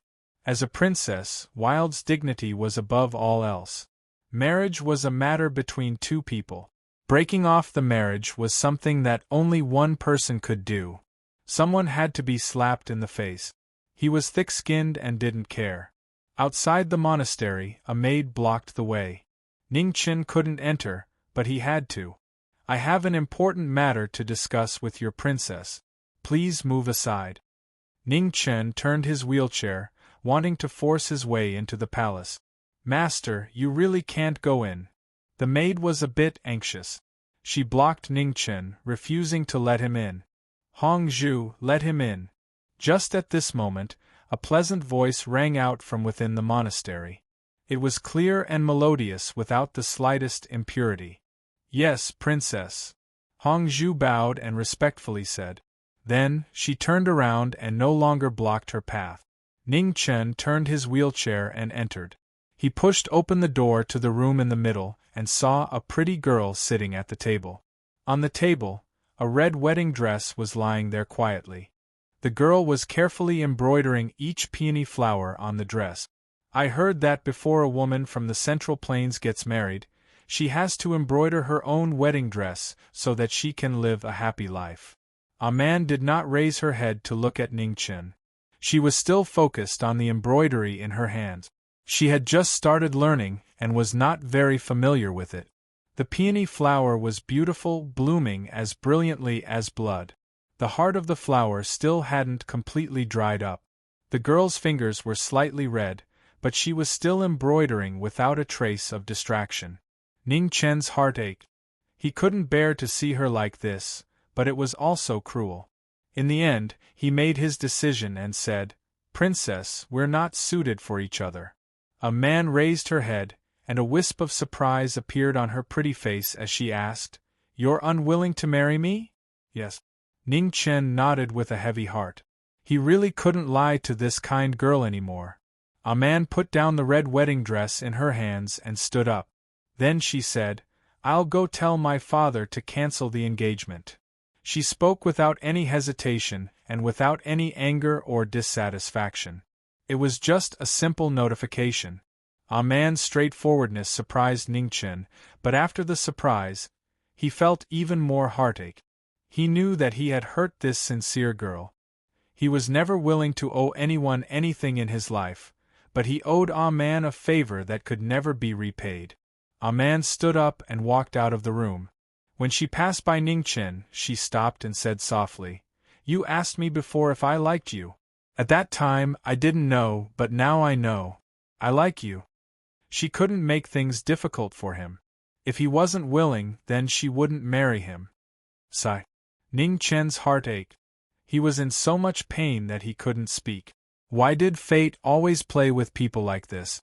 The red wedding dress on the table was lifted slightly by a breeze, and a faint fishy smell wafted over. Barbarian girls were never good at needlework, and barbarian princesses were the same. How could every woman from the Central Plains embroider her own wedding dress? The peony bloomed in the breeze. It was as beautiful as blood. You could see that every needle of embroidery was painful for you. You could see that the peony bloomed for a lifetime and someone was waiting for you. She would eventually find the person who was willing to be painful for her and wait for her. They were not fated to be together in this life. They only hoped that they wouldn't meet in the next life. Ning Chen left and closed the door. The floating wedding dress also slowly fell down. On this day, a man went to see the king of barbarians and asked to cancel the engagement. The king of barbarians was shocked and then furious. The monarch's order was like a mountain. How could it be changed so easily? However, a man stubbornly insisted. No one could change her mind, not even the king of barbarians. The king of barbarians was helpless. Looking at his favorite daughter, he had to compromise in the end. It was impossible to cancel the engagement. Although this matter was not announced to the world, there were still a few people who knew about it.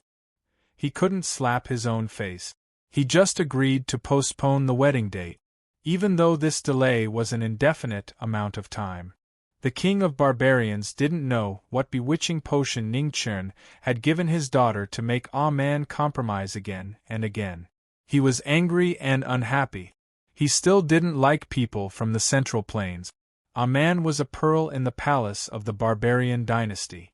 She was deeply respected. Therefore, several maids in the palace who knew the inside story suddenly became unfriendly to Ning Chen and Prince Yen.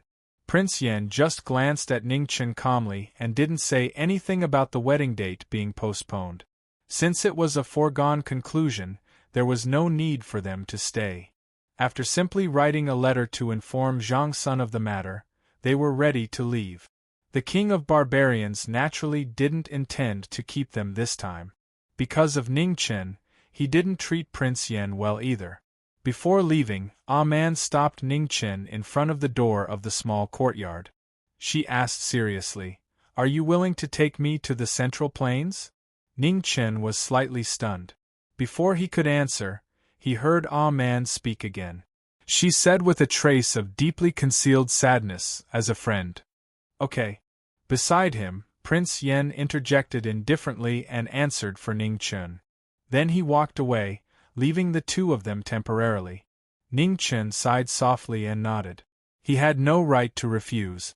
A smile appeared on Ah Man's face. It was clean and simple. That was all. The next moment, Ah Man took out the wedding dress from the bag behind her and said softly, "The wedding dress is ready. Can I wear it once for you to see?" This was her last wish before she left. From now on, they would be friends. Ning Chen was silent. He didn't refuse and silently turned to the side, leaving the room behind him to Ah Man. Ah Man entered the room and walked out soon. At this moment, the entire world seemed to have lost its color. There was only a touch of beautiful red. The wedding dress was as red as blood. The girl was as beautiful as a flower. It was a perfect match. The peony flower was beautiful, but it couldn't compare to the girl's beautiful smile. Soon, Ning Chen turned and left. Ah Man also took off the wedding dress and followed with a smile. The wedding dress was left in the room of the small courtyard. A drop of tear quietly fell from the wedding dress and disappeared in the blink of an eye. In the northern plains, warhorses neighed. The snow that had fallen intermittently for over 3 months had finally begun to melt. Winter had passed and spring had arrived. This meant that the war was about to begin. In the commander's tent, Fan Lingyue sat in front of a table and quietly read one report after another. He was still wearing the same light blue robe with various patterns embroidered on it. It was simple yet noble.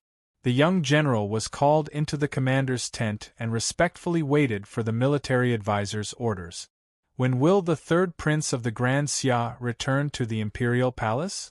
Fan Lingyue looked at the report in his hand and asked without raising his head. Reporting to the military advisor, it should still take 2 more days, the young general replied. Fan Lingyue frowned but didn't say anything. Although it was a little slow, it was still within expectations. The emperor of the Grand Xia was old and wouldn't live for too long. He needed to find someone to help him. The death of the 8th prince was the best reason for the other princes to return. Even the 3rd prince, who had been sent the furthest away by the Grand Xia emperor, would definitely seize the opportunity to rush back from the battlefield at the southeast border of the Grand Xia. Right now, the 1st prince and the 10th prince had already returned to the palace. They were only waiting for the 3rd prince, and the 4 princes would all be gathered. Send someone to assassinate him. However, only failure is allowed, not success, Fan Lingyue ordered. Yes. Although the young general didn't understand, he still respectfully accepted the order. The military advisor wouldn't be wrong. He only needed to follow the orders. After the young general left, Fan Lingyue finally couldn't help coughing violently. Traces of blood flowed from the corner of her mouth and dyed the letter in front of her red. Her body was getting worse and worse. She had to make the best use of her time. Assassinating the 3rd prince of the Grand Xia was the fastest way to ignite the conflict between the 3 princes. Putting aside the 1st prince for now, The conflict between the third prince and the 10th prince had already become irreconcilable because of the 8th prince's death. No matter whether the 10th prince had the intention to assassinate the third prince or not, this assassination attempt would be attributed to him. As long as the Grand Xia was no longer a monolithic entity, she would have many ways to slowly widen this rift until this invincible dynasty completely collapsed. Thinking of this, Fan Lingyue couldn't help but sigh softly. How good would it be if the heavens could give her another 10 years? She thought of Ningchen. That youth was very similar to her. He looked kind but was actually extremely cold. He had deceived everyone in the world, including her. Unfortunately, although she had tried to kill him several times, she had failed in the end. After that incident in the Grand Xia Imperial City, it could be seen that the Empress of the Grand Xia protected him to the extreme. She actually personally escorted him out of the Imperial City, and even the Xia Emperor couldn't do anything about it. In the Grand Xia, that Empress's influence was unparalleled. She didn't even lose to the Xia Emperor. The bloodline of the eldest grandson even produced 2 marquises. Her background and strength were definitely not something that other nobles could compare to. For the Empress of the Grand Xia to insist on protecting someone, it was indeed a very troublesome matter. And now that Ningchen had Prince Yan by his side, it would be even more difficult to make a move on him. The reason why she was so eager to kill him wasn't because there was a grudge between them. She just didn't like the existence of any variables. Moreover, this variable had a weapon that everyone was afraid of. She couldn't be sure that the thing that had turned the Jingqi Palace upside down back then could be mass-produced. But it was better to be safe than sorry. In her plan, she definitely couldn't allow anything to go beyond her control. Therefore, this Ningchen definitely couldn't be left alive. She had to think of some way to pull him away from Prince Yan's side. Chapter 63. In Sword City, the cold moon was high up in the sky. Suddenly, a sword soared into the sky. In an instant, it cut open the entire world. At that moment, all the swordsmen in Sword City sensed it. Their faces were filled with shock. They knew that the Sword of Sword City was about to make its move. The Sword of Sword City was a legend in the hearts of all the swordsmen in the world. No one had ever seen that sword make its move. Just its existence alone was enough to suppress everyone. Whoosh whoosh whoosh, the swords in the swordsmen's hands did not listen to their commands. They all flew into the sky and formed a path of swords to welcome the legend of the sword. It was an indescribable scene. The world was silent. Tens of thousands of swords were crawling and continuously humming. In the next moment, an edgeless sword appeared above the tens of thousands of swords. Without any hesitation, it flew towards the west with the tens of thousands of swords. Everyone in the world knew that the Sword of Sword City did not break through to the innate realm. However, that did not affect the power of that sword. In Sword City, the strongest was that sword. Even Mu Qingshue's existence could not change that fact. The innate realm was the only limit in the world. Only the Sword of Sword City, no matter what realm or cultivation it was nothing but a joke. In front of the legend of Sword City, everything was useless. Only the path of the sword was supreme. At that moment, everyone in the world could see that in the sky, tens of thousands of swords were paving the path. A sword was quickly flying towards the distance. It's here. In the first palace of the Eternal Night Divine Sect, the invincible martial monarch suddenly opened his eyes. He looked at the layers of obstacles and looked at the sword that was quickly approaching. He had agreed to that sword's sword-proving battle. Today was the deadline. There were very few experts in the world who were qualified to have him prove his sword-proving battle. A qualified opponent was extremely important to that Sword of Sword City. Whoosh! In front of the first palace that was surrounded by the other palaces, a sword landed. White clothes, a cold face, and emotionless eyes were calmly looking forward, waiting for the opponent to appear. The martial monarch walked out with the divine halberd Tian Huang in his hand. He looked at the sword below with a trace of seriousness in his eyes. "Please," Mu Bai said indifferently. The martial monarch walked forward. With a boom, his aura suddenly changed. A heavy pressure spread out, setting the start of the most intense battle. Clang, Mu Bai's body moved, and in the blink of an eye, he arrived in front of the martial monarch. His hand didn't move, and his sword didn't move, but the sword aura around his body automatically condensed, attacking the latter. The martial monarch raised his halberd and waved it. The tens of thousands of sword energies were instantly shattered, along with Mu Bai, who had already arrived in front of him. However, when the afterimage dissipated, Mu Bai was still in the same place. He hadn't moved from the beginning to the end. The swords of Sword City, wherever the intent was, the sword would also be there. There was no distance between the intent and the sword. This was also the reason why Sword City was so strong. No one could be faster, more accurate, and more powerful than Sword City's sword. The invincibility of martial lords was due to the tyranny of their martial arts, and even more so because of their special physique. Blades and swords were hard to injure, and even if they were injured, they would not die. In this world, there was no one capable of defeating a martial monarch, and even less capable of killing a martial monarch. This was the reason why the 5 strongest people and 1 sword in the world were all undefeated. A newly advanced innate ranker might already be as famous as them in terms of title, but his true strength was still far from theirs. Mu Bai did not cultivate any heavenly book. Even though the travel scroll in Mu Qingshue's hand was given by him, the speed of Sword City's sword was still unparalleled in the world. Even Mu Qingxue, who cultivated the travel scroll, could not compare. The martial monarch waved his halberd. With one move, he split the space between the two. With one halberd, he cut through the gap between Mu Bai and Mu Bai. Mu Bai couldn't do limitless, but his true qi was boundless, so Mu Bai couldn't do it. The sword moved again. It avoided the desolate sky blade and condensed into the strongest point. With a so sound, it pierced through the martial monarch's body. The martial monarch groaned, but his expression did not change.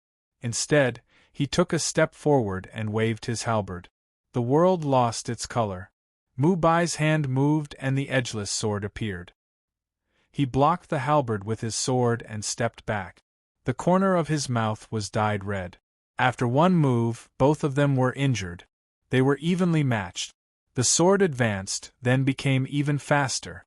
The halberd advanced, then became even stronger. Their sharpness could not be touched. In the domain of speed and power, both of them were invincible. One was fast, one was strong. They fought to the peak of martial arts. The longer they fought, the heavier the injuries on their bodies became. Their sword intent spread throughout the world. The halberd's shadow swept through the army. They were unrivaled. They could only be faster and stronger. The battle between the two lasted from the night of the moon to the dawn. The strongest martial monarch and the strongest swordsman fought until the earth shattered and everything collapsed. Outside of the eternal Night First Palace, countless palaces had already turned into ruins. The more they fought, the stronger the swordsman's sword intent. The more they fought, the stronger the martial monarch's aura became. Finally, when the first rays of the morning sun shone down, the swordsman's sword intent rose to the peak. The martial monarch's aura also reached the peak. Final move, Sword of Proof. Mu Bai's eyes moved. His sword pierced through the clouds and raised the tribulation of the 9 heavens. Final move, End the legend of Sword City. The martial monarch faced the attack. The desolate sky blade in his hand raised the heaven and earth. Wind and clouds crazily swirled and covered everything within. This halberd was going to destroy the heaven and earth. Neither man nor sword would exist. Boom! The sword and halberd collided, raising a violent storm that covered the sky. Around the two people, the mountains and rivers were affected. The earth continued to collapse. The might of the destruction of the heavens, the scene of the destruction of the world, shocked the surrounding 100 miles. Gradually, the aftermath dissipated. Mu Bai's edgeless was quietly stabbed into the martial monarch's chest. The sword went in an inch and blood spurted out. Ding! Suddenly, a sharp and clear sound rang out. The long sword broke. The swordsman frowned. Looking at the broken sword in his hand, he was a bit unhappy. "I've lost," Mu Bai calmly said. "The victor has not been decided. At most, it's a draw." The martial monarch pulled out the sword from his chest and shook his head. "The sword is already broken. How can I prove my sword? This battle has already been decided." Mu Bai indifferently said. Boom. Just at that time, a strange phenomenon appeared in the sky. A white pillar of light rushed into the sky from the swordsman's body. The aura that shocked the world was the sign of breaking through to the innate realm. However, Mu Bai frowned. He glanced at the horizon and immediately waved the broken sword in his hand. In an instant, the strange phenomenon in the sky was broken. Noisy. The swordsman's impatient voice was still echoing. There was not the slightest hint of happiness. Little did he know that this was the realm that every martial artist in the world dreamed of reaching.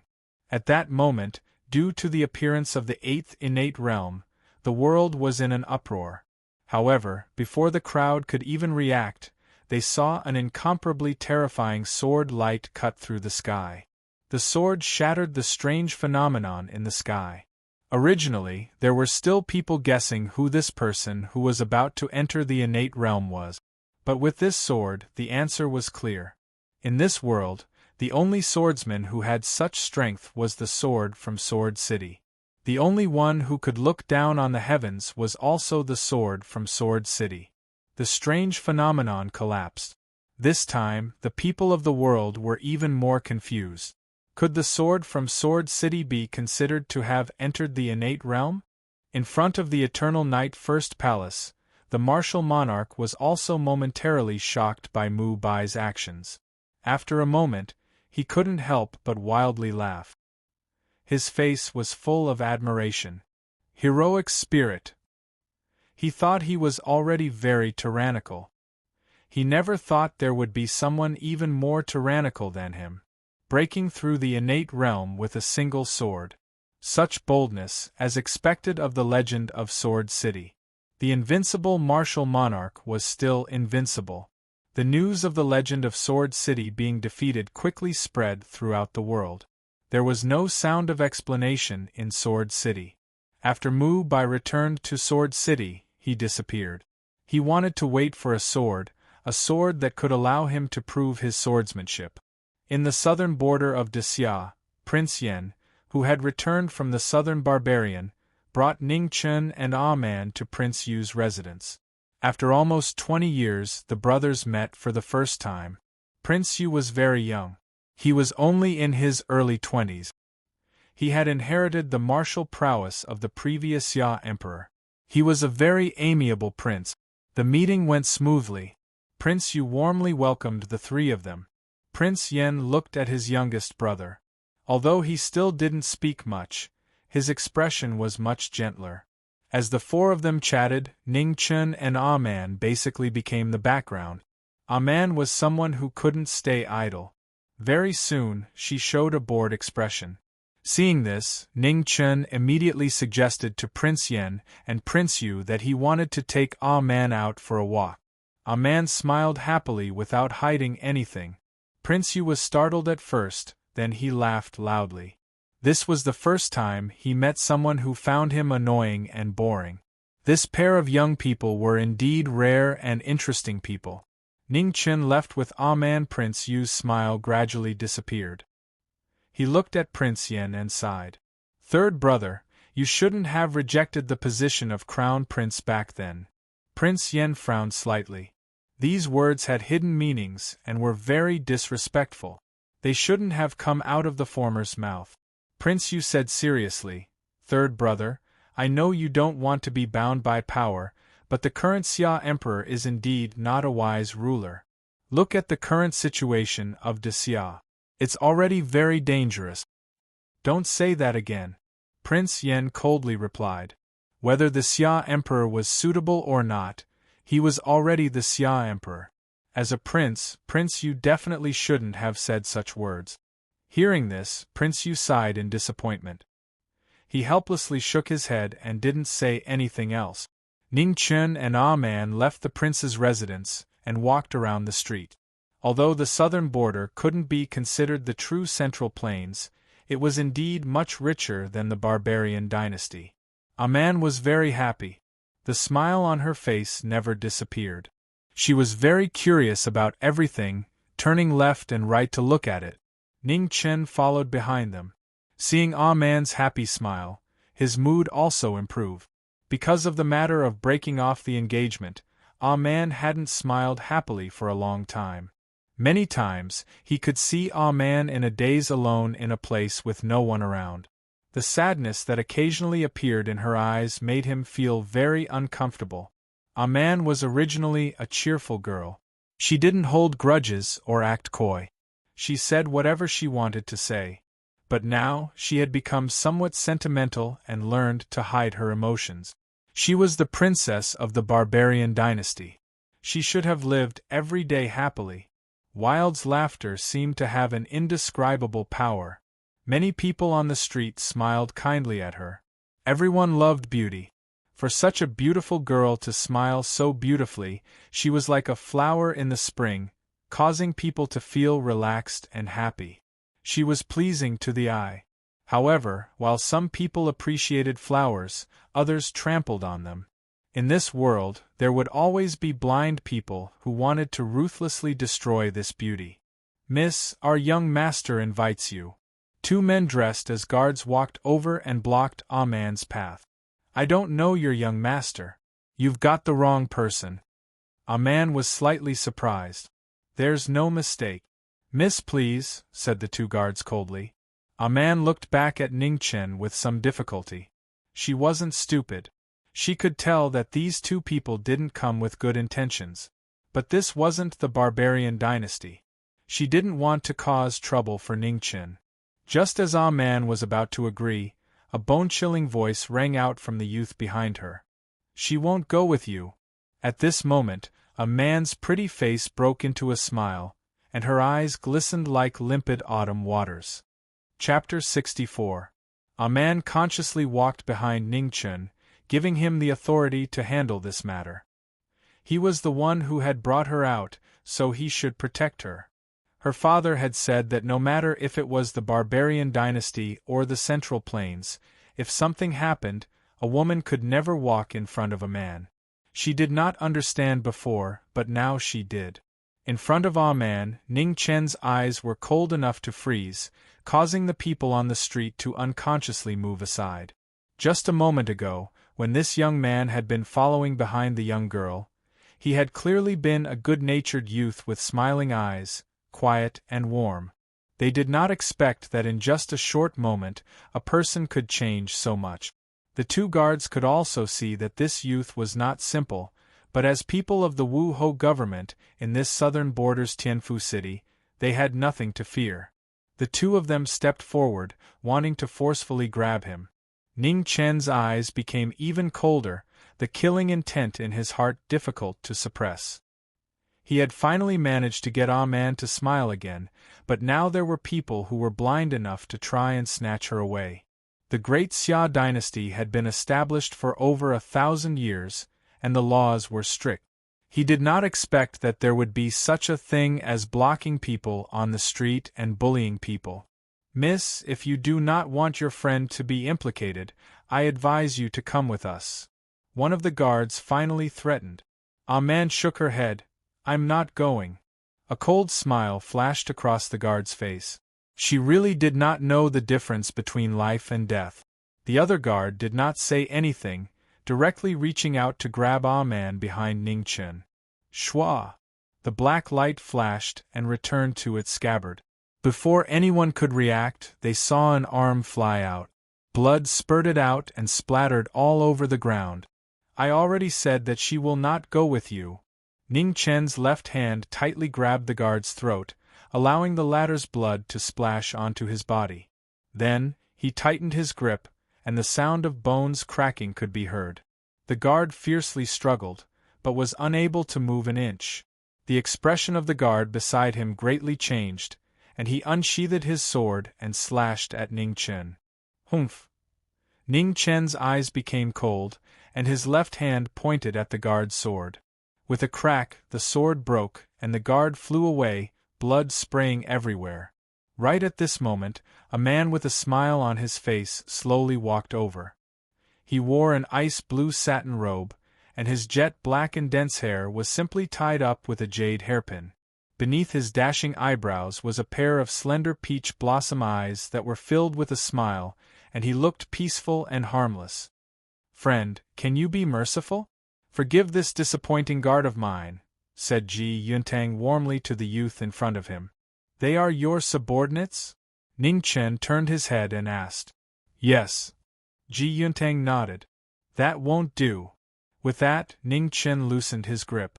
The instant the guard's body went limp, Ning Chen formed a sword finger and pierced through the guard's chi-si. The guard's body was sent flying, his cultivation base crippled.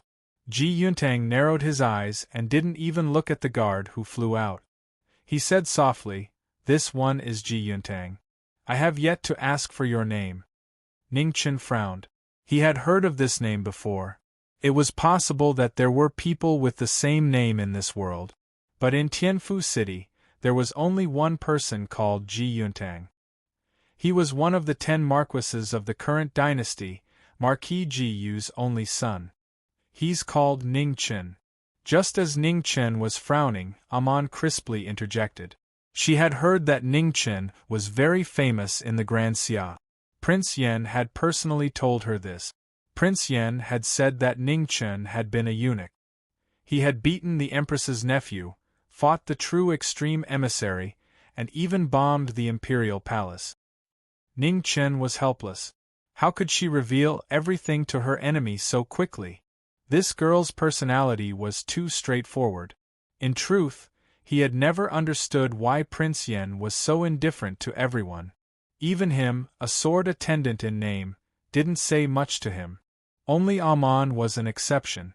It could be said that Prince Yen would grant Amon's every request. If Amon wanted to know about his past, Prince Yen would patiently tell her everything. He wouldn't hold back at all. Now, Amon basically knew all of his secret. Even the matter of him being a fake eunuch had been dug out by her. The Empress's personal eunuch? As expected, as soon as he heard Ning Chen's name, Ji Yuntang immediately thought of his identity. And that was the only identity he could think of. Ning Chen was worried that Amon would let it slip again, so he spoke before she could. "Yes." Amon muttered unhappily in a low voice after being snatched away from her. "You're the eunuch. Your whole family are eunuch."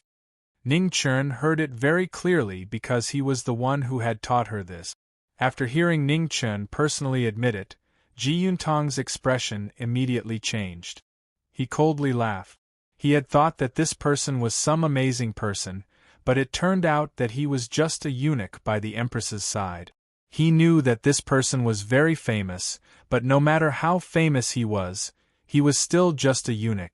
To the side, Ning Chen calmly watched Ji Yuntang's expression change without saying anything. In truth, they were somewhat similar. They both liked to use smiles to disguise themselves. The only difference was that Ji Yuntang's patience was somewhat lacking.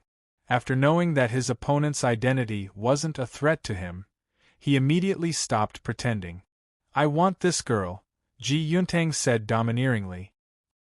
These were the most direct, domineering, and also the most brainless words Ning Chen had heard in the past few days. "This young lady is mine." Ning Chen smiled brightly and replied in the same manner. Behind him, Amon immediately smiled like a flower. Although she knew that Ning Chen had said these words to infuriate this loathsome person, she was still very happy to hear them. "Since you don't know the difference between life and death, then let's see who's the real deal." As expected, Ji Yuntang was infuriated and couldn't hold back any longer. He took a step forward and raised his fist, smashing it towards Ning Chen's head. He was a 5th-rank martial artist. Taking care of a little eunuch was nothing to him. Seeing Ji Yuntang's suicidal actions, Amon unconsciously retreated 2 steps. She understood Ning Chen's personality, so she didn't want to get too close. Ning Chen turned his head. Seeing Amon hiding so far away, he couldn't help frowning. He softly said, "If Senior asks, you have to prove that I was forced to take action." Ever since he had been seriously injured last time, Prince Yen had forbidden him from casually taking action.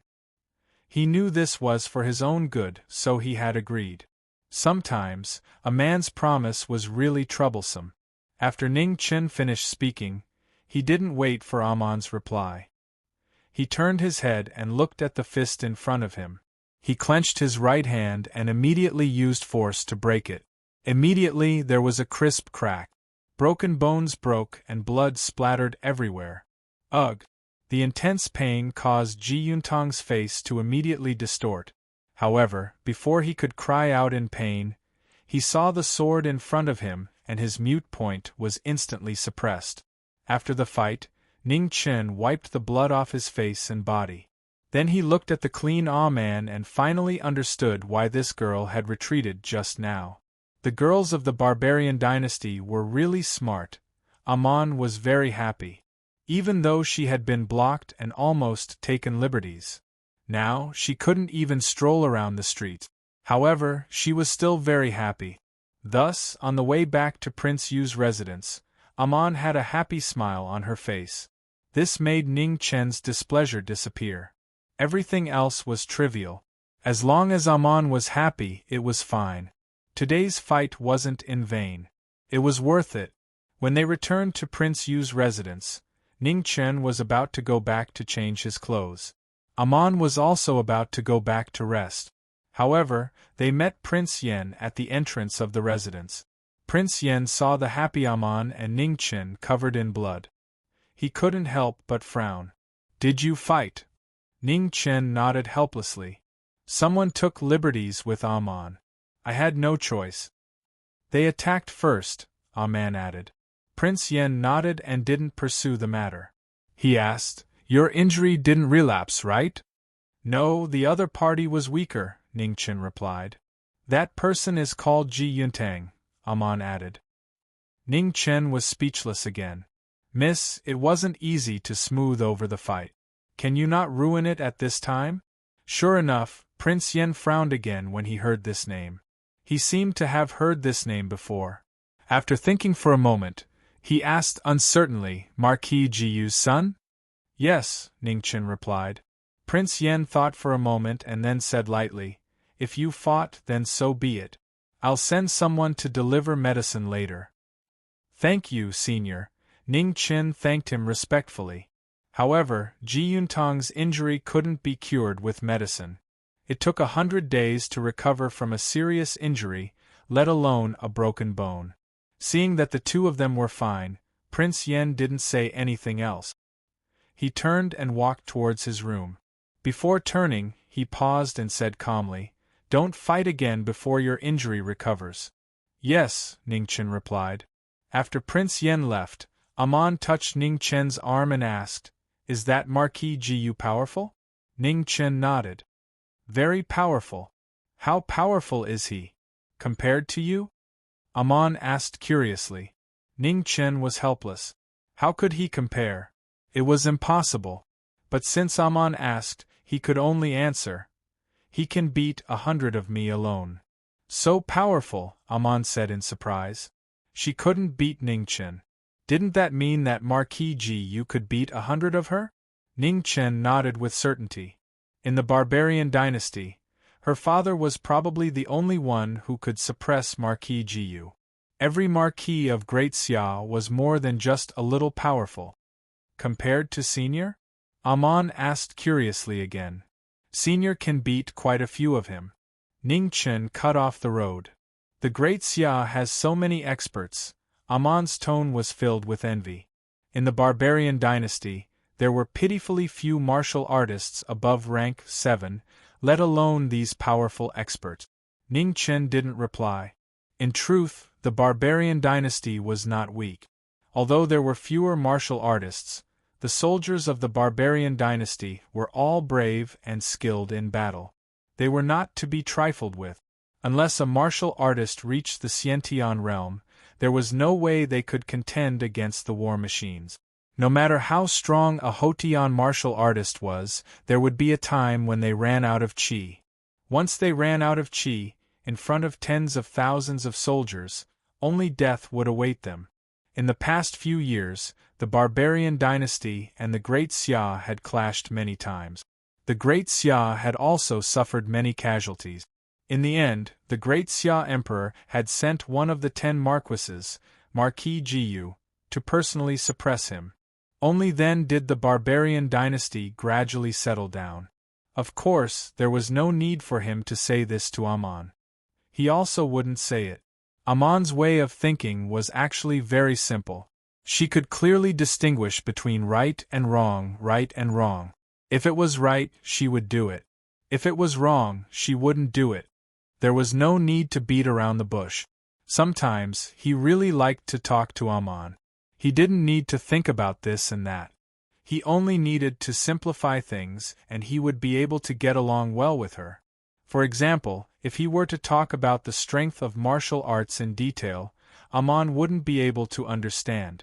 But if he simply quantified the strength of martial arts, Amon would be able to understand. In reality, could Marquis Jiyu really beat 100 of him? He didn't know. Maybe he could, maybe he couldn't. Maybe 100 wouldn't be enough. They had never fought before, so how would he know? However, that son of his was really weak. He could definitely beat 100 of him by himself. Chapter 65. That night, the moon hung high in the sky. Ning Chen was sitting alone in his room, preparing to meditate when he heard a knock on the door. The door isn't locked. Please come in, said Ning Chen. Creak. The person who came in was Man. Under the dim light of the night, her delicate and charming face was exceptionally moving. What's wrong? Asked Ning Chen with concern. I can't sleep. Man stood there, her words still so direct. It was just that it didn't seem appropriate for a man and woman to be alone together. But the two of them weren't ordinary people. One didn't care, and the other didn't care. So whether or not it was appropriate, she still came in. If you can't sleep, you can cultivate, suggested Ning Chen. This girl's talent wasn't bad, and she also had an extremely powerful father. Moreover, she had started cultivating from a young age, but she still hadn't reached 4th grade Hotian. He was speechless at this kind of progress. I don't want to cultivate, Man straightforwardly replied. Ning Chen was helpless. If she didn't want to cultivate, then so be it. The world didn't lack such experts. How about I accompany you for a chat? Suggested Ning Chen. Alright, what do you want to talk about? Man sat down in a serious manner. How did you convince your father to come with us? This was a question he had always known.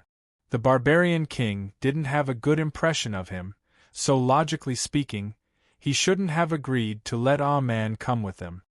I didn't tell him, said Man honestly. You didn't. Ning Chen was covered in cold sweat. You left in a hurry, and I found out late, so I didn't say anything. Man nodded. Ning Chen felt a chill run down his back. That was a powerful person who could fight with the Yen Prince, and he was also a Sciention. If he kidnapped his daughter like this, wouldn't the barbarian king tear him apart? Why didn't the barbarian king's palace stop you? Ning Chen was very unhappy. That was their princess. Weren't they afraid of losing her? Why would they stop me? Man didn't understand. It wasn't her first time leaving the palace. That's true. Ning Chen helplessly nodded. In the world that Man lived in, she could do whatever she wanted. She was a princess. Other than the barbarian king, she had the highest authority. Let alone leaving the palace, even if she blew up the palace, the barbarian king's first concern would be whether or not Man was accidentally injured. Thinking back to how he had almost been killed by the furious Zhangsun in order to leave the palace, now that he thought about it and compared himself to Man, his heart immediately felt sour. People couldn't be compared to each other. Otherwise, they would be angered to death. Then aren't you going to write a letter to your father? Ning Chen reminded her tactfully. With this girl's personality, it was very likely that she had never thought about this matter. Sure enough, Ah Man frowned when she heard this, and then she nodded vigorously. All right, I'll go back and write a letter. As soon as she finished speaking, a man stood up and left without the slightest hesitation. Ning Chen was stunned. He felt that there was still a generation gap between him and this lady. Weren't they just chatting? Is it appropriate for you to leave like this? However, considering this girl's usual style, he decided that he had to adapt himself. After the conversation ended, Ning Chen prepared to extinguish the lamp. He didn't cultivate or adjust his breathing, but instead went straight to rest. He didn't have enough brains. He needed to reflect on himself. However, at this moment, there was a knock on the door again. The door isn't locked. Please come in, Ning Chen said helplessly. Prince Yen pushed the door open and entered. Sensing the familiar aura in the air, he asked calmly, Ah Man came by? Yes, she just left. Ning Chen nodded and didn't hide anything. Prince Yen didn't ask any more questions. Instead, he stated his purpose of coming. I might have to leave for a while. Ning Chen frowned and asked, How long? Prince Yen thought for a while and replied, About 7 days. Ning Chen felt a trace of uneasiness, but he couldn't tell why. He hoped that he was overthinking. When are you leaving? Ning Chen asked. Tonight, Prince Yen replied with certainty. Senior, don't worry. Ah Man and I will take care of ourselves, Ning Chen said calmly. Prince Yen nodded and then reminded him one last time, Don't be rash. If there's anything, wait for me to come back. Ning Chen nodded his head and agreed. Prince Yen thought for a while. His face flashed and he returned to his middle-aged appearance. Ning Chen was slightly surprised and asked, Senior, why are you doing this? Prince Yen said calmly, If I don't get old, someone will be very uneasy. Ning Chen opened his mouth but didn't say anything. Did someone as strong as Prince Yen have to worry about that person's feelings? Prince Yen left. However, as soon as he left, someone unexpected came. It was the master of the prince's residence, Prince Yu. He didn't have any impression of Prince Yu. Today was the first time they met, and they didn't even speak a word. May I know why Prince Yu is here? Ning Chen asked politely. I had nothing to do at night, so I came to sit, Prince Yu said with a smile. Ning Chen sneered in his heart. Nonsense. The night was long and he didn't want to sleep. He wanted to sleep more than anyone else, but they kept coming one after another. Were they not done yet? A man didn't say anything. It didn't matter how long he sat here. He would treat him like an ancestor. Prince Yen didn't say anything either. This was his current boss, so he had to treat him well. But why did a Prince Yu come to a small eunuch's room in the middle of the night instead of sleeping? I'm honored that you've come in person. Ning Chen smiled obsequiously. He was already so skilled that he couldn't be more skilled.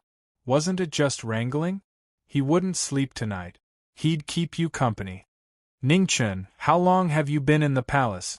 Prince Yu asked with a warm expression. Ning Chen calculated, then said, half a year. He should still be a person with an official position. Zhang Sun and Emperor Xia hadn't put his affairs on the table, even though they both knew he couldn't go back. What do you think of His Majesty? Prince Yu asked, intentionally or otherwise. He knows how to use people well. He's magnanimous. He follows advice readily. He's kind and loves the people. He's good at war. He's wise and powerful. He's a virtuous ruler. Ning Chen recited fluently. After saying that, Ning Chen glanced at Prince Yu, who was in a daze. He thought to himself, that's not enough, right? I have more. For example, he's diligent in government affairs. He's never stopped reading. He's strict with himself. He's eloquent. He's elegant. He's wise and prudent. He's someone who participated in the most terrifying imperial examinations in the world, the Gaokao.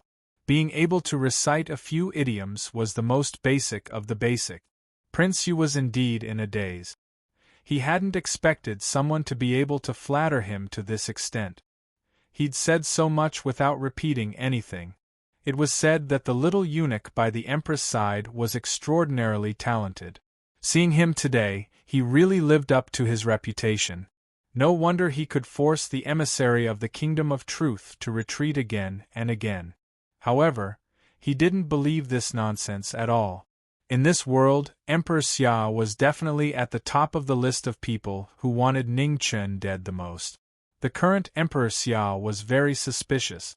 After the incident at Jingqi Palace, he would definitely want to control Ning Chen firmly.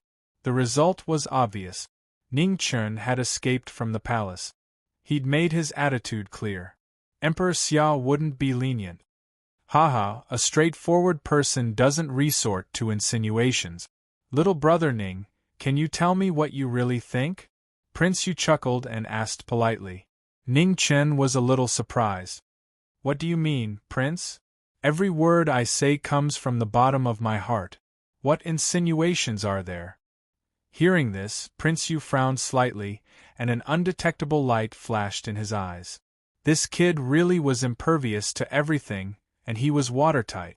A few days ago, he'd found out that this kid had caused quite a commotion in the imperial city. In the end, the Empress had personally come and escorted him out of the imperial city. This kind of grace had never appeared in the 1,000-year history of the Xia kingdom. The reason why he valued this person so much was partly because of the Empress and partly because of Prince Yan. If someone had told him before that he would one day try his best to rope in a little eunuch, he wouldn't have believed it even if he was beaten to death. However, the truth was right in front of him. He had no choice but to put down his pride and talk nicely with this kid. Ning Chen didn't know what Prince Yu's real purpose was. However, he could still hear the hidden intention of roping him in. No one was perfect, but one would be finished. He couldn't figure out what Prince Yu wanted to do, so he definitely couldn't step on this pirate ship. No matter how big the world was, it couldn't be bigger than a person's ambition. No one in the imperial family was easy to deal with. He had to be very careful. He'd already caused a lot of trouble for Zhang Sun. He really couldn't cause any more trouble. Prince Yu saw that there wouldn't be any progress if they continued talking like this. Thus, he stood up and said seriously, Ning Chen, I really admire your talent. I sincerely hope that you can work for me. Ning Chen's eyes narrowed. Finally, he couldn't hold it in anymore. He'd thought he'd have to continue feigning civility for a while. Unfortunately, he had to continue pretending. After gathering his emotions, Ning Chen pretended to be terrified and said, Thank you for your kindness, Prince. However, a servant can't serve two masters. The Empress has treated me so well. How can I serve another master? Prince Yu frowned again. Could it be that he hadn't made it clear enough? He wanted Ning Chen to work for him mainly because he needed his right to speak beside Prince Yan and the Empress. What use did he have for him? He already had many servants in his residence. He didn't need another one. Ning Chen didn't wait for Prince Yu to continue speaking. He respectfully asked him to leave. Prince, it's late. You must be tired. Please go back and rest. The anger in Prince Yu's heart rose, but he still suppressed it. He looked at Ning Chen and said, Ning Chen, this prince knows that you already understand this prince's intentions. I hope that you can seriously consider it. Wealth, glory, splendor, and a high position are all not a problem. With that, Prince Yu turned and left. He couldn't hold it in any longer. He needed to leave and calm down. Ning Chen was a key person. He also had a terrifying weapon. Once he could use him, he could accomplish great things. Since Emperor Xia couldn't tolerate this person, then he'd use him. Everyone had weaknesses, either glory, wealth, or power. As long as the price was right, he didn't believe that anyone would be stupid enough to refuse. Ning Chen watched Prince Yu leave. Then, he waved his hand and closed the door with a bang. He went back to bed. Was he stupid? Of course he wasn't. Prince Yu's last words had vaguely revealed a domineering aura and ambition. No matter if his guess was right or not, he couldn't get on Prince Yu's boat. In this world, other than glory, and high positions, there was something else called life. Now that Emperor Xia wanted to kill him, he had Zhongsun to protect him. If his guess was right, and he still recklessly followed Prince Yu, then the first person to chop off his head would be Zhongsun. He wasn't afraid of death, but he didn't want to court death. Moreover, he didn't like Emperor Xia only because Emperor Xia wanted to kill him. Other than that, he didn't have any dissatisfaction with Emperor Xia. Now that the Grand Xia had external troubles, they couldn't have internal troubles. Chapter 66. The restless night passed quickly. When dawn came, Man got up early and went out to send a letter. With the steward of Prince Yu's residence accompanying her, the officials at the relay station did not dare to be negligent. They received the letter and sent someone to send it out. Man returned to the residence happily, only to see a group of fully armed soldiers surrounding Prince Yu's residence. The soldiers were all the personal guards of Marquis Yu's residence. They were all dressed in armor and had a murderous aura.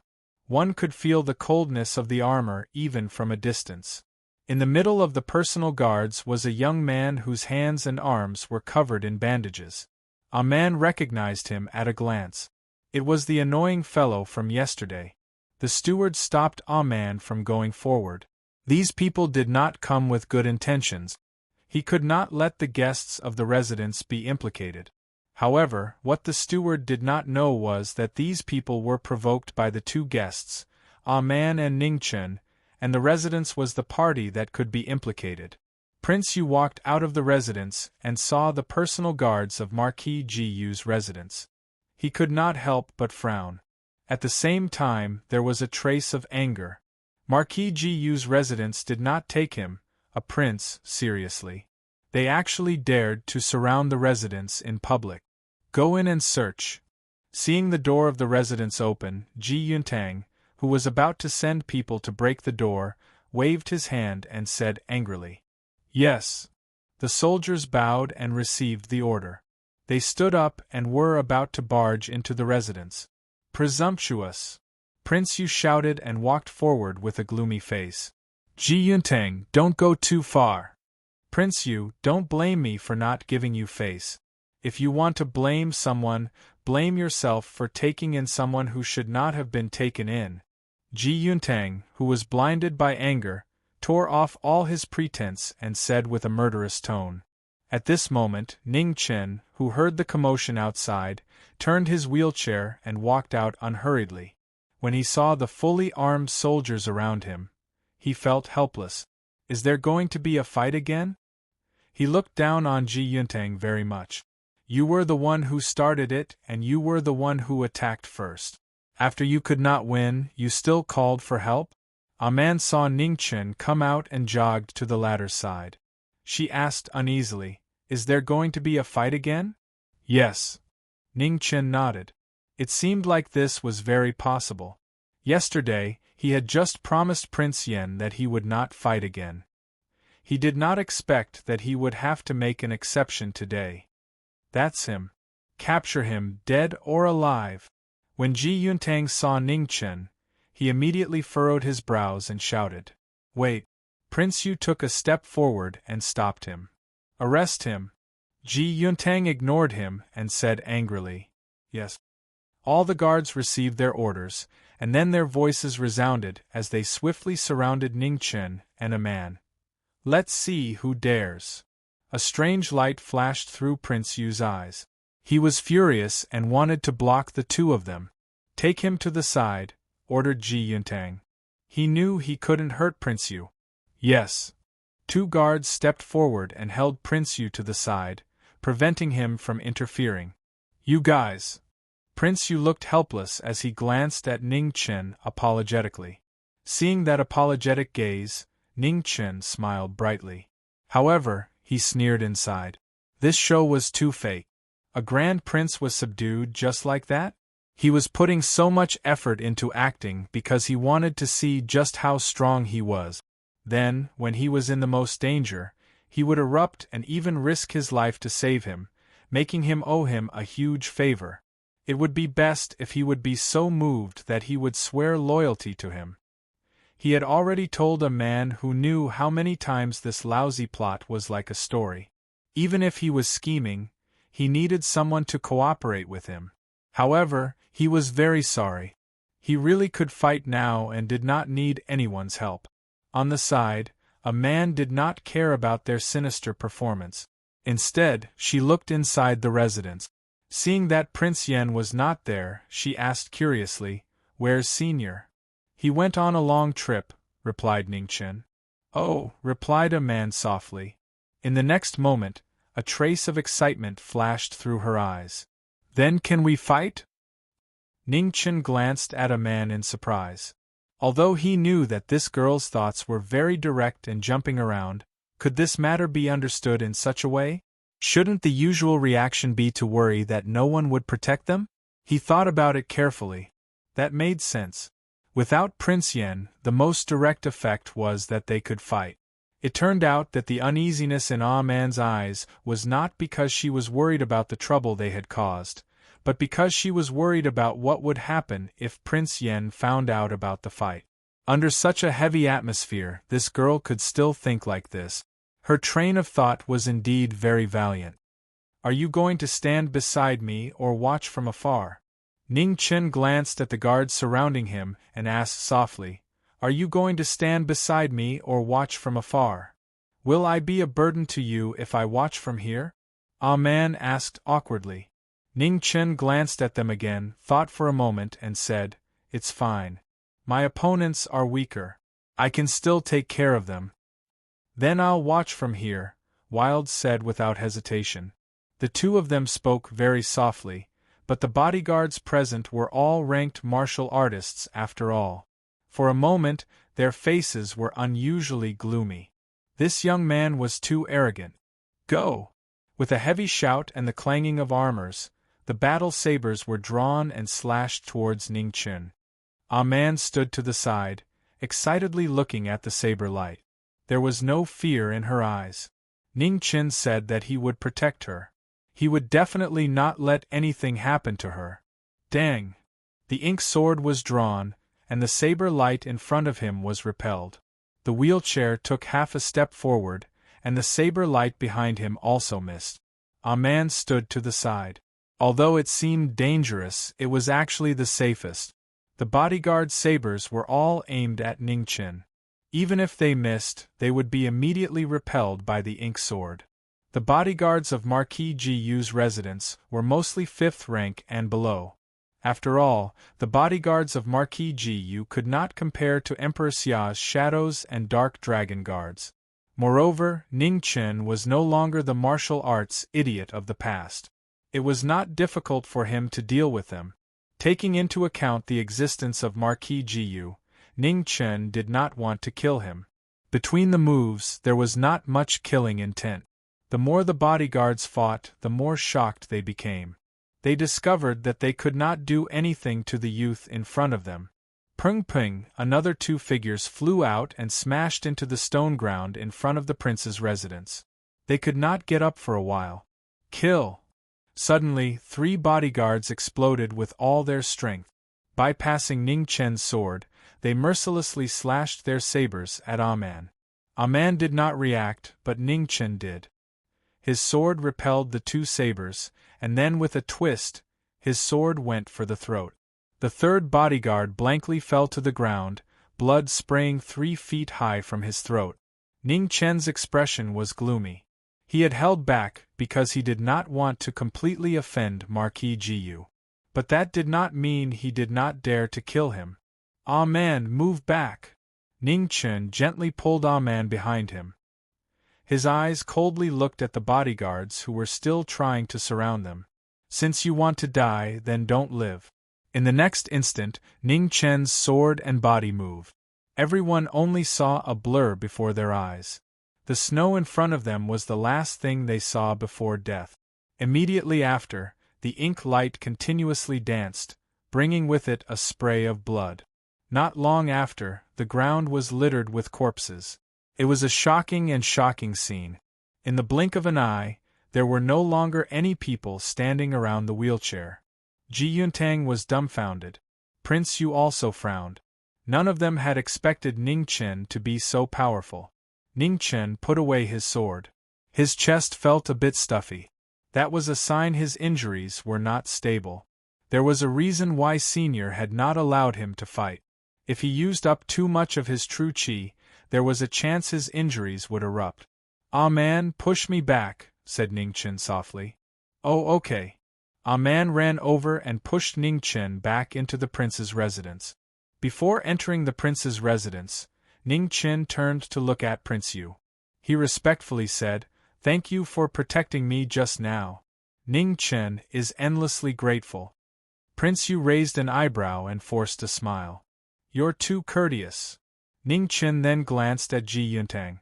"Young Marquis, I advise you to think of a way to explain what happened today. I think Marquis Ji Yu still doesn't know that you privately mobilized troops to surround the prince's residence. You're on your own now." Neither he nor Ji Yuntang could escape responsibility for what happened today. Privately mobilizing troops to surround the prince's residence was a huge crime. Massacring the Marquis's personal guards was also a huge crime. If they really wanted to argue about it, both of them would be beheaded. If Marquis Ji Yu didn't want his son to die, then this matter could only be suppressed in secret. After returning to the prince's residence, Ning Chen was finally unable to suppress the stuffy feeling in his chest. He violently coughed twice, and a trace of blood seeped out from between his fingers. Ah man's face turned pale with fright. She hastily used her sleeve to wipe away the blood. She sobbed, "Don't scare me. Don't die." Ning Chen was helpless. Who said that vomiting blood would definitely lead to death? If that was the case, who knew how many times he would have already died? "Don't worry, I'm fine." Seeing that a man was about to cry, Ning Chen forcefully endured the feeling of spitting out another mouthful of blood and spoke with great difficulty. "Really?" Ah man didn't believe him. "Really?" Ning Chen nodded with certainty. "Ah man, Go out for a moment. I'll change my clothes." "Okay." After coaxing Ah man to leave, Ning Chen covered his mouth and vomited a mouthful of blood. The blood flowed out from between his fingers and dyed most of his clothes red. Fortunately, Ah man was a straightforward person. She believed whatever he said. In the northern plains, a young general quickly walked into the commander's tent and said respectfully, reporting to the military advisor, "Prince Yen left Tianfu City last night."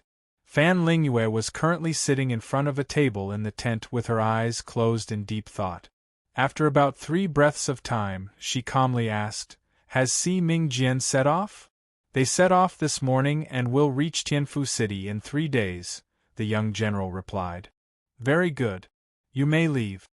Fan Lingyue nodded and said, "Yes." The young general bowed respectfully, then turned and left. After the general left, Fan Lingyue slowly opened her eyes. She looked at the wooden box in front of the table and sighed softly. "I hope you like the opponent I prepared for you." Prince Yan's departure was arranged by her. In this world, the only place Prince Yan could go and Ning Chen could not was the Great Xia Palace.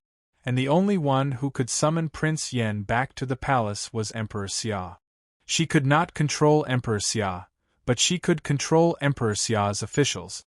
There were many officials in Great Xia, and not all of them were righteous people. She simply made 4 officials work together to write a memorial and secretly spread the rumor of Prince Yan colluding with the enemy to every corner of Emperor Xia's city. Many people in the world knew that Prince Yan went to the Barbarian dynasty a few days ago and stayed in the Barbarian palace for a long time. Emperor Xia was a suspicious person. Even if he knew that this was very likely a rumor, he would definitely summon Prince Yan back to the palace to explain.